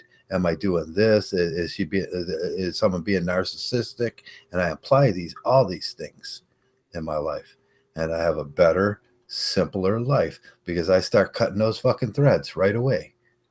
And sometimes I'm fucking vicious about cutting those threads. I will go fucking passive aggressive on someone. They will not know what's going on because I am in command then. I actually want to point out something because Men's Knowledge just gave me a compliment. That was off the dome. All those thoughts were coming together just at that one moment. So yeah, you complimented me, and I'm complimenting myself too now. You're getting good. You know, you start applying these things, and that's what Mgtow's about. That's what we're trying to tell men. You know, I know a lot of things about a lot of, you know, these guys say I don't know about women. No, I know fucking every single thing about a woman. Well, it's not. See, that's the thing. I remember somebody tried to argue on that point. They're like, women are complicated, men are simple. And I'm like, what the fuck are you talking about? No, I know and it was 100% pure Mgtow when we started telling each other the truth about the shit. And then that's when it all came together. And oh shit, if I would have known that when I was 22 about gaslighting, if I'd have known that when I was, you know, in that situation, that would have never happened. If I would have known that. Now the Mgtow 2.0, they got the benefit of this shit. They just got to internalize it and put it in place. Well, yeah, see, that's the thing. A lot of guys don't understand what that internalized means. I've talked about that even when I first started my chats. There's be like, yeah, I'm listening to something and I swore up and down I understood it. I'm like, I get that. And then it'll be like a week later, I'm like, holy shit, that's what that means? God damn it. I wake up in the middle of the night sometimes going, fuck, didn't see that. Yeah, it was something a Mgtow said to me. And I was like, oh, now I know what he's talking about. And, you know, I put it in place, and I put it in the proper places with all my tools. I got a big toolbox now, and how I function in my life. And that toolbox is growing, and I got a lot of Mgtow tools now. And people don't get shit off on me no more. But I don't simp. I don't white knight. I don't do that shit. And it's not just women. Women play men, and you can see the whole fucking tangled web out there in front of you, unfolding in front of you. It's like some beautiful rhythmic dance out there of all these threads that you see every fucking day. And you go, oh shit, sometimes I just step back and sit on the Mgtow bench. And the Mgtow bench is, I want to talk about the Mgtow bench. The Mgtow bench is where you go. I'll be right back. It's where you go when all that shit gets so crazy, so you can sit back in your life and just look at that shit for what it is. And you can laugh at it. Now, me and Law used to have this little joke, Popcorn Joe. And I'd say, yeah, give me some of that popcorn, because I'm sitting back and I'm laughing at all that shit. Sometimes that's where you're walking away. That's where you're doing your walking away. Walking away is it's not a physical thing. It's a meta thing where you go back to that Mgtow bench. You just observe what's going on and start putting your Mgtow to work. Take those tools out, you know, tighten here, wrench here, go, oh yeah, I see what you're up to, and I see what you're up to, because people are shit covered fucking motherfuckers. Yeah. But Lewis said his sociology teacher is on that. Men men are, simple. Men will never understand women, and you know what that is? That I just coined it. That's virtue misappropriation. Men, all right. So tall, dark, and handsome, and mysterious man, right? Yeah. Everything when it comes to mysteriousness, mystique, all this shit, these are adventurous kind of qualities. And who owns adventure? Men. Who are the adventurers? Men. Man. Right? So they keep misappropriating. They keep fucking They keep trying to steal our swag. Our natural swag is men. Here's the thing I get a little pissed off about. It almost comes down to when you talk about archetypes. As somebody hears you talking as a man, and they immediately know everything you went through in your life. They know your path down pat and everything you've did and how your personality and mentality has developed. But they've got that. They just got it already. I'm like, no, that's bullshit. You have no fucking clue at all. That's like somebody right now saying, hey, Trav, I heard you say you were in the Army. I've got you pinned. I know exactly how you think. What? What? That was wait, what? You heard that and that's the only aspect of his life? That's it? Yeah. You really think that's it? Like when I was going in and talking about those technologies we're talking about. You don't want to hear a lot of those thoughts. You don't want to Traversable. It has arrived. Joe just left. Joe, he failed. Why I was swearing. Joe fucking left a room and Traversable's here now. Shit. Y'all ain't ready. About to get into it. FJ ain't ready. So, like, that's when it goes into a lot of bit of understanding that a lot of men need to understand, because goddamn it, I hate repeating myself. We kind of almost have been letting ourselves into that thought that these simps and these women have been doing. Men aren't fucking simple. Think about a lot of the guys you meet around here. No, there's no one side to them. No, we are some complex motherfuckers that got a lot figured out. And if they just let us do our motherfucking thing, we would solve the problems of the world and get this shit all together. But we ain't allowed to do our thing no more. That scares the hell out of our government. Well, because they know automatically that we see them from a far ways away. We see them coming. We see the bullshit they're on. Yeah, guess what? The right thing is not what they want. They don't want here's the thing. They don't want the right thing. They don't give a fuck about morals or anything. No. They give a fuck about them fucking pockets.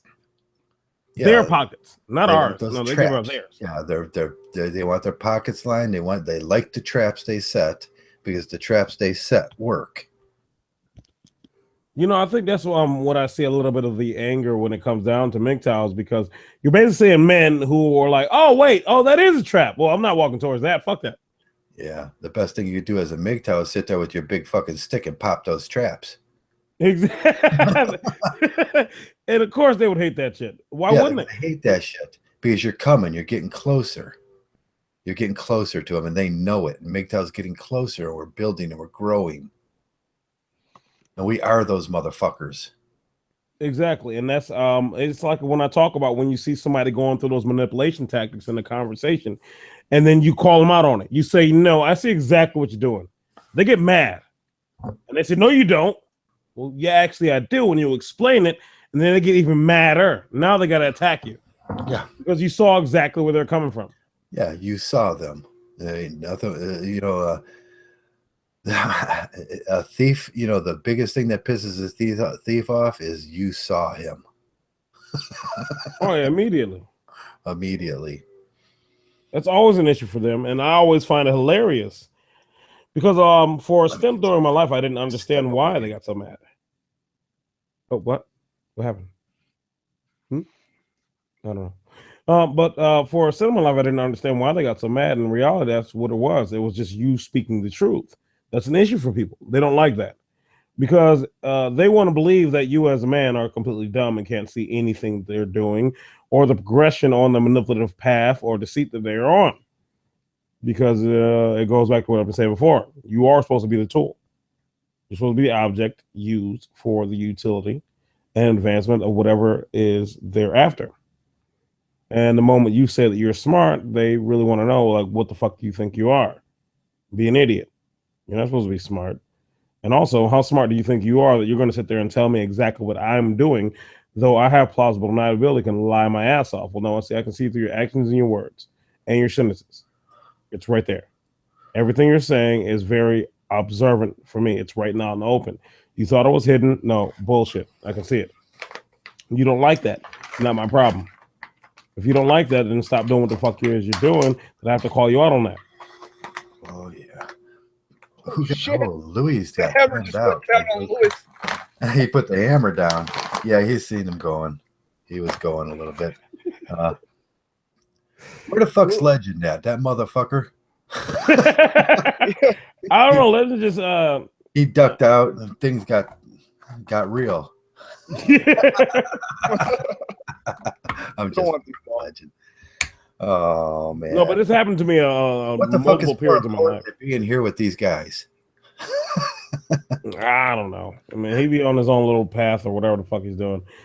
And you know, through my life, I've been noticing that as a very annoying thing. That's in fact, that's the reason why I had to gain so much muscle and all that shit, anyways, and abilities, because people don't like when you speak the truth. And here's the thing: you want to speak the truth, you better be able to go ahead and shut their ass down when they're mad because you caught them lying.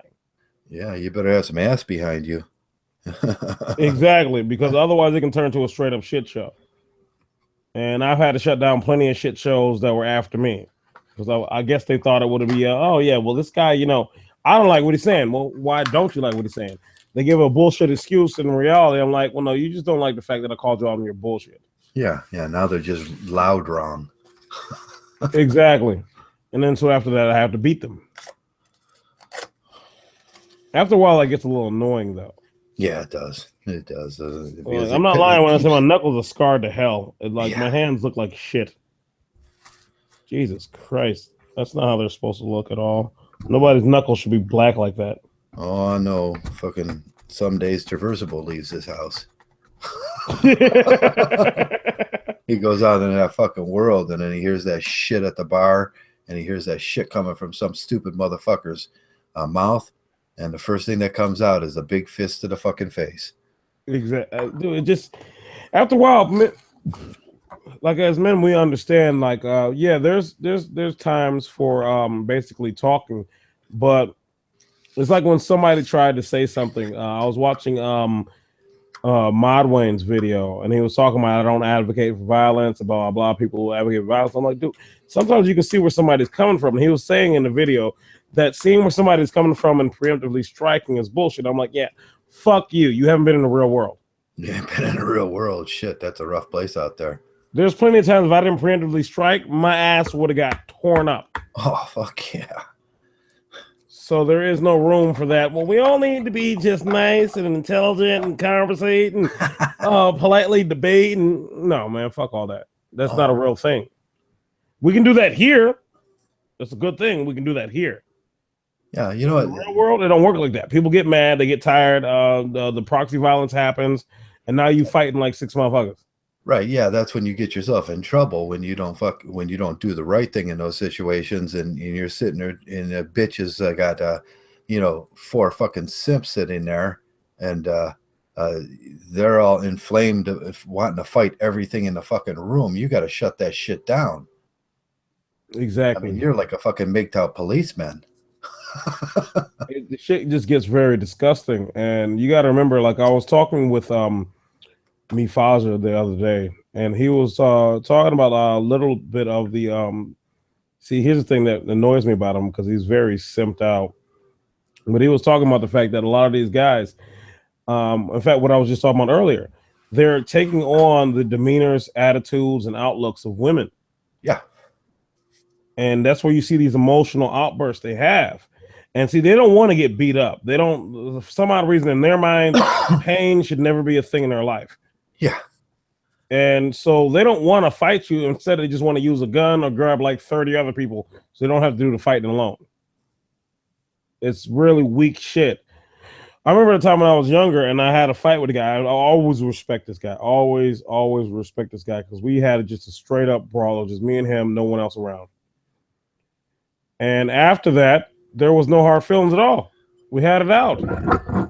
Yeah, that happens with men. You just do it, and whatever it was about, you put it up, hey, We did it, and some of my best friends in life. It started off with a big fist fight, and we got that shit out of the way. Then we came to an accord, the pirates way. Yeah. We came to a fucking accord, and we knew it. And in the rest of our relationship, and I've had relationships with men that are my best friends in the whole world for 30 years here now. Some are good relationships when you start that way. Some of the worst relationships in my life were when I'm trying to deal with some motherfucker and he just ain't fucking getting it. Yeah, I can't stand that shit. And my thing is, a lot of guys didn't get that. I'd say a statement. I'd say, you know what, no bitches around, because like there'd be guys like, I want to fight you, blah blah blah blah blah blah, and I'm like, all right, well, just no bitches around. That's all. Yeah, that's See, what they didn't scares me catch about that. That's what scares me about that Steve character. The Hoka.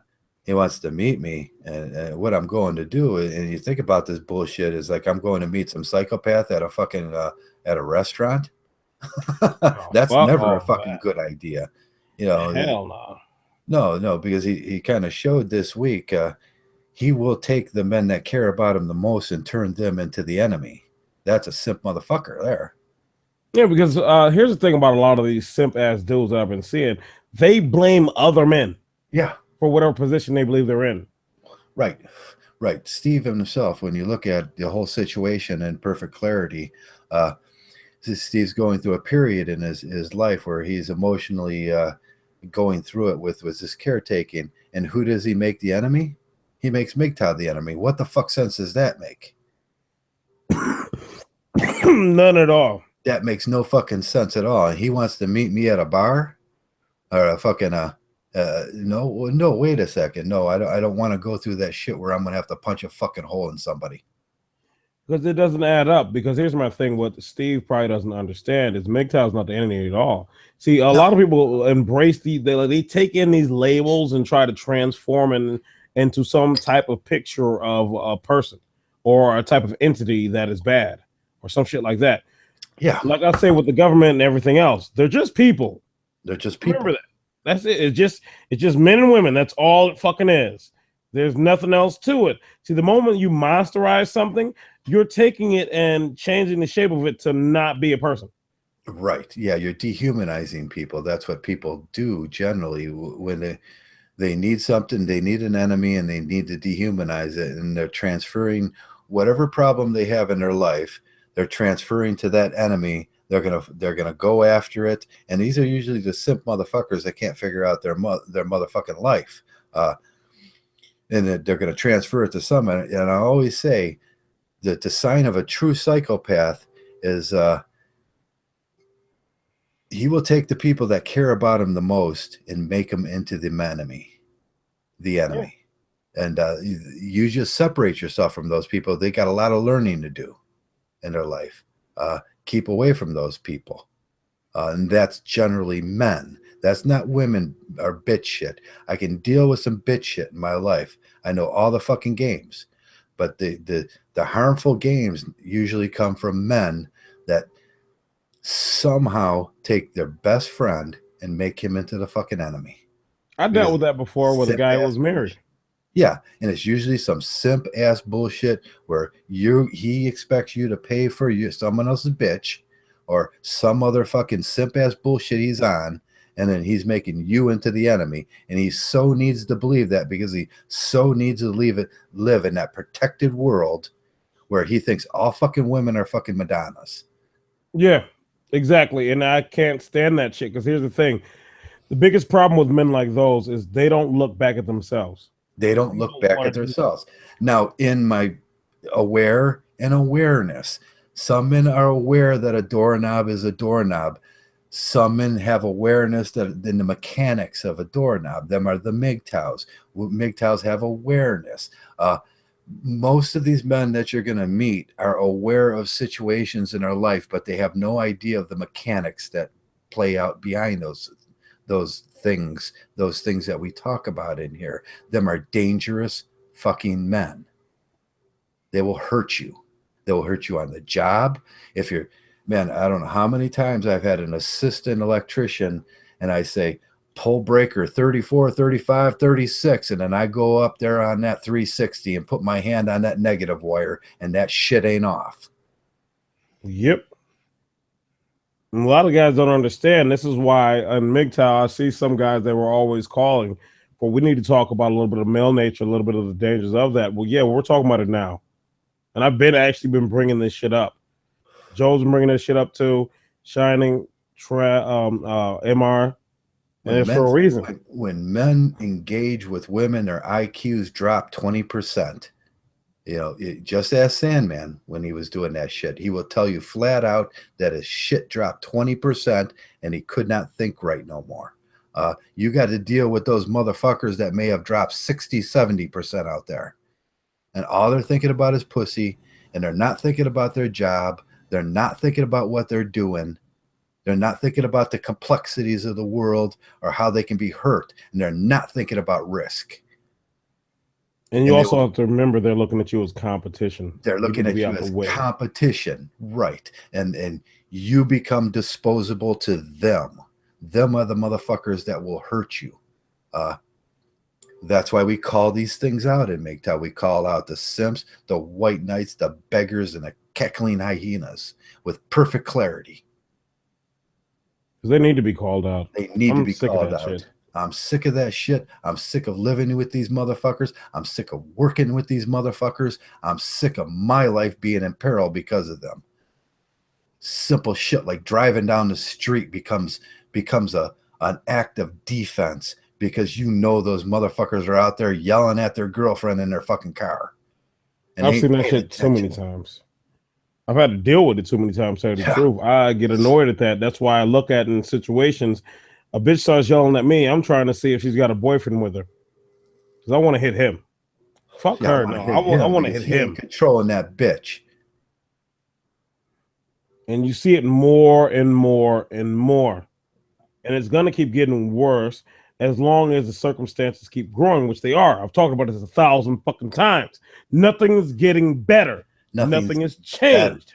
Mgtow is growing. Mgtow is growing for a reason because the shit ain't getting better. I say kill traversable Mgtow. The only way you're going to kill my motherfucking ass is if these guys stop acting like simps and fucking manginas and I can go off into my fucking world.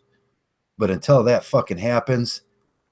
Now, the only way that's going to happen is when the villagers grab their torches and they see the fucking light. Yeah. They kill Frankenstein because traversable is Frankenstein. He's traversable is all the broken parts of broken men electrocuted, isn't he? Ain't that right? That's what Mgtow is. We are the broken pieces of great and horrible men. The reflection of the broken pieces of the fucking world. We are Frankenstein. You want Joe back? We want the villagers to come out with the torches, but they ain't doing it. Staying in their little fucking come homes with those fucking torches because there's a lesson in that shit about being a man. Finally, fucking analogyville right now. It's a fucking awesome analogy. Yeah, finally, I got these motherfuckers thinking I'm thinking, and they can hate me all fucking day about that, and they reflect that on my comment board every single day when I erase 30 of their comments.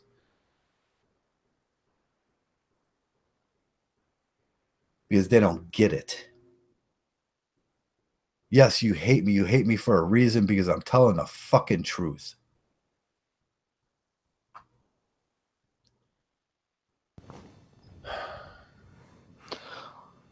Sometimes I wonder if there's a certain predisposition for like not just the Mgtow, but especially like even the monk propensity.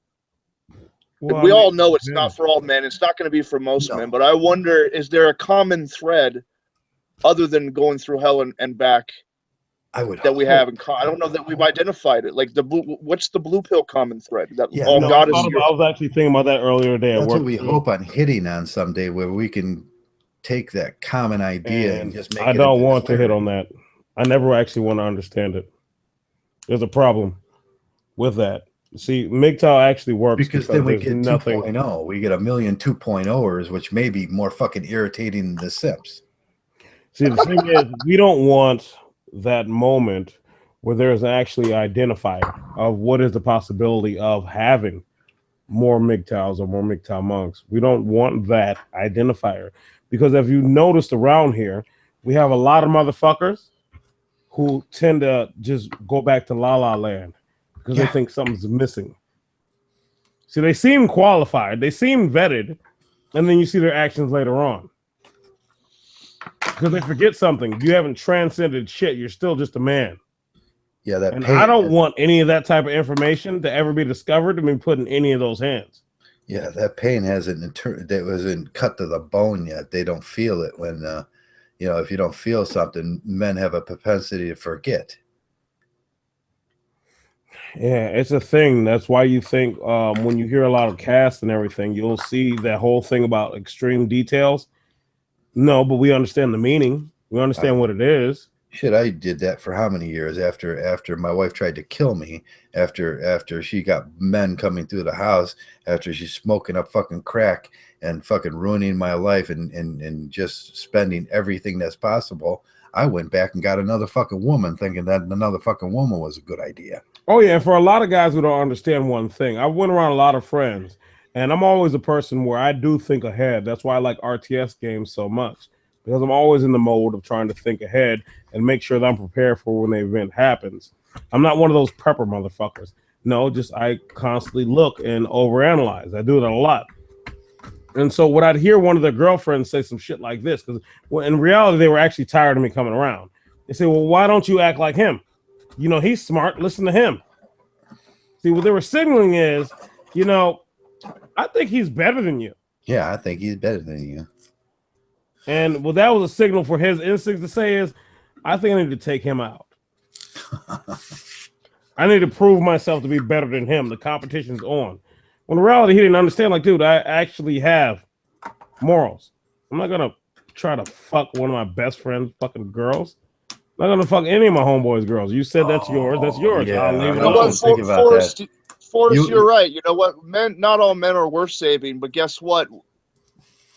That still has the ability for such men like us to either piss us off, depress us. We react to that understanding from time to time. Now, There's still a struggle with that idea that we can't really get too many to see the light, and it's a bitch. But you know, I think we do understand that not all men are worth saving. Yeah, I get that a lot with SF I'm hit on. I wish you'd just give me your fucking name one day. Nope. I'll just call you Jim. Might as well. I'm from Nebraska. Yeah. I get that shit a lot where I'm talking to like some blue pill, some simp motherfucker, and he got some bullshit out there and he doesn't believe what I'm saying. And the first thing that comes to my mind, in fucking 20 minutes, dude, I can have your girlfriend upstairs and be fucking her. And that will prove all of my fucking points. But he'll hate me. But she's not wrong. You become the enemy. She's not wrong. Yeah, she's not wrong. You become the enemy. And I have to hold back all that Mgtow knowledge. This is why I get mad about when TFM did his little video, his little response to Archangel. It's like, my thing is, he was trying to give a more defining definition of gynocentrism, which is basically the main base focus on the female over anything else. Well, when you are a man and you go in a relationship with a woman, what the fuck do you think your main focus is? It's the bitch. That's it. Over everything else. We see it. No, TFM's point was quite simple. If you work in the context of society, you pay taxes, and that funds gynocentrism. Bullshit. That's going on your survival and you staying the fuck out of jail. Yeah, there's a balance. But that's also his point, that there's no way around that. The only way around that is to go totally ghost. Okay, no, that's hitting a dick. No, that's hitting a dick move right there completely. You know that is. That's a dick move. Because number one, now you're trying to make everything just like, oh, well, everything you do in your existence is gynos. Shut the fuck up. That's not exactly what it is. And he's being a smart ass. Yeah, no, I've been trying to tell him he doesn't know. He ain't never been down that road. And that's why he's 2.0. Because a lot of us men that have been in these situations know that two men in a truck fucking work.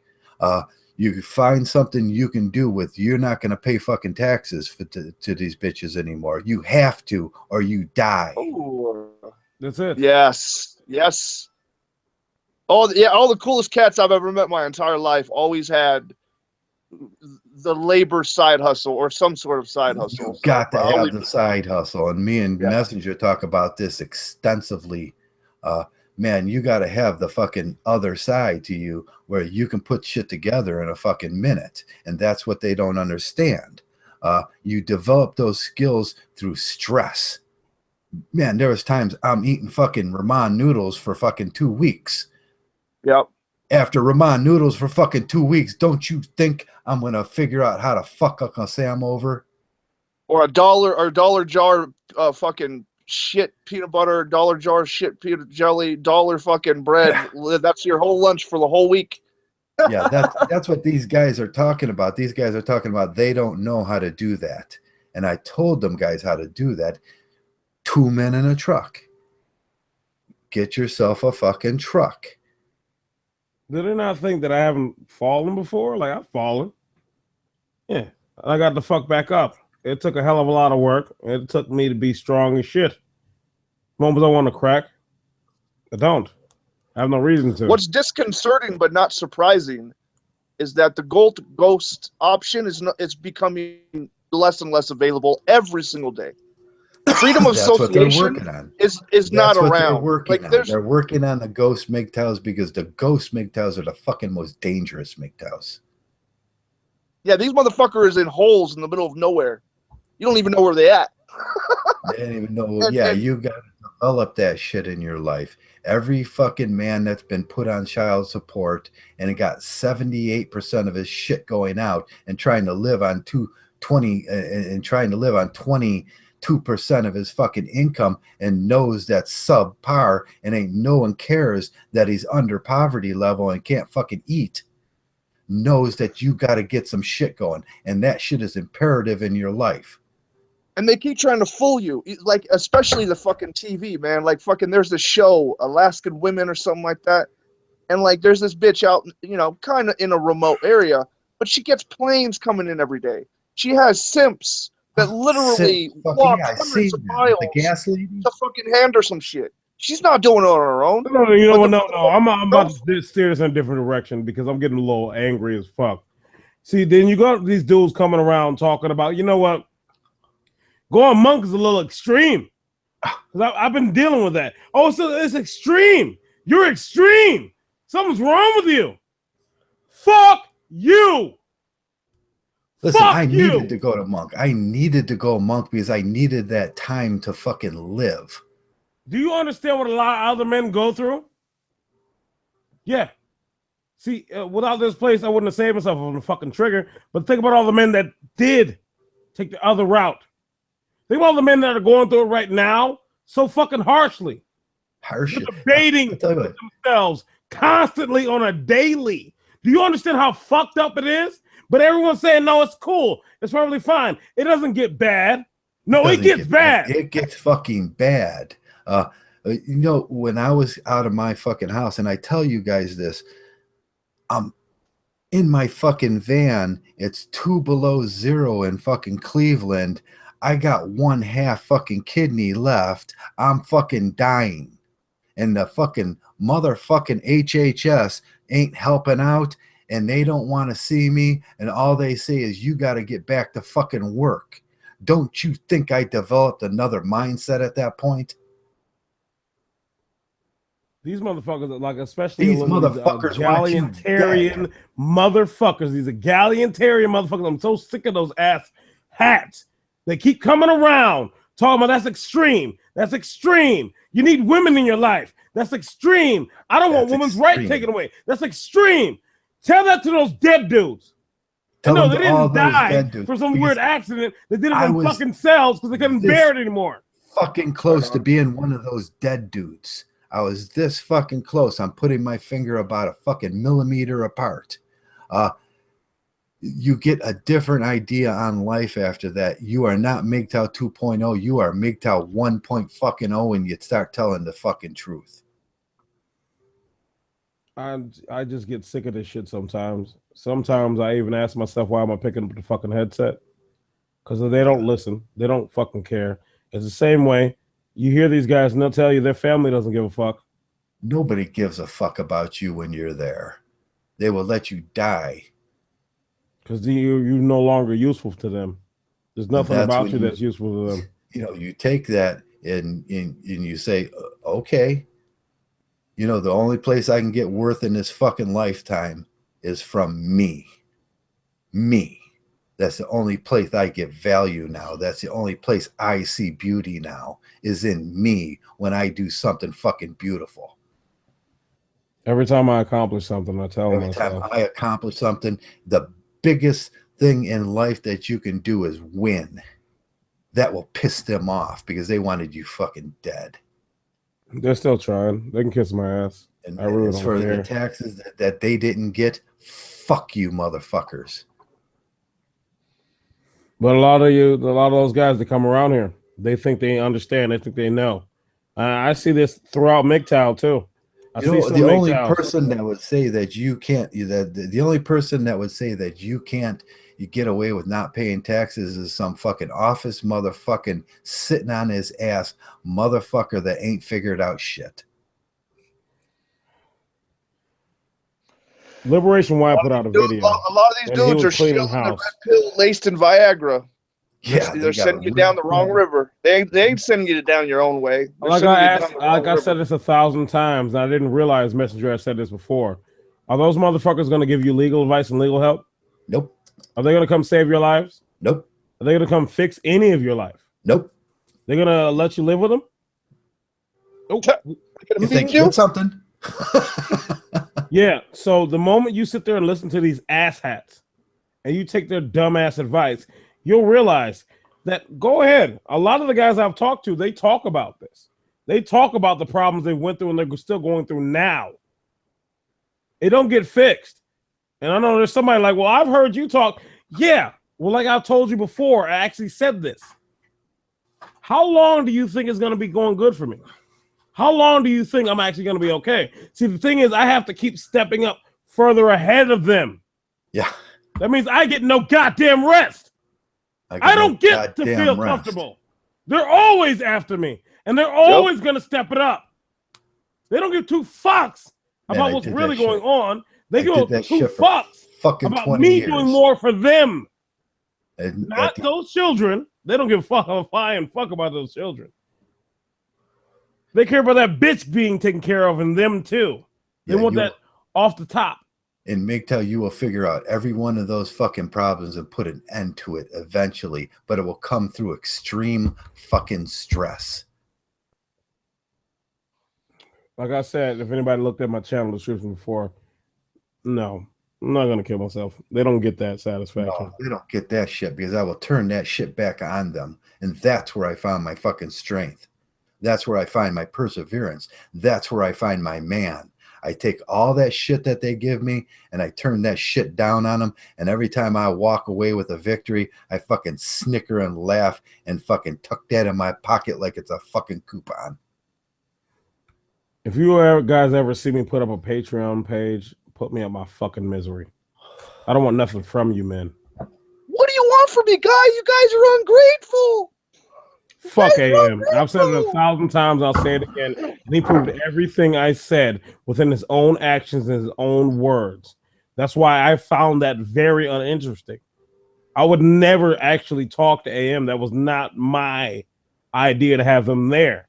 What the fuck was he trying to prove there? He's trying to come back and be our friend again?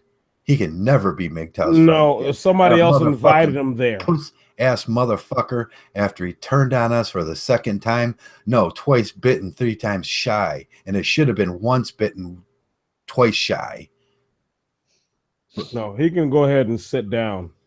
I look over his channel now. I don't see a motherfucking Mgtow on them chats. I see a bunch of bear pedo fucking bear motherfuckers that he's happy with that are fake fucking viewers. He'll learn. No, I'm wrong. He won't learn. That's the type of motherfucker to fuck a hooker gang, catch an STD, and wear that with the badge of I honor. hope that motherfucker got a fucking bucket full of anal warts and herpes at the end of the fucking day because he was warned. No, see, that's the thing I talk about. Again, when you hear these men, they come around Mgtow and they start talking about, well, we need women. No, you need women. You're saying that you can't get over it. You still need that. He can't get over it. He's got some psychological problem that inhibits him from being a Mgtow monk. And as long as he's inhibited from that, he can stay with the motherfucking MRAs. He can try to figure that shit out. You know what? No. See, I'm not done because I need to let this out. Let it go, man. And for a lot of you motherfuckers too, I don't give a fuck how egg-headed you are. Don't really give two flying fucks. You're full of shit. Fuck you and your policy of we need to moderate. I've said it 1,000 times. See, that's why I get into that whole thing about explaining a lot of the terms I use. Because maybe you motherfuckers are too dumb to understand. There is no Mgtow PR program at all. There is no period. We don't give two flying fucks. This is a male discussion. You know what that motherfucker said the other day when you guys had him on? And I went back and listened to that thing, that excuse, that lame ass excuse he gave. He said, I had a Mgtow brother. Yeah, you had a Mgtow brother named irresolvable Mgtow, and he was there for you, and he accepted you back, and you fucking turned on him. And that's what he does. I keep seeing exactly what Messenger Rising was talking about. See, I didn't see IGP made made the video. You know what the only thing he's missing now? You know the only thing he's missing in his life, why he's slipping? Because he didn't value the Mgtow brother he had. He don't value any of us. No. See, a lot of people didn't pay attention. I said it out. See, y'all are missing a lot of things. This is why I say y'all niggas don't listen. Well, you know what the most important thing he said is that he does not recognize anyone as a brother up to this date. He doesn't see any of his fans. I said it within that chat. I said it out loud. He has no brethren. Denied it. I said exactly what he was doing. The male dominance instinct. That's exactly what he's playing on. Look at when me and him were doing fucking. When me and him got together and we were doing podcasts together, he had 90 to 100 fucking viewers on every one of his podcasts. Now look at him. Now look at him. Who did he fuck over? He fucked over himself. That's how that shit works. There's a reason why I always have the policy for men to call other men when they see them going a little too far with their instincts and letting them fly out. And I'm not talking about the good ones, the ones that I promote, the actual masculinity, letting yourself out. I'm talking about the ones that make your ass turn into a little bitch. A little nasally, whiny bitch who's more concerned with grabbing dollars to get pussy over everyone else. If he would have just went with a fucking program, it would have been a beautiful show. If he'd have just kept up that Mgtow monk bullshit that he was posing on people and just pretended for fucking 1 minute that he's not a simp motherfucker, it would have been beautiful shit. This is why I say 1,000 times. And if you can come at me and you can do it 1,000 times. The moment that I actually say some real shit, you're not gonna like it, and you're gonna try to walk and divert away from it, because I'm telling you exactly what you're doing, but you're not gonna enjoy it. I've been in business a fucking 100 times in my life with stupid motherfucking simp ass bitches that always come down to paying for someone else's bitch, or their bitch needs this, their bitch, and it ruined the business we had going. It's been so many times in my life I can't even remember them all. And every single time I have to pull out on that shit and say, yup, Joe, you're fucking right. There ain't too many men in this world. And if I ever run into another Mgtow that I can do business with, that would be just fucking enlightening. That's a world like, here's the thing. That's why a lot of men don't understand. I see a lot of those instincts coming up and showing out, especially in a lot of males' behaviors. It's on us to call them out on each other. Why do you think we're here? The understandings we have, they're not something that we all don't. I don't understand that part. No, you fucking get it. So if I'm saying something about your behavior, take your hand out your fucking ass and pay attention to what the fuck I'm saying. Because the moment you're sitting there trying to act like I'm crazy and you don't get it, you're full of shit. And you know you are. You guys are raging. What did I miss out on? This is a fucking Mgtow fight club.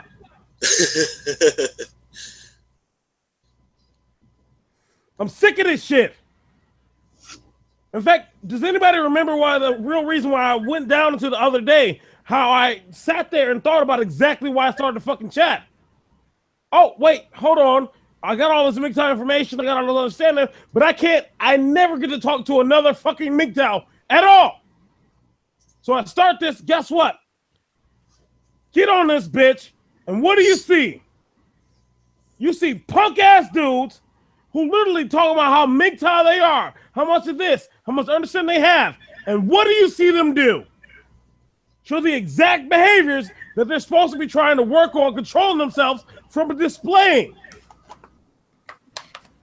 And they turn around on everybody else. Ooh, that sounds familiar. What instinct is that?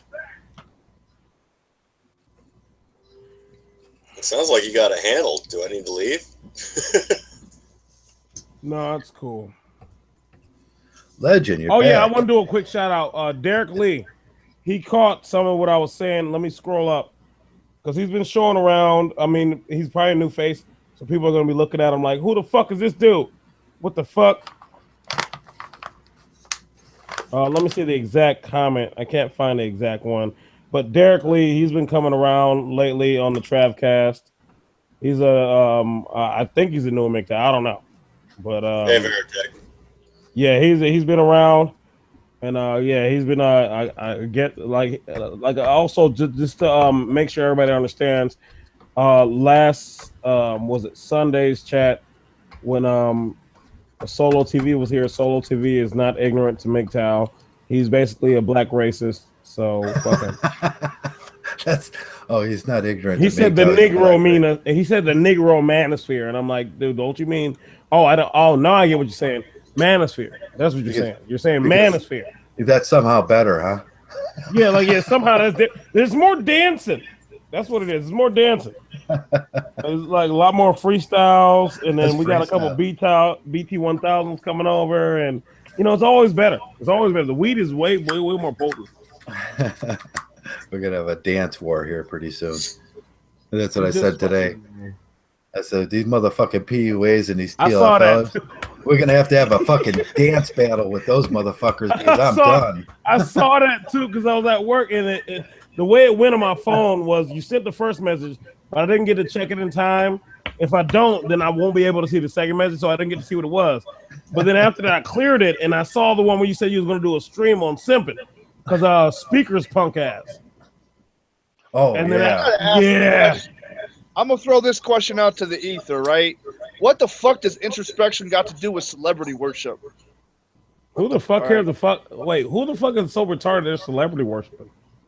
My man, you dropped a name related to that shit. There's a whole contingency of so-called red pill motherfuckers that are on this self-introspection shit, yet everything they ever do is talk about celebrities. That's all they fucking do.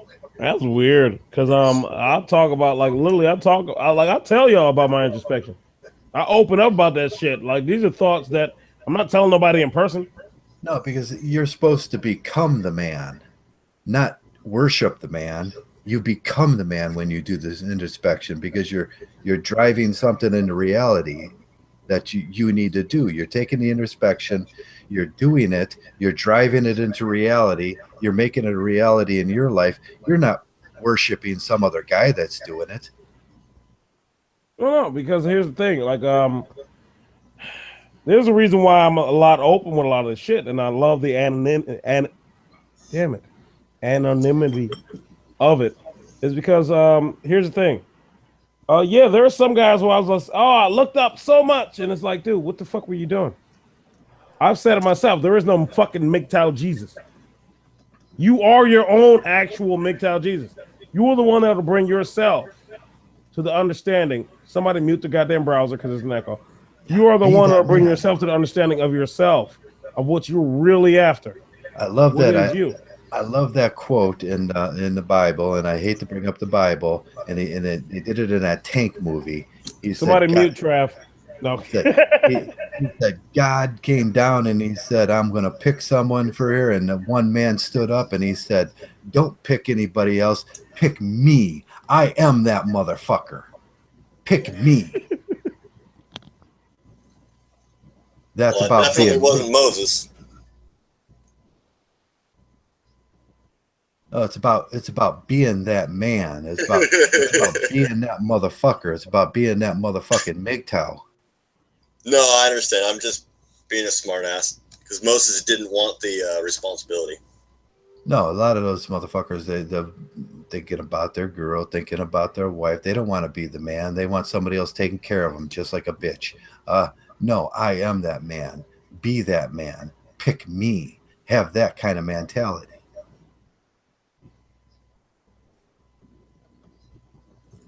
So when I came in, it was like at the very tail end of the rant and everything. Was just help me clarify. Did someone have a misunderstanding, like SFM started that stream with AM or something like that because it was on his channel? Because I thought we made that pretty clear.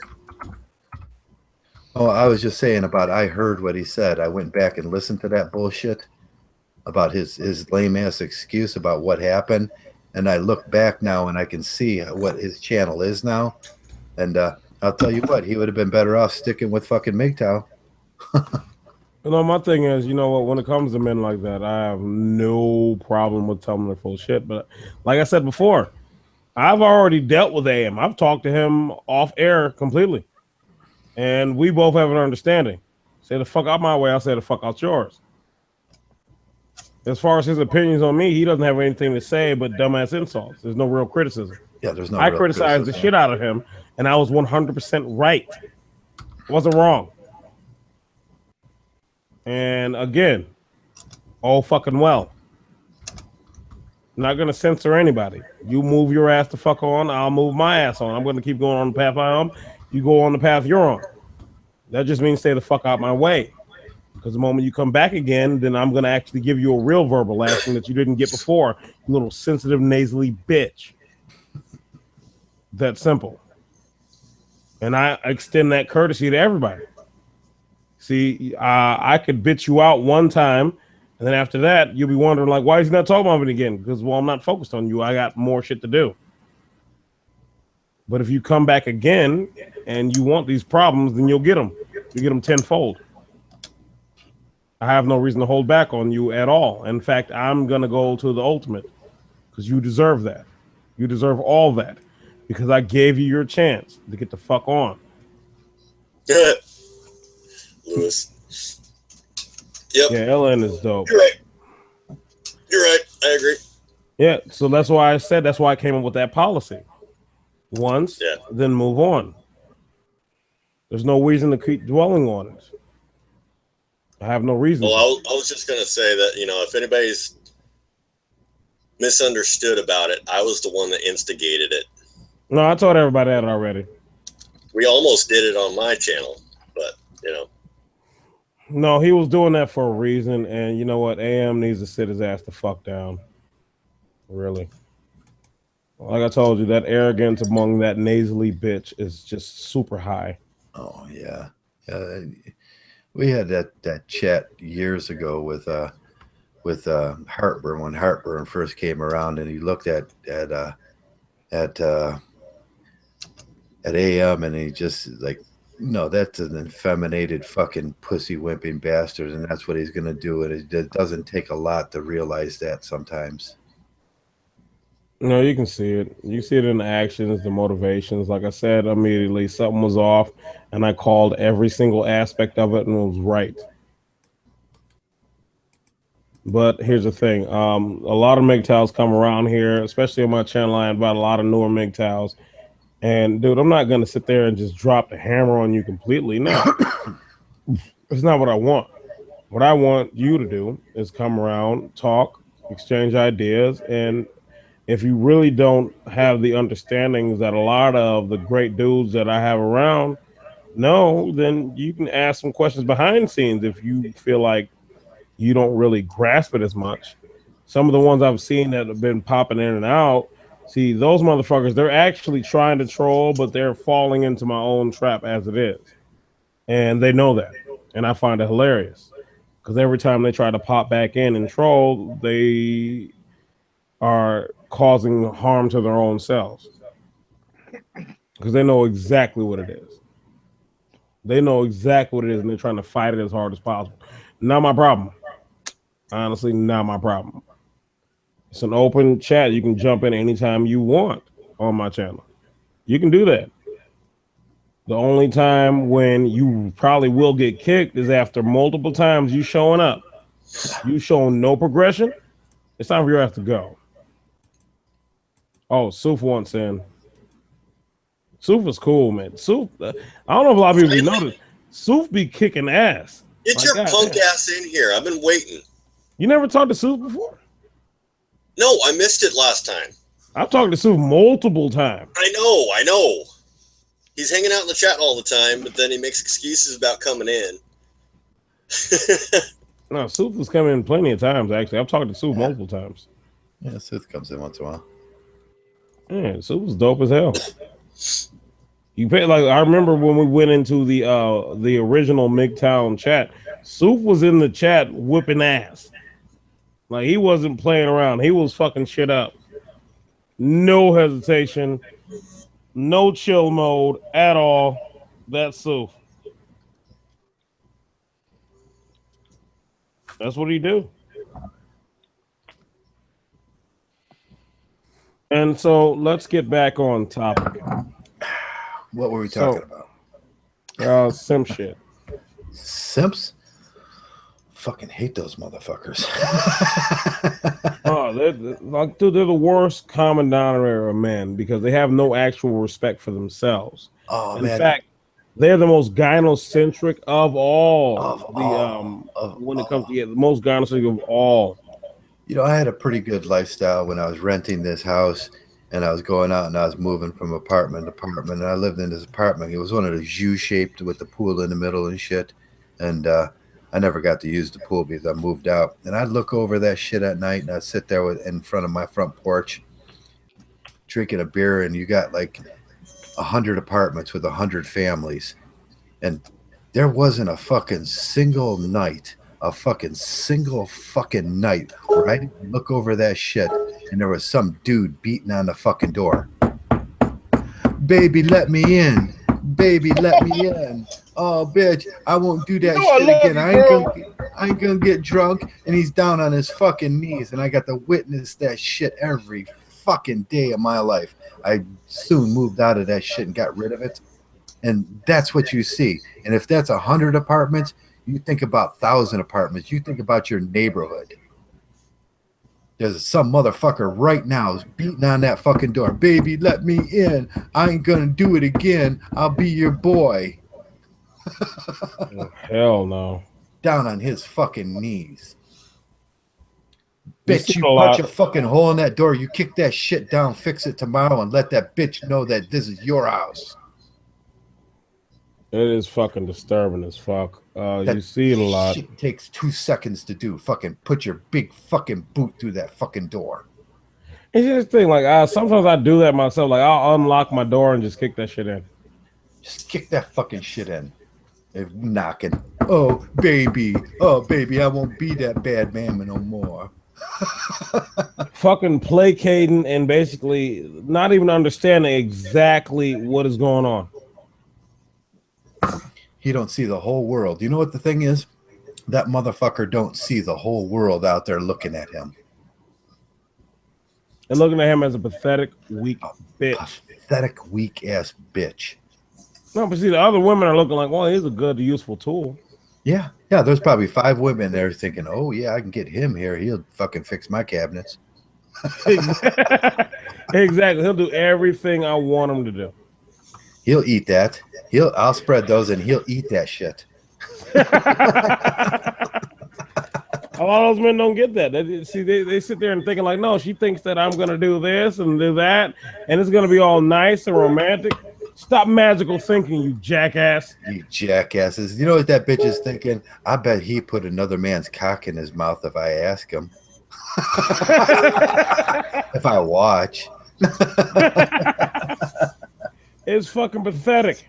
I see these men placating constantly, and I've said this before. I said this when I even first started chats. You don't have to placate the bitches at all. They're still gonna do what they do. Do you realize the reason why women actually even want to have babies is for an assurance? That's it. An assurance they'll be either taken care of by you or someone else in society. To show that you're useful. They're useful, I mean. There's nothing else to it. They're still going to do that. It's their natural drive to do that. That's what they do. Like, you see all these guys like, I got to placate to the bitch. I got to bow down to the bitch. I got to make sure she's comfortable. I got to do this. No, the fuck you don't. That's the most retarded thing in the world. I've experimented with that whole thought notion myself. I did it multiple times. I didn't placate the shit. No, man, you let that shit hang around your house. Bitches and fucking ritual relationships and dating and marriage will make you fucking gay. And it's the truth. Your estrogen levels will go the fuck up. You'll be acting like a bitch. You will be that bitch outside of the door. And you won't understand at that moment what happened to you. Oh, you'll understand it later in life when your ass is a slave. Because the next step, the bitch, is fucking slave. But no, a lot of men don't want to get there. They still think that what those bitches tell them. Here's the thing: a lot of men need to realize this too. Don't take dating advice from women, you dumbass. Yeah, don't take dating advice. Yeah, they got some great advice for you. It's all fucking bad. It's all horrible. It's basically all sim shit. Yeah, I go down to the fucking bartender, the drunken ass bartender, and get the same advice. And see, a lot of men don't realize why they're doing that. That's some bad advice that comes from a lot of places. You can take all that bad advice in life, but you're going to only get good advice one place in this world, and that's right here in Mgtow. Women want the Sims to be there. To be there. They don't actually want to fuck them or be with them. They just want them to be there, just in case the guy they actually want to fucking be with doesn't want them anymore.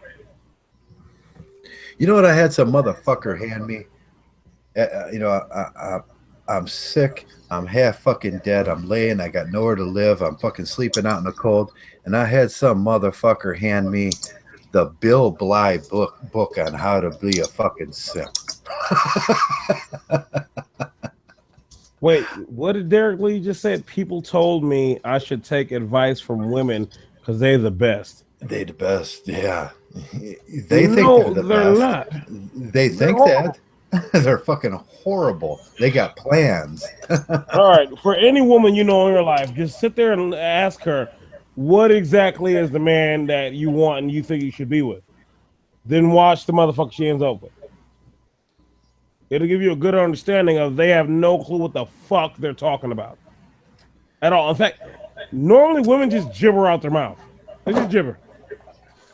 They just say a bunch of emotional, idealistic bullshit.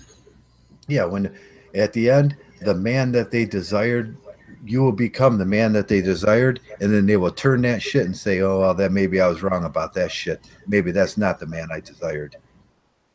They're going to go blow off of this. Huh? Where is he? Why is he not in here yet? Because you put, number one, no one gave him the actual link. Sooth can't be found by just going to the Hangouts thing and searching his name. Oh, I know, I tried. Yeah, you actually have to, like, the way I added him was he added himself. Yeah, we should get Tom McCormick in. Oh, fuck that. Hey, I got Jordan. some words for that little punk bitch. Yeah, we got Jordan. Well, I turned the links on, so just tell me where to find them, or do you want me to just put it in the chat? Who, Tom McCormick? No, Soup's got the link now. If you put it in the Mgtow Fight Club. Okay. Yeah, he can see the link. Because I saw you say that a while back. No, Mgtow Fight Club is exclusive. Souf made sure of that, actually. He went in and immediately adjusted settings afterwards. Like, yeah, you don't just get walk in this bitch. Not at all. A lot of people saying, like, Souf don't fuck around. He doesn't play. He's not letting Mgtow go to some bullshit foo-foo. This is we're purple pill. No, fuck that. You don't get to do that. Not while Souf was around. He'll verbally beat your ass. All day, every day.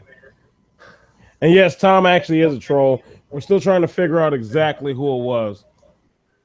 But it shows that Tom.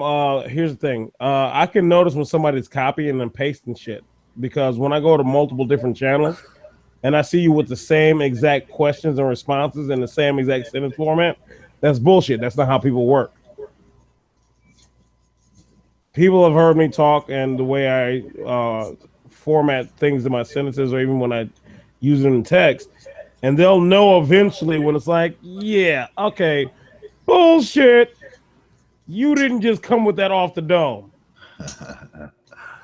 Hey, Seth's in the room. Hey, Seth, tell us about what you think about fucking simps. I invited him in. Oh, really? Did I really just jump in here after a few beers? And wow, okay, yeah. You want to hear what I think about simps? Mgtow Fight Club. Mgtow What Fight do I Club. think about simps? Which portion? What portion of what do I think about simps? There's Which just aspect so do you much want to go in content on here. first? I can't fit this into one podcast. Just break off a little Fuck, truth. he's about to do a book. God damn it. We fucked up.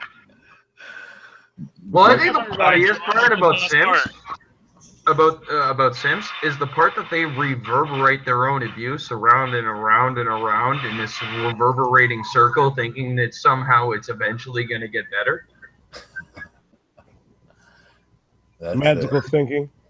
They got that magical thinking that if they do the same thing over and over and over again, somehow it's gonna fix itself.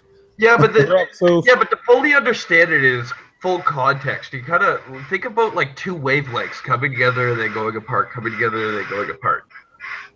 That's what it is. But it is like a retrograde, deterring fucking thing going down in the middle of nowhere, just dying eventually. And they don't think anybody can see that shit. No, and it's not just the Sims. It's like so many men. They have so many like fake ideas in their head where they're like, yeah, I'm doing my own fucking thing, and it's like, no, you're doing a bitch's thing. Yeah, I'm walking my own way with a bitch. Yeah, we actually I went into that point, that aspect of it earlier, Seth, about the mentality that is grasped from a lot of men in the current day society, that is basically female behavior and mentality that they project as the behaviors and the thought processes that need to be gained. Yeah, I think this is a good topic for me and Trav to go over. Me and Trav haven't been in a podcast for a long time, especially with Nigga, it was like Christmas or New Year's. So one of the things I've been rifling about since last time that I came back from going ghost. You know me, I kind of go off into nowhere and then I come back and then I go off into nowhere and I come back and on and so forth. He's writing books. I almost lost a bunch of them, by the way. Oh, I did that once. When my drive died, Yeah. I almost lost a bunch of them. I'm lucky. I lost 3 books I was working on. I got everything back today. Yeah, I'm all good. Yeah, but okay. So when somebody turns around and sells you something, they always actually sell you 2 options, not one. They sell you the option they want you to choose, and then they sell you the example option. The option that they want some people to choose, so they can be the example. Yep. Okay, so we got simps, and then we got guys that are, well, they're trying not to be simps.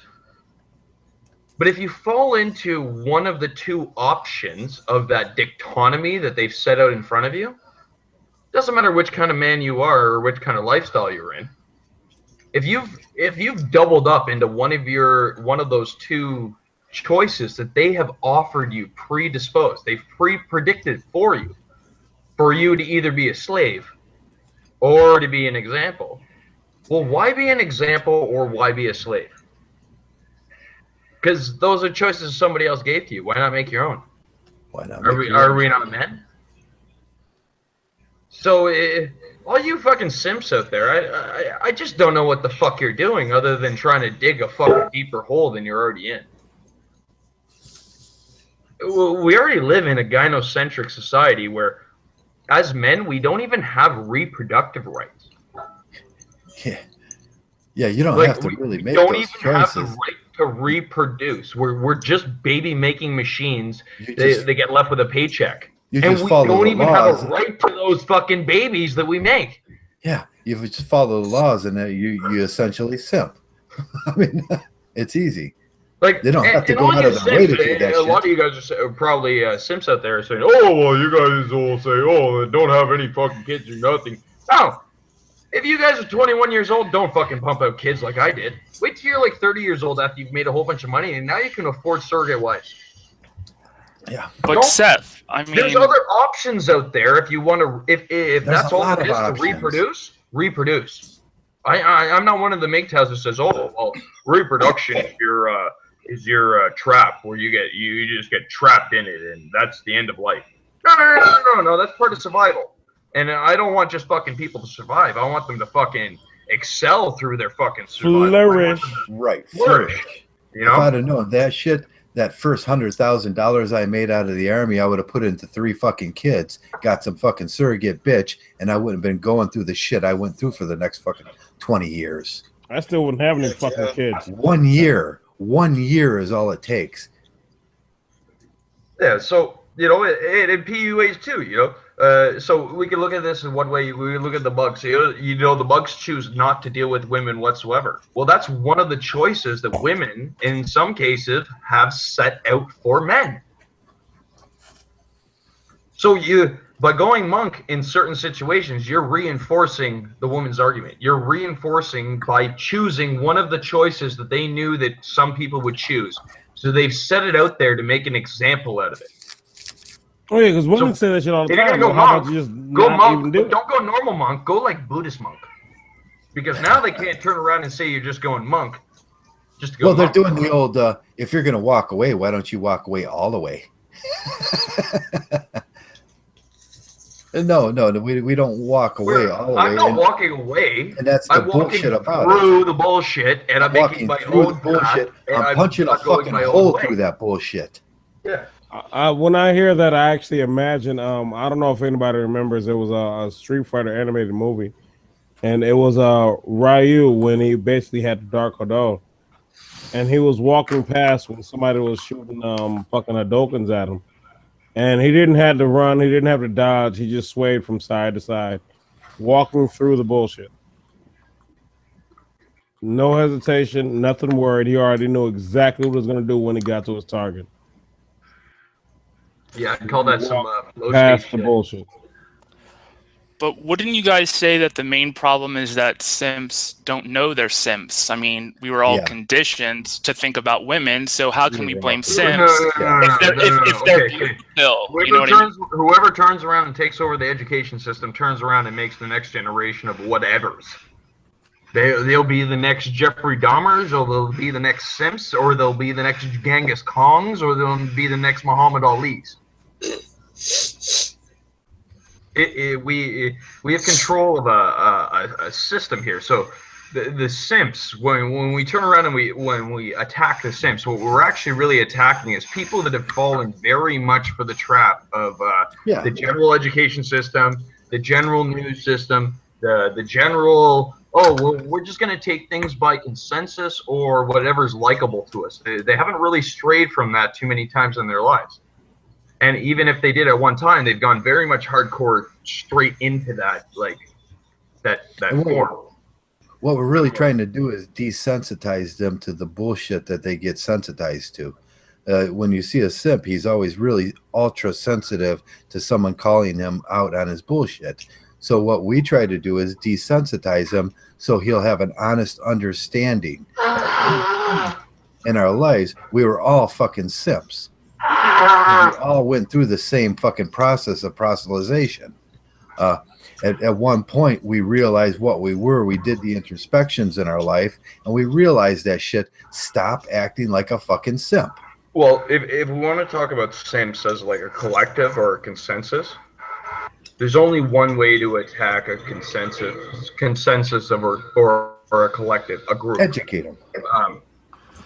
Around and making the group's strength your weakness is you have to attack them in a guerrilla war type fashion where you attack them, you interject the ideas that you want interjected into the conversation. Then you basically run away before anybody has an opportunity to defend themselves. And what ends up happening is, instead of those ideas being debated out through, those ideas get stuck in the consensus within the collective, and the collective itself has to actually weed them out or deal with them. And the problem with that is any consensus or collective is built up of three groups. The people that are the small consensus, the large consensus, and the preferable likables. And then there's a fourth group, but they're so small that it doesn't even matter. You don't even need to worry about them. That's how little and small they are. Yeah, you work on those three groups. And when you turn around and you interject those ideas, okay, there'll be a few people out of the small consensus group that might align with those ideas. And then there might be a few people out of the preferable or likable group that also conform with those ideas. And even maybe there might be somebody out of the large consensus group that also feels with those ideas. Well, by leaving them in there and them not being debated, those people that identify with those specific ideals, they will then on the next week or next month then go take those ideals and then go battle them against the rest of the group because they identify with them. And it's been brought up as an argument that can be made. And because it wasn't ever properly dealt with or filtered out or shown that it wasn't a real argument at the forefront of it, then it's not actually a certain percentage of people don't actually understand it. You do. Yeah, they're going to try to double down on their argument. I muted myself. Yeah, if you do this enough times over and over again, then you will turn around and slowly break away any collective or any consensus. Right, and that's what it takes. And this is really how feminists really had the upper hand when it came to doing this than men did, because we're gynocentric by nature. It's inherent to us, all males, all women, everybody. And hold on. So we're all gynocentric by nature. So when a woman turns around and enters even a man's space, all right, we turn around and we allow the woman to go farther than we would allow a man to go. Right. We allow them to get away with much longer and probably right to the end of their fucking speech. We won't actually turn around and attack them directly in most cases. And by doing so, what we're doing is this is how we're kind of at fault, and it's our weakness, and it's what they've used against us to change our own consensuses, our own collectives into something that's an enemy to ourselves, is because they're allowed to just walk into any collective, any consensus, because they are females and we are males. If it is dominated by males and it is a male thing, they can simply walk into there and we will treat them with respect and decency and let them say their 2 cents. But by that effect, we're not understanding the back end of things about a collective or a group or a consensus, that every time we do that, unless we have, absolute perfect individuals within each every group, then we can't turn around and counteract this. This is a fact of nature. It's just what it is. But Seth, are you talking about the education system? I mean, what? Well, what do these theories pertain to? Me personally, I like going out like a lone wolf, basically, and what most people would call kind of trolling things. But I intentionally go out and I start an argument. I throw out the points that I want to be thrown out, and then I just shut it off. I don't go back. I just leave it there. I intentionally leave it there. And I'll go back once in a while and I'll read the comments and I'll read all the huff and a puff and them going nuts about it. But the fact of the matter is my point was to leave the points there, to leave the subject matter there. It's not my point to win the war today. I'm not going to conquer a group by myself unless I have a group larger than them. Simple as that. So if I have a lower amount of numbers, but I'm smarter than them, what do? Well, I work in a guerrilla war type fashion. I work in the most efficient way type fashion. I interject the most damaging parts that fuck up their whole goddamn consensus, their whole collective, and then I just walk away. It's fucking Mgtow Fight Club. And people will normally call that as trolling, and that is really what it is. It's trolling. but I'm doing it for a specific reason or for a specific purpose. My purpose is to leave a little bit of truth, a little bit of reality in these echo chambers. Because I understand these echo chambers. They are echo chambers. This shit just bounces around inside. So if you can leave it there and then walk away, well, you've done your job. Seth, I would say that's what all MGTOWs do. I mean, we drop red pill hints, you know, to family, friends, and we kind of gauge the reaction, wouldn't you say? Yeah, we do everything in this world is you know, the art of persuasion at the end of the day, and we all do this to our friends, to our family members.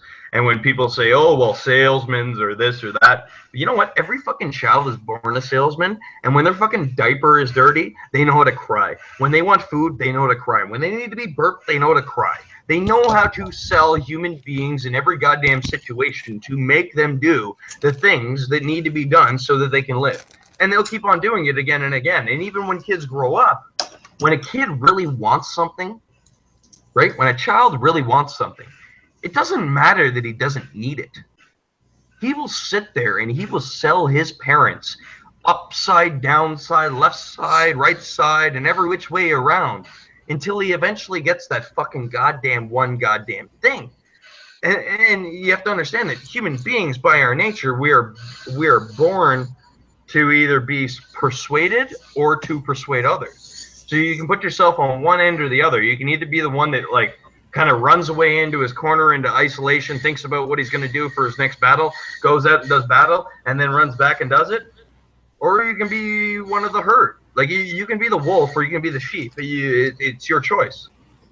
We are wolves, like misanthropic. I was literally looking at his fucking picture when I said it. That's how I got the analogy. We're fucking lone wolves, man. No, but you can either turn around and jump in and attack and leave your attack known and then fucking go away to relish in the spoils of your attack. Or you can sit there and try to battle to your very last fucking tooth and nail until the group eventually beats you. You get an arrogant ass like me and do what I do. Basically, I yell at you and insult you, but then I drop a little bit of things there. And so everyone always will just focus on the yelling and insults. But then they're going to go back and say, what did this son of a bitch say to you? Well, I'm going to show you what he said to me. Look how disrespectful this motherfucker. Did you hear what he said? Shit. Yes and no. Yes and no. You're selling two messages at the same time. That's the problem. Yeah, I know. I have a fun time doing that. It's hard for some people to catch it. It depends if they're as brilliant as you, Seth. Are you going to go in like a samurai blade, or are you going to go in like somebody throwing shit at somebody else? No, I'm going to go in like a guy with a bludgeoning tool.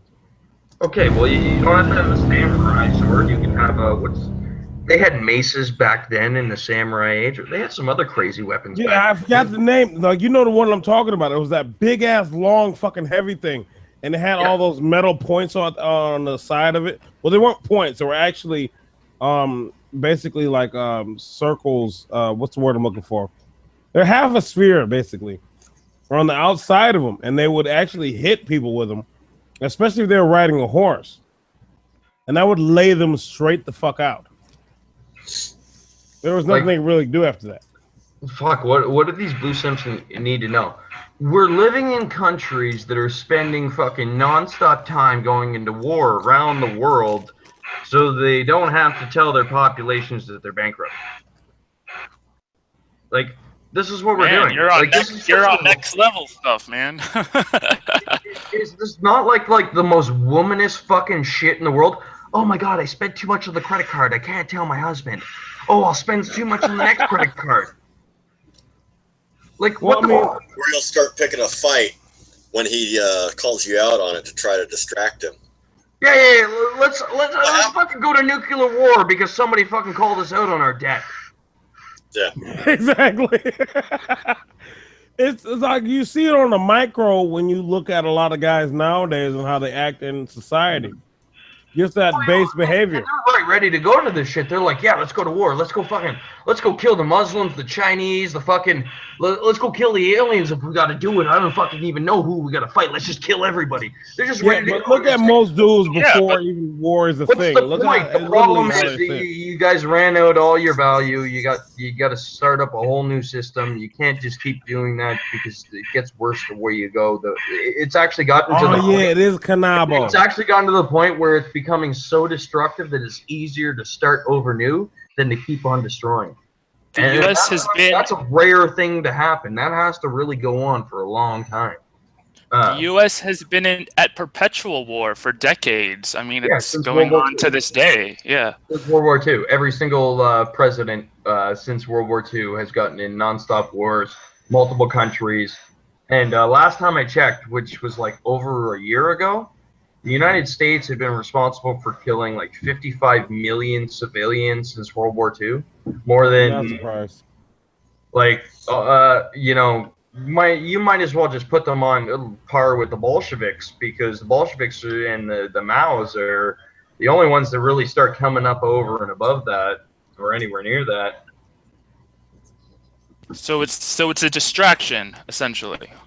Well, yeah, they keep us busy fighting with our women, fighting with our tax man, fighting with this, fighting with that, fighting to keep ourselves out of fucking jail, fighting to fucking get a decent fucking price on bread or fucking eggs or milk or anything else. They keep us busy on all these goddamn fucking things. Well, they still won't acknowledge that the only reason why we're having so much troubles and we have to deal with so much of these things is because they ran us into the ground a long time ago. Like 100 years ago, long time ago. I agree. Oh, you agree? What? Yeah, well, that's how it works. Why do you think there's so many distractions being brought up? Third wave feminism is the problem. What about second wave? What about first wave? Those fucking things were like, they were right up there. They all gotta go. Everything for the last 100 years has been a bunch of fucking shit. Other than like, you know, the anti-racism laws, I can't really say that there's been too much good been done in Western society. Not at all. Not at all. It's all been bullshit and distraction in the first place. Other than the separation of segregation, even the segregation, I can't even say if it's proper, because in lots of contexts, these people want to be separated.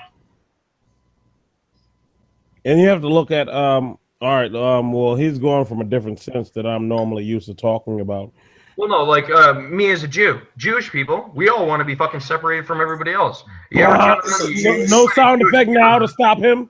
We're all by ourselves. We don't want religious thing here at all. You're not allowed to be anything else. We need like a horn. Specific kind of Jew. You can't be any other kind of Jew. You got to be that one kind, and it's just our little like group in the middle of nothing. Sound effects for everything else, but that shit, really? No sound effect? I was expecting it. Yeah, Legend, come on. Hell was that? Take it off. All right, give me something to play with then. The dragon's been speaking for long enough. I got. Here we go. Yes, but actually, it's very. I got it. I found the. Where the fuck you been? To simp. Okay, so there's so many words that have simp in it, right? Simplex, simplistic, simpleton, simp, all kind of words. It goes down to this. From the same root as Samil plus plicol, I fold. You get it? No, you know what it actually comes down to?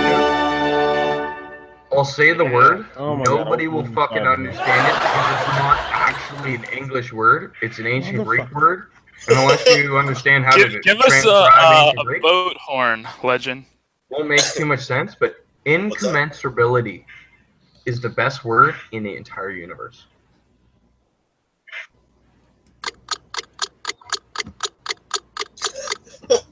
What was that, Susa? Oh, I want like a bull horn, like a boat horn. No, because him and I forgot who else it is. They always keep asking for the goddamn effects. Don't feed into that. Do not feed into that shit. You, Trav? No. It's in every goddamn hangout. Come We on, only man. got- All We're I'm gonna not hear is using- sound We effects. got to, Hey, like boys, to the end of this month of use those motherfucking. It's raising our level, man. Come on.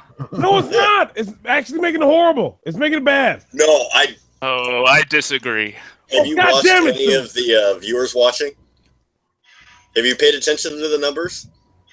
No, I haven't. Because Or the Yeah, man. subscribers? It's 30s, It makes a 40s, yeah. difference.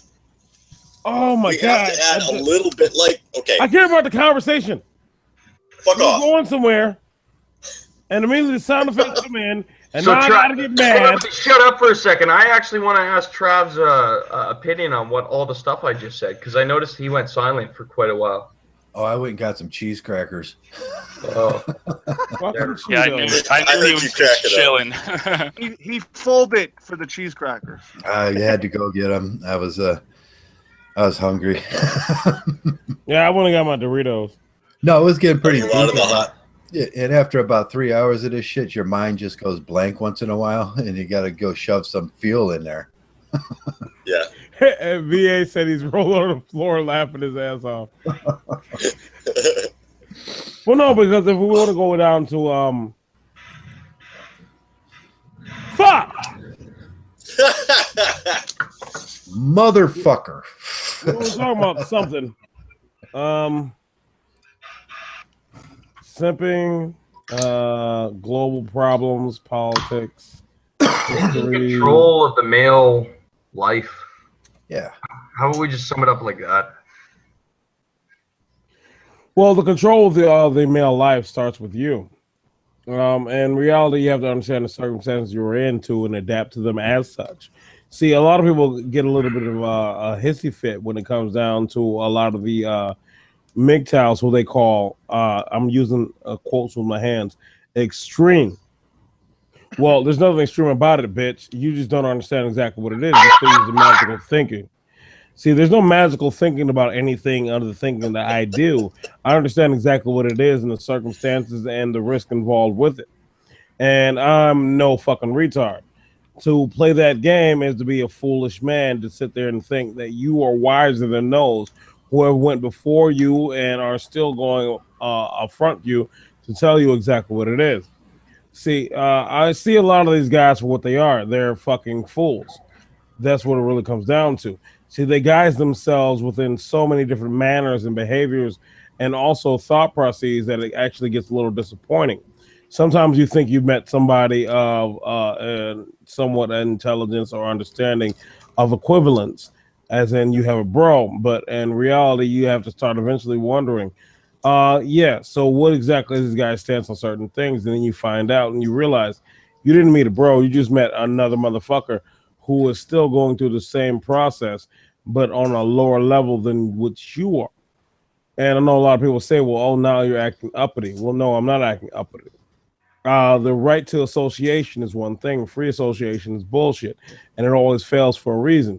The infiltration of those to go ahead and take your thought path and especially your dictation of how you will deal with your life is always going to be a simple thing.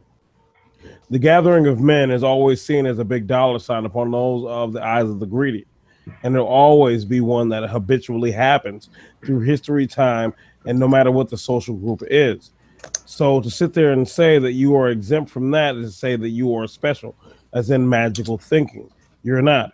You are as such of what the human species dictates you are. And to get mad about that is on your own problem. The only part that I add to that is you don't know the human limits until you push them. And to go ahead and add on to that part, when you say, though, you don't know the human limits until you push them, everybody is not built the same. And also when it comes down to the mental comprehension. No, but they don't know the capacity until they push them to their max. Push them past their max. Push them past their max. Fine. So, yeah. So within the understanding of that, you have to understand that a lot of people don't do that to themselves because they're more glorified and. What if we looked at all these simps in a different way? What if we looked at all these simps as guys we used to be? Fucking Seth. What if we looked at them as all guys we used to be? Because Yeah, they are guys we used to be. We used to be those guys. Yeah, we already do. I was getting to that before you interrupted me again. I know, but you were taking too long, and Well, it's a guys process summoned to me. it. Make it succinct. We're not sinking shit. Succinct. Go on. We have a burning question in the chat. All If these someone blue can pills are answer. the next Mgtows. Yeah, I was actually wanting to get to that to see what was actually going on in the chat. Oh, Forrest J. Burns. Will there be a market for academia? Who's hosting? Who's hosting this? Business of this sort if Trump really quits the foreign policy of exporting democracy? From Burns to Seth. Just who's hosting the thing? it is Trav chat, not I mine. think So it's yeah, me. I can't do anything, man. I'm semi-drunk, so even though you repeated the question for me, I didn't actually kind of like hear it. My brain's not quite working right now. Well, yeah, Yeah, Forrest has Burns, got simplify your question. Simp your question up. No, it's not. It's not a problem with this question. It's a problem with me drinking. No, he's Okay, got a all right. valid question there. I need to. I learn through my eyes. We I'm an hear a observer. lot about we hear about the liberals and what they're doing, and then we see in the sense that that they're selling America by the pound, and they have this grandeur idea of this utopian society that we're all going to get together and there's going to be big hugs for everybody at the end, and the world's not going to be the world that it is because of supply and demand and resources. I think I can sum this up for you really quickly without going any further. Yeah. If I'm wrong, somebody just cut me off whenever you figure out I'm wrong. I answered him, so let me know if I'm right. I turned around and I wrote an article a few weeks ago that talked about the left wants to go to war with Russia and the right wants to go to war with Iran. And because Iran and Russia are bestest of best friends, what does it mean? We're going to war with Russia and Iran one way or another. No matter what. That's the way we're going. I got a better idea. Every single day on the news, that's what you hear. It's either let's go to war with Russia or let's go to war with Iran. Yeah, the problem is so happens that they're attached by the hip. The problem is attack one, you're going to attack the Shut the other. hell up, Seth. Travis, shut talk. The problem is global economics doesn't leave room for ultimate advantage, and this new feminist bullshit that we got out here is not the ultimate advantage that larger countries deal with at a daily basis. We can see this with Sicily and Italy and Venezuela that all brought into that comparative advantage bullshit. And that's just feminist bullshit there where we're just going to give someone something for nothing. Ultimate advantage is what most countries play by, and companies too. Russia, Iran, America, we're all in this battle for this ultimate advantage. And sooner or later, the big dogs on the street are going to fight. And that's just whether it be another. You know what I found out today, and you would think that me being like the master of knowing everything would know this already. I found out that Mgtow Mgtow, he's just like me, fucking Jew. Now his comments make so much more sense because if you actually translate them, he never said that he wanted Israel to die or anything like that. He said that he wanted the page of Zionism to be turned. And that's actually the same thing that I've been saying for like 6 months now. That, Jewish history has many different pages, and just the page of Zionism needs to be turned. So what's gone on is it's just turned, that's a bad page. You got to turn it. End of story. So I was all surprised. But as far as the Middle East goes, what do we really think's going to happen? Let's just hold on here for a second. What do you think's going to happen? The whole thing's a fucking shell game. Okay, well, history has a way of repeating and rhyming. Okay, so unless the West is trying to defeat the rhyme of time, it has said that you cannot hold down the East You can't take it over, and you can't hold it for very long, ever. I don't really see what else is gonna happen other than, well, we're just gonna run right down that fucking road, and we're gonna see if we can hold down the East for, you know, the gazillionth fucking time in a row that it's not worked out.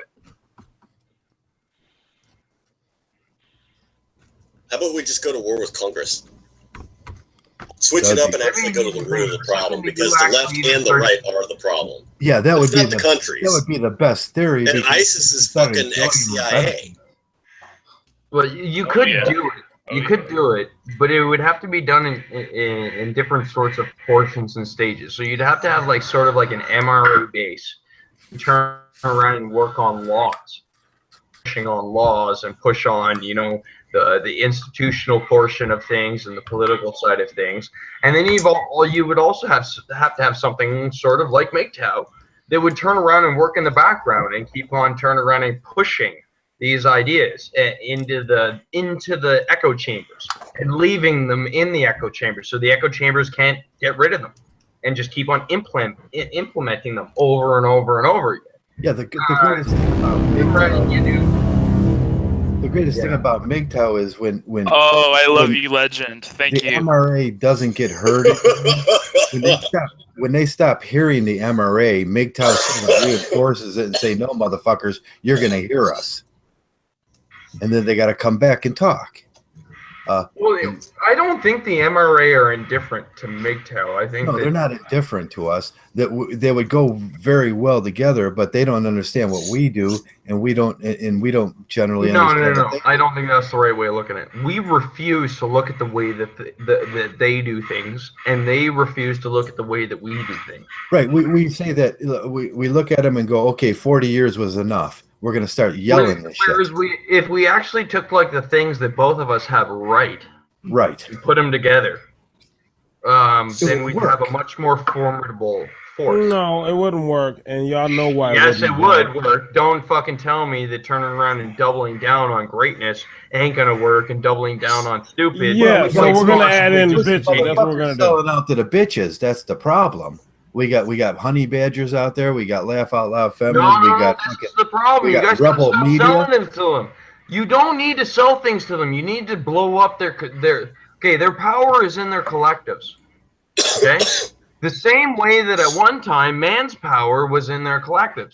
Man's power ends up happening to be right now that we end up being the smarter bunch. It's always been a thing. What are you talking about? Nation states? No, I'm talking about changing politics. He's having a hard time changing ideas, political and understanding the political inserts of an ideology that's based in societies and changing its institutions, getting the system to work for you instead of against you. Everything's got a weakness out there, right? Everything's got a weak spot. Nothing is invincible. Nothing. Nobody. It doesn't matter what you're going to go at. Everything's got a weak spot, something that, you know what, even if it's strong in that spot can, you know, in comparison. Well, you gotta identify your weak spots. A great analogy is, you know, an oak tree. If you turn around and take an axe to an oak tree in a fucking 100 different or a million different spots, let's say a million different spots. Well, you ain't really going to do much to a big old oak tree. You know, this like 4 fucking feet wide fucking kind of thing. Those big oak trees you find on the West Coast kind of thing. But if you turn around and smack that same fucking oak tree a million motherfucking times in the same spot, you'll take that fucking oak tree down. You'll take it down, right? Because you have created its weak spot. By turning around and smashing it on again and again and again, and even if it didn't have one. So are you saying that you can break, or that we can break, gynocentrism? That's what you're saying. Absolutely. First, it starts with us. First, we got to purge it from us. Through through institution, through courts. You think we can break? No. Because it's not going to start through the institutions. It's going to start from a grassroots sort of thing. It's going to start from the bottom up. First, you got to turn around and have men that actually purge gynocentrism and understand what the difference is between the logical acceptance of what they're going to give to females, or gynocentrism, where they're going to give them an unnecessary advantage or benefit where they haven't gotten any. Right. I think TFM did a video not too long ago where he talked about the difference between gynocentrism and mutual benefit. And the Yeah, I Yeah. just watched it today. It was TFM was just today. TFM just butt hurt because basically fuck off. Archangel I'm handed using this for a everybody their second. ass. So, TFM turned around and made that video. I think it's a great video because gynocentrism doesn't leave. There's no reason for men to even be alive in gynocentrism. In some of the mutual benefits sort of situations, there's actually a reason for us to at least be around.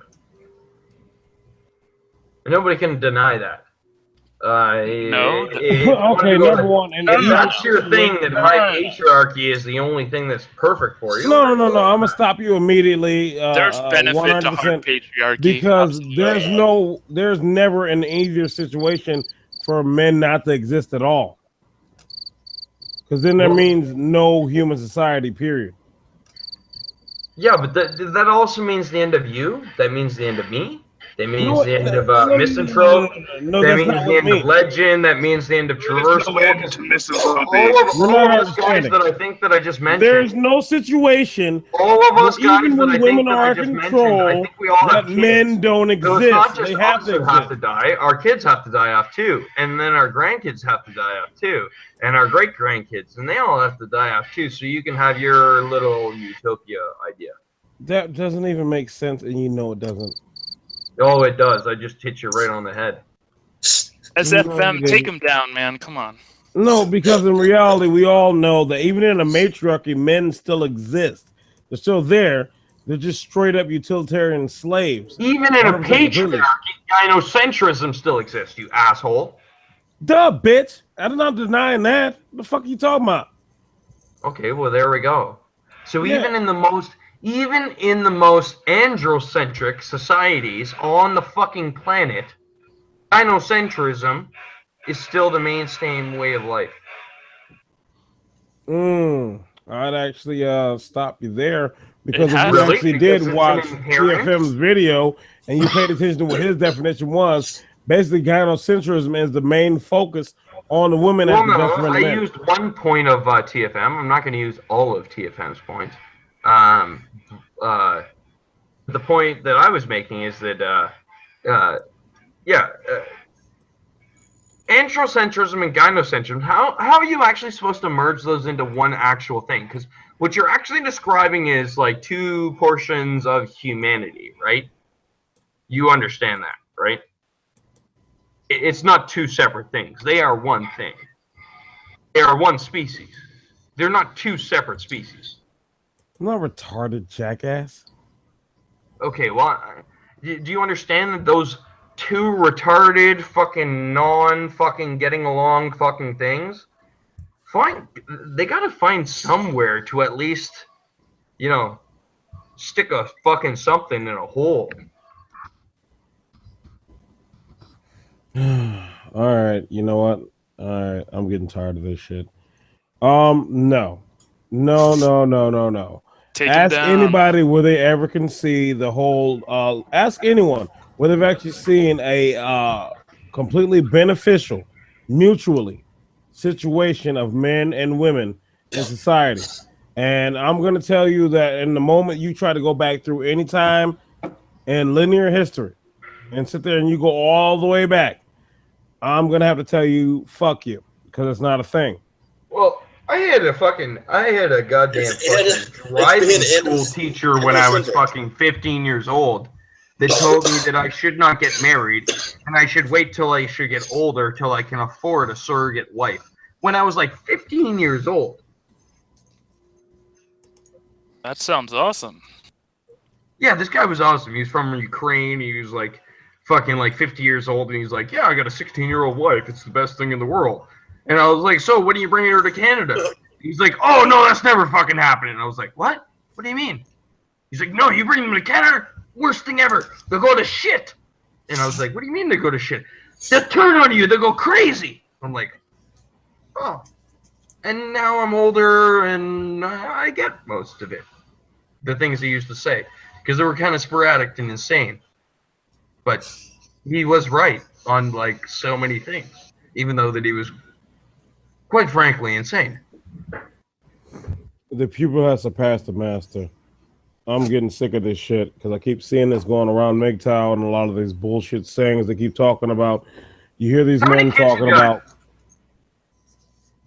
Shut up. How And many so kids you you hear a got? lot of the. Shut up. How And many so kids you got? Shut up. Okay, traversable. And so Traversable. Yes, Give us a How many horn. kids you got? I got 3. You got 3. Yes, How do you feel about your kids? I love them. I'm pretty sure that you feel the same way about me because it was one of the things that drew me towards you as a content producer way back in the day. Yeah. My problem isn't that I have kids. My problem is that a wife is attached to the kids. There you go. If I could figure out, excuse me, if I could have figured out how to do it differently, I would have did the same thing again, but just with slight tweaks on having a wife attached to those things, because I didn't know that I didn't need a wife attached to those. Now as a Mgtow, I know that I could have got what I wanted and everything could have worked out a lot better, a lot smoother for my children if I would have did it a Mgtow way.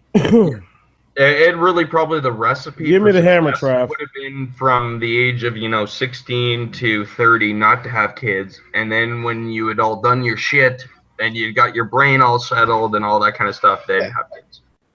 Yeah, I would have held it off a little bit, held off. I would have finished my education. I would have the first couple of years I was out of the Army, I made tremendous funds. I made more money than anybody I knew in life, and all of it was going to treat this woman. If I would have just stuck that in the bank or bought an education, it took me till like almost 40 years old, 38 years old to get a degree. Because I was struggling. I struggled. I didn't know why I was struggling. And is because I had a bitch attached to my hip. And one of the things that used to be practiced in Mgtow that I don't hear anymore, it bothers me big time, is men turn around and run after women in the hopes that they will turn around and be their end all and everything. And it's not until most men end up having kids that they realize that it's not the women that they're actually looking for. Right. Never. It's the children. It's the process of being a teacher and being able to shape your own and being able to be there as a dad and all that kind of stuff. That's what you actually do it for. That's a great father. I mean, it's the best thing I do in my life is be a father. That got taken from me. That got stripped only for one reason. It wasn't the kids. It was the bitch. Yeah, which is kind of ironic since you kind of need her uterus. Yeah, I needed her uterus. Fulfill that dream. She gives the gift of life. But I took the easy way. Provide that. Yeah, and then she sabotages it. Yeah, I took the easy way. It's like eating her own freaking young. Yeah, if I had just known each kid would have cost me $30,000 at that point in my life to have a surrogate mother on them, I could have better picked, because I was really good at picking out what sexual, what the dynamics, what the kids needed, what I was faulting in. I was really good at picking the right woman in genetics, but I was really bad at picking. But I didn't realize at that point that there wasn't in genetics has nothing to do with personality and fucking and just being whores. Them are two separate things. And what I really wanted was those children to be good, perfect little children. And I got those perfect little children, but I failed on the other end of picking personality and again, men, never sit there and fool yourselves like this. See, that's what we're talking about. No, it's not true. No, don't even get with that. If the woman was stop saying no. Yeah, we all want. Stop saying no. All it would be was happiness for him. Even through all the rough times with his kids, it would be a learning experience and a good time. That's the one thing here's the thing. You understand something. You're not the ones who did anything wrong. No, we didn't do anything wrong. We just didn't see it. All we did was fall in the. We We literally got took a juked. walk We got down the road. trapped. We took a walk down the road, and there ended up being a hole that was covered with some bushes and some sticks, and Yeah. we did not realize it was a hole, and we stepped into it. We stepped into it. It's not our fault. Shit happens, man. Yeah, Okay, this is- now we're you're not in the complaining hole. either. Now your foot I mean, is we're stuck fucking in the MGTOW. trap. That's not What do you complaining. do? That's taking action. No, but what do you do now that your foot is stuck in the Well, in guess the what? trap? You're fucked because fucked. you realize what's coming after you, and you realize what's got you. Your foot's not getting anywhere. That's not. No, you don't actually. Here's the reality: what a lot of men don't understand. That's not your foot any fucking more. It's not your fucking foot. yeah. And the You're moment you deluding do it. pull your No, foot you're out, on the wrong path. guess what happens? No, Everyone's you're gonna tell wrong. you, well, you know, you're wrong. the one who fell for the trap.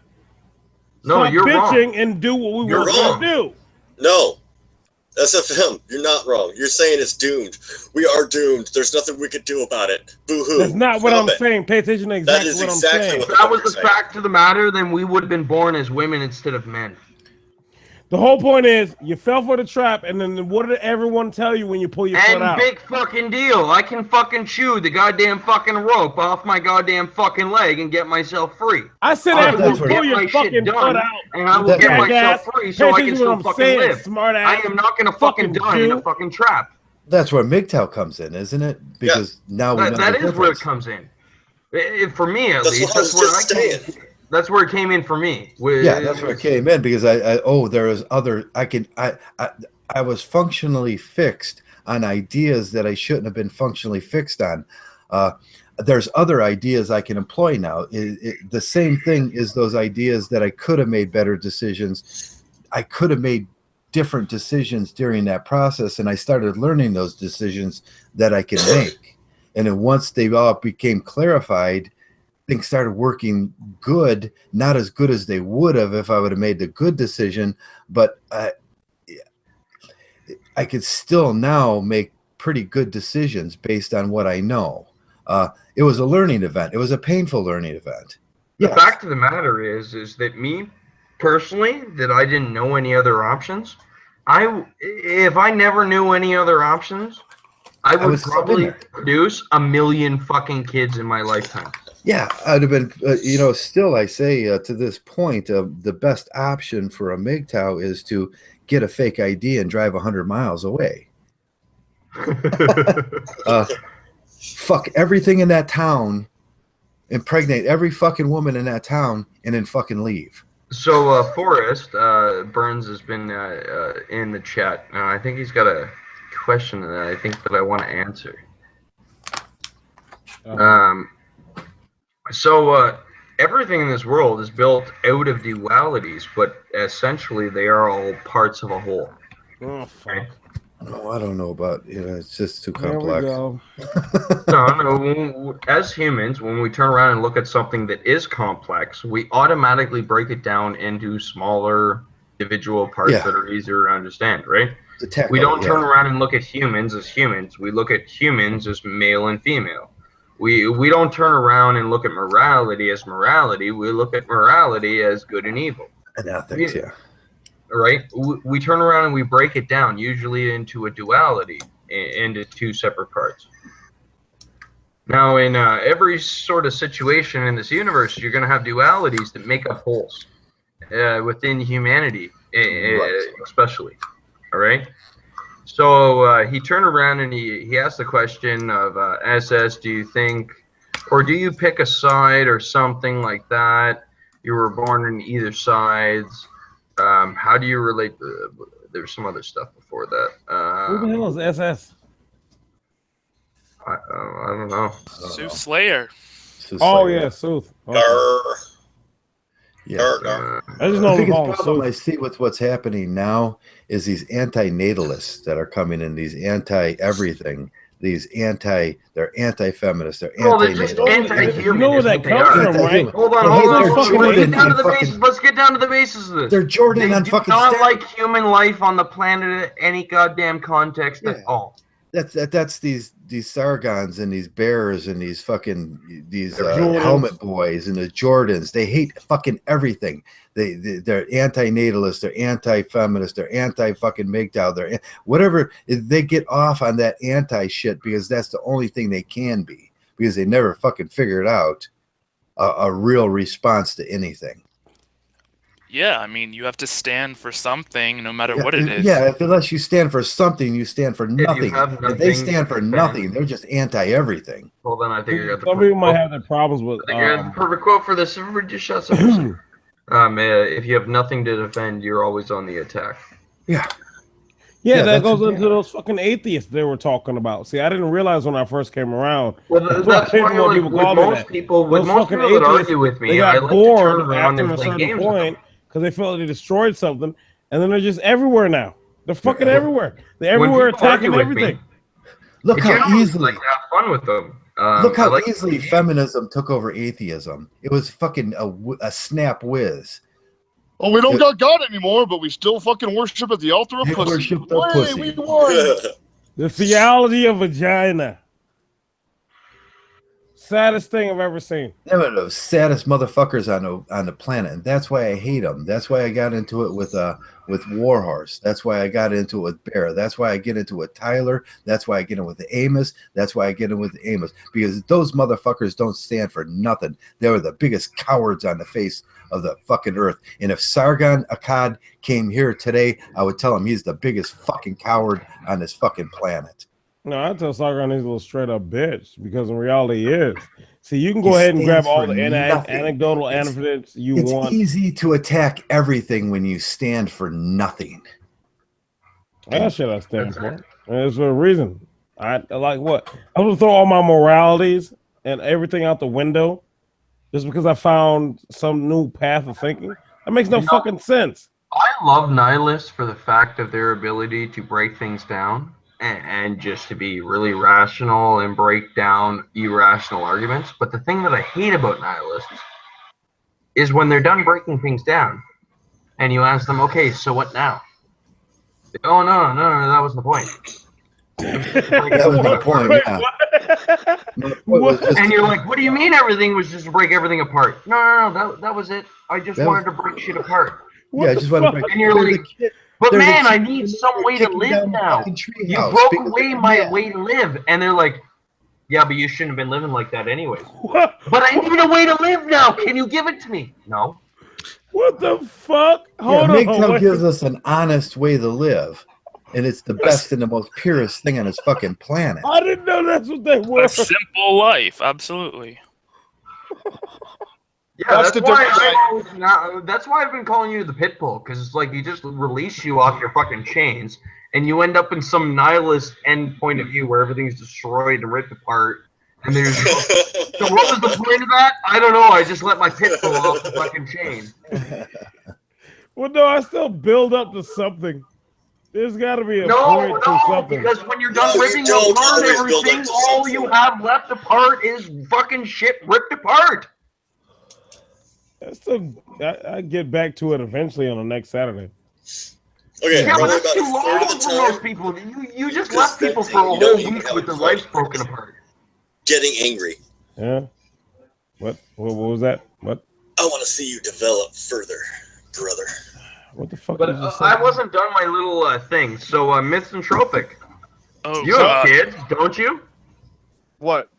What'd you say? Yeah, I have You- one child. I do. I am a father, a single one at that. The only one that I know of in this group of men. So And you've got a boy of 16, 15, or Wait a something minute. like that? oh, I have an I'm a little 11-year-old angry, I'm a daughter. little pissed off. After I go take a pee, I'm gonna come back, and I'm not about to let what Seth just said. That's okay. go. You might need At a all. break just to take apart because you didn't get to, do your thing. I'm not a goddamn nihilist. I don't even know Go what those take are. your piss and think about it. There's something. And you might think that's about not it me. differently when you come back. You're an angry brown pear. Mgtow has No, the don't call him perfect brown. answer to this. It's like sitting here and you got the fucking golden goose and it's laying eggs. We got the perfect answer. It's surrogacy. Take a deeper look at how you can get what you want to accomplish in this life and still get what you want. Defer gratification Yeah. from short term to long term. Long Turn term, around, put it save off, your learn. money. Let your fucking mind develop as a young man. See me, it doesn't do it until you're about 30 years old, and I'm only 29 right now, about to be 30, and I'm like kind of basically speaking out my ass. I'm speaking before my turn. You can buy that fucking vessel. You can buy what you want in this lifetime, but you just got to get there first, and that's what we don't put first. We failed on that thing. Okay, I can see the traps. I can see all that bullshit. I can see where I failed. I'm telling you guys, MGTOW can fix that. We're great at the nihilism in MGTOW. We're horrible at the options and the solutions. Yeah, That's what we're horrible at. We never push those options and solutions. The solution to this whole thing is simply they're vessels. That's all they are to us. And no, you don't even need to look at it like that. You can look at it as a business agreement, exchange. You know, I'm gonna pay you a certain amount of money on the other side of the fucking world so you can live the rest of your fucking life in peace. And you're gonna produce a fucking kid for me, and we're both gonna be fucking happy because you get to live for fucking ever, and I don't have to deal with you. Right. I mean, technology will replace that. No. How about you explain to me this nihilist in a bullshit? decade. But are we all of a sudden, like, you know, fucking 99.9% of men just not going to produce for the next decade, and then we're just all going to jump into the fucking artificial womb? That's where it got fucking. It got so fucking out of whack at that point that it's almost this Armageddon, this bullshit, this we're just gonna force the bitches back in and we're gonna get in this big fucking war. It got way off track at that point. We have the solutions already, and we just got to embrace the solutions. Most of their, you know, what they think of successes are actually their failures if you use them correctly. I just want to know how I'm a fucking nihilist. That's just the weirdest thing in the world to me. Say that again? Yeah, I've been called nihilist multiple times. How the fuck am I a nihilist? Because you just always want to rip shit apart, and then we're like, so, okay, what was the point of that? And you have no point. Yeah, I do have a goddamn point. You did not like it, and you wanted to rip the shit out of it. There was a point to it. There's a method in the madness. Yeah, you wanted to rip the shit out of it. That was the point. God damn it, listen. So, I want to finish on my little thing.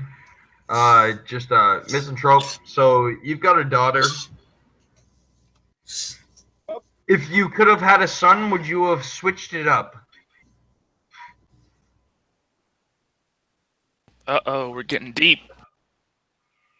I would have liked to have both under the right conditions, but that's not my life and that's not my reality. So I'm dealing with reality. So. That's probably the best answer you could give.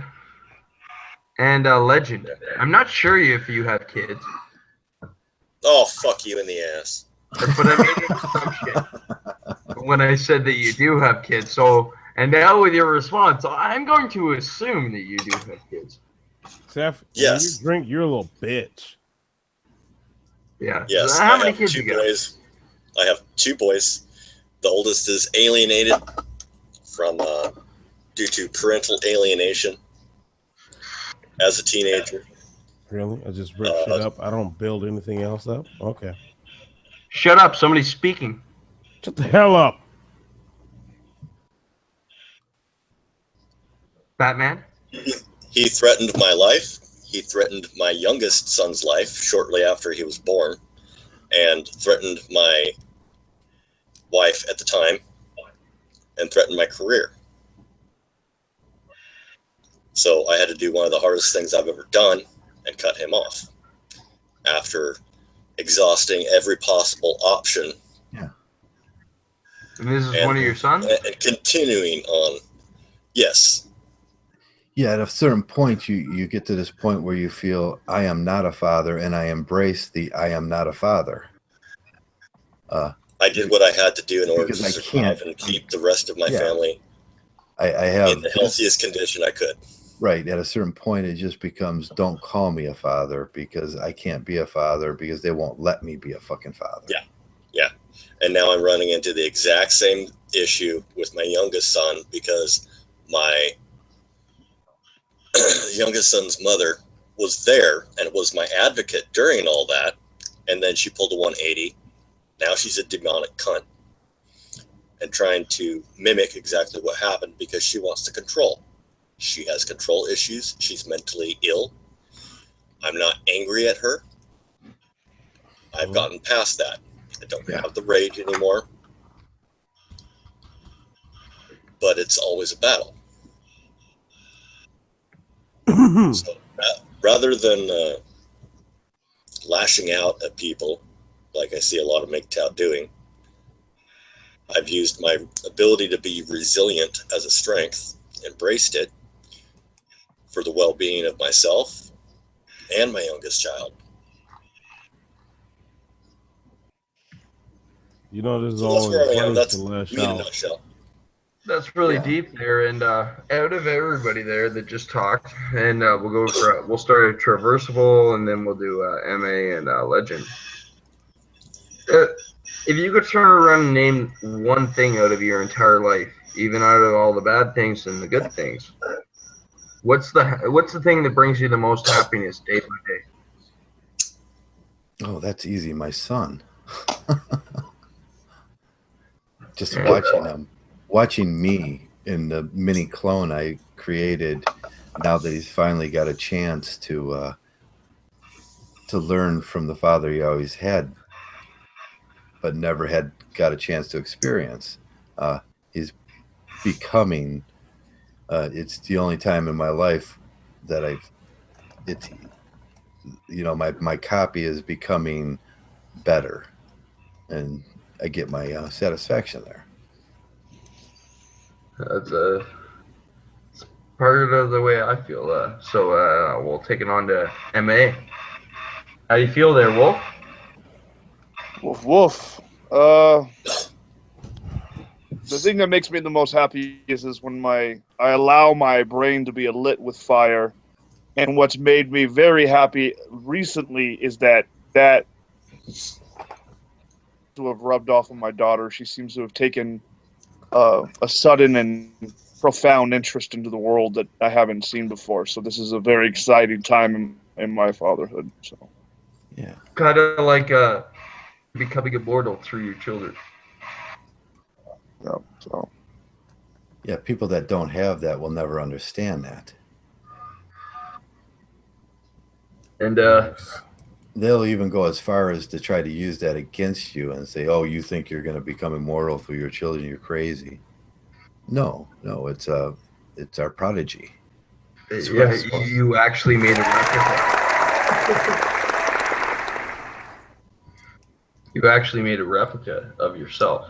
One of the things not just a replica, this, equal gender equality thing is that everything's equal and it's straight down the middle. But when we look at children, out of the genes that children inherit, a percentage of them are what we would call static.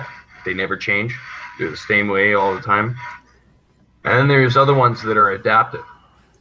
And when we look at males versus females, a child ends up 75% of the genes that they have that are adaptive come from their fathers.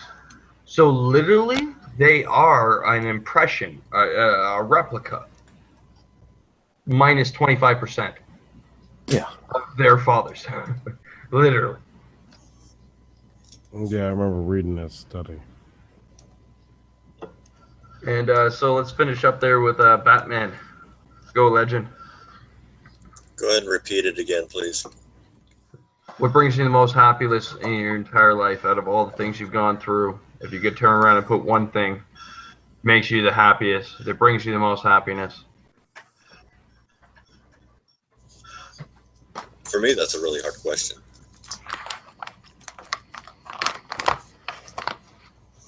I was never allowed to be there for the first portion of my eldest son's life or his birth.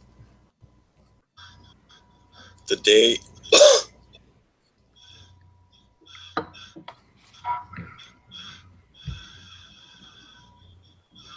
Yeah, in that statement, you're saying the happiness was stolen. Yeah. Yeah, I feel the same way for years and years and years, until history will play out the same way with women that it always plays out. When he turned 22 and quit his job, and he had no utility, and he was put in the position that he was the dad, but his utility had run out, and she treated him the same way she treated me. Guess where he came? And that may be down the road for you too. You will inherit her failures, and that's where you can excel, because you will inherit her failures. Oh, I know. I'm fully aware of that. But I'm also terrified of it as well, I because know. I've seen it happen. That's the hardest thing. That's the moment of pure anger, when you see that the judges don't care no more, the lawyers don't care no more, and you just inherited every failure she just made with that child, and he needs you more than he ever needed you.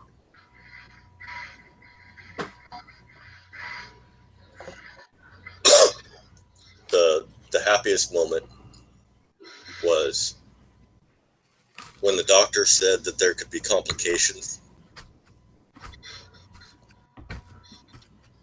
and she might die. Oh, okay.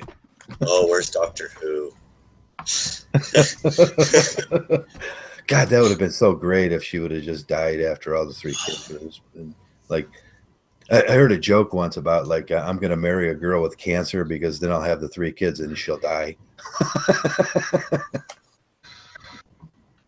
Yeah. Out of 2 of the 3 there, I'd like to point out, though, it comes back to our children end up being our biggest happiness in our life. Yeah, our biggest pain and our biggest happiness. That's a duality that sucks, doesn't it? Yeah. Well, with anything that's whole, you're going to have both of them. Unfortunately, the pain is a lot more than we probably should have to go through. Yeah, it's a little hard to take sometimes. Right. Well, so out of this, I think that the thing that we should be bringing up more than anything is there's other ways for men if they can defer gratification. It's not all end of the road. Everything's sorry and sorrow. They can turn around and have the happiness that me and you and you and you and you all turn around and have without the same sort of pain, if they can defer their own gratification for a long enough period. Right. They can. Right. And really what it has to the best way I think that should be pushed or sold is just let your fucking mind grow up, bud. Your mind is not going to grow up until you're about 30 years old. You're not going to really come to your full culmination. There it goes. And really, until that happens, who cares? Who cares about what I got? Don't worry about the rest of the nonsense shit. I had the exact same conversation with a buddy of mine, where that's the choice he made for himself. He saw where the road was running, and instead of spending nearly $8,000 on a psychologist to put people in their place about the abuse happening to his child, which is older than mine, he's like, you know what? He's old enough. He didn't do everything he was supposed to when he was asked. So I'm just going to let him run with it, and I'll be there for him when he falls. There's any more effort that he puts into it is going to be futile. And he decided to go ahead and put the effort into reserve.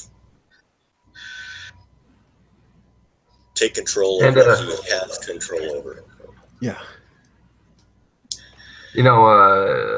Traversable and Legend.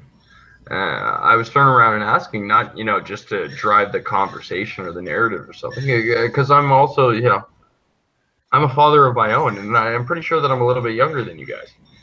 I don't have the same experience on years and stuff.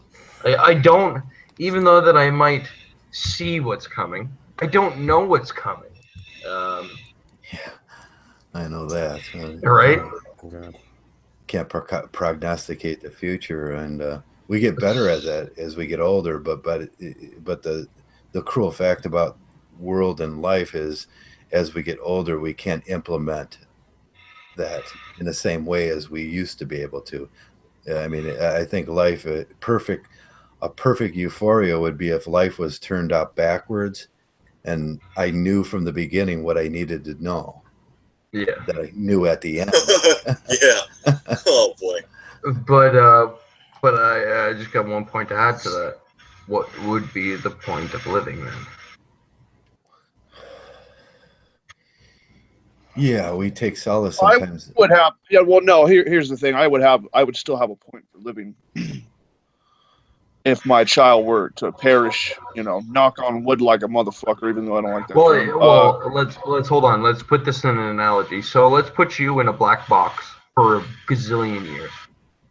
How many years is it going to take before you're tired of that black box? Oh, about 30 seconds. Bro. I've lived in black boxes, so I'm not sure what I'm missing here. There have been but no change. Huge segments of my life that would be a proper analogy would be a black fucking box. Yeah, but the Sims, that's what the Sims are really signing up for, is a black box forever. That's the analogy I was trying to make. Well, that's the way I felt when all the shit started crashing and all my illusions and delusions started crashing in. I looked around and all that was left was a black box, a hole that I was in. And it was very depressing. It was the ultimate betrayal of life.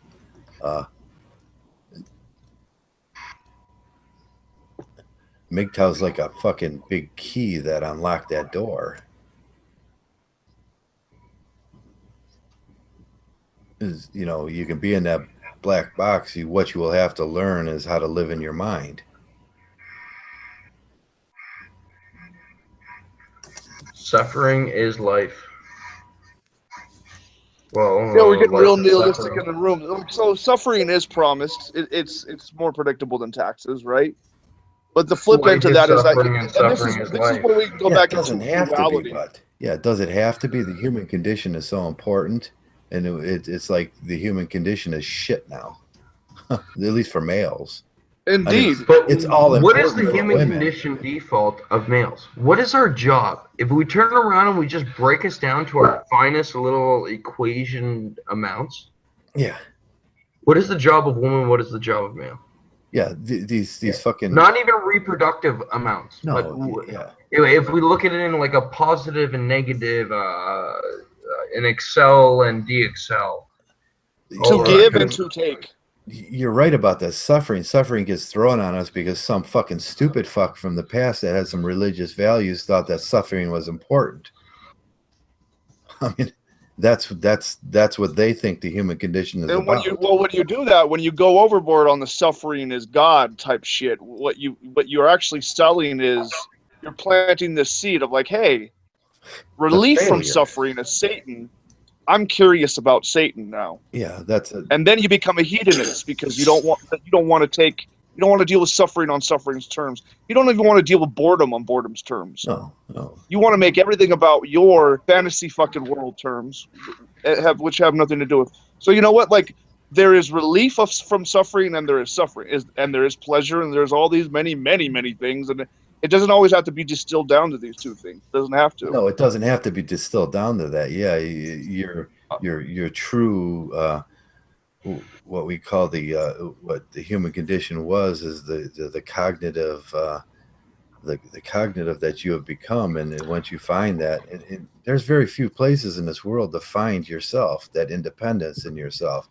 That's where we get the freedom, the independence that males so desire.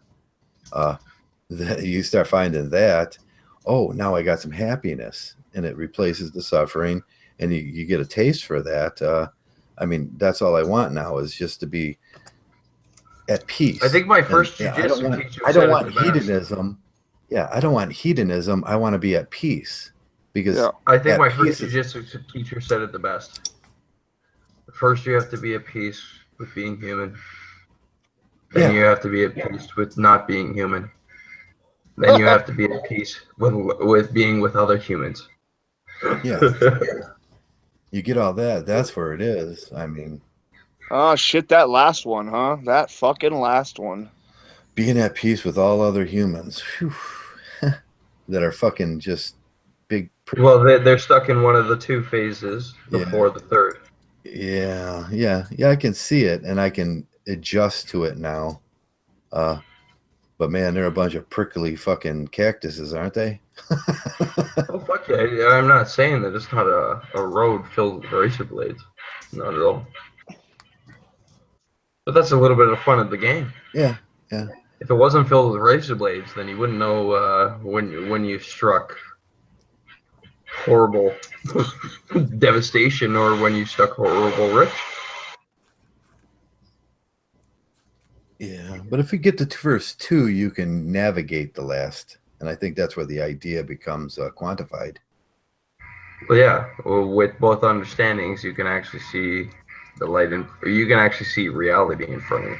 Yeah. If it's done proper order, and you become yourself, you become happy with yourself, and then fuck, once in a while I'm gonna bump into a cactus. That's one of the things that I find really funny about all those new age spirituality things is they're so stuck in one of the yin yangs. They I've said this analogy before. It's like they literally get up and they say, "Oh, I like this part of the yin yang," and they run away with it. And then they go off to some other room and they're like, "This is all that exists of the yin yang." And in reality, no, that other yin yang, it's just pulling its way slowly behind you. You don't realize it. It's there. That's the other half of reality. You can't just fucking run away with half of reality and think that the other portion doesn't exist. That's a delusion. That is the basis of most delusions. You turn around and pick what they like and omit what they don't like. And what they omit turns into something that's delusional, and the things they do like turns into their religious basis, basically.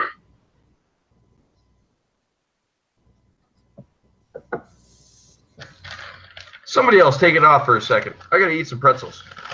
Yeah. I'm thinking I gotta get to sleep here real soon.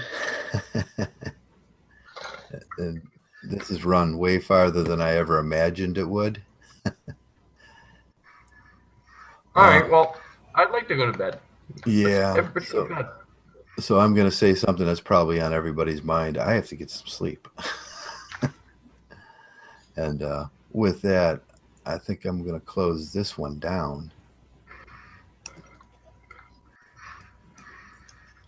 Alrighty. So, guys, thanks everybody for showing up. It's always great to talk to the guys. We have such an abyss of talent in Mgtow. And that goes back to just, thanks for being here and thanks for being Mgtow. Yeah. Mgtow. Oh, Trev. Yeah. Did you want to go ahead and answer that question I asked earlier in the chat? What was that one? Just right there. Well, I don't want to read it off. I want you to go ahead and read it off. Just open up your chat window in the Hangout. Go down to the bottom. There's a lot of chat in here.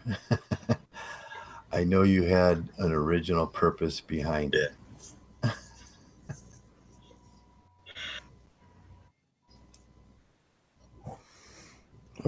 Before we finish this out, I just want to go with a couple statements.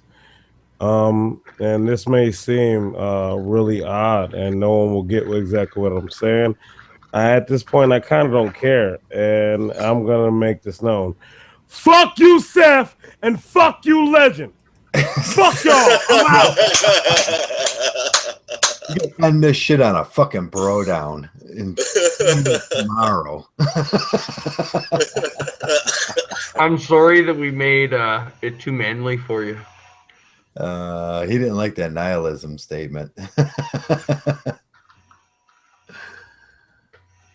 Okay, with that, thanks in each and every one of you guys. Mortify, Misanthrope, everyone that was in this chat today. There was a lot of guys in and out, and I think we did our job here. We provided entertainment when the simps were taking over Mgtow. And they were simping hard today.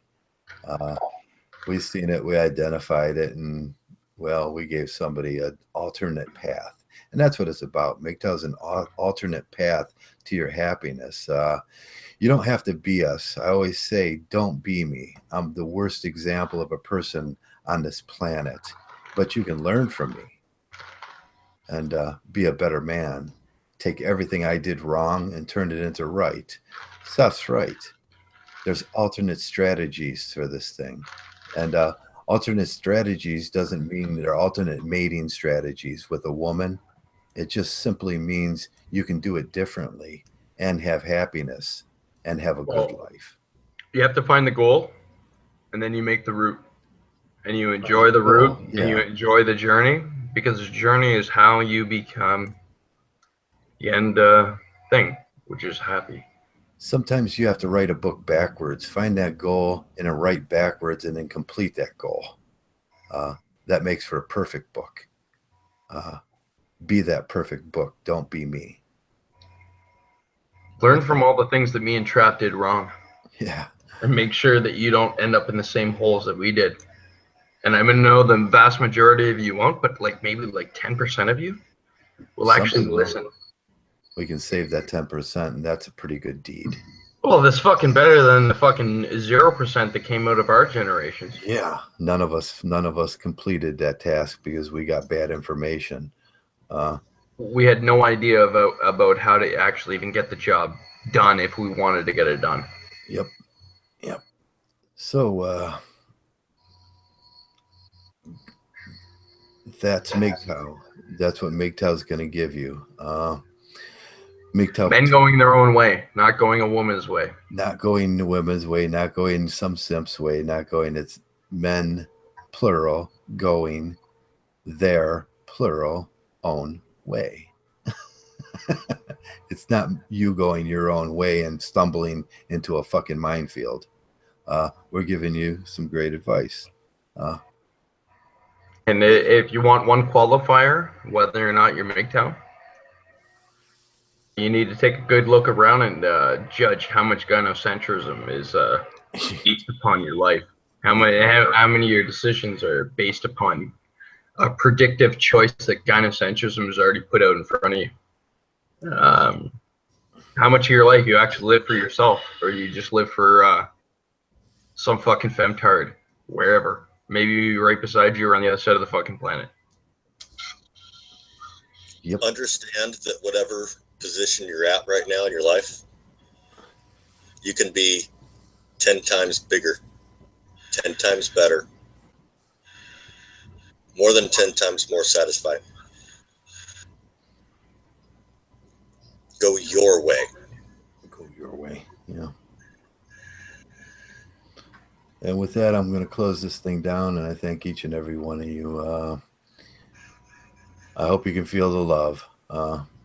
We do care. And thanks a lot, man.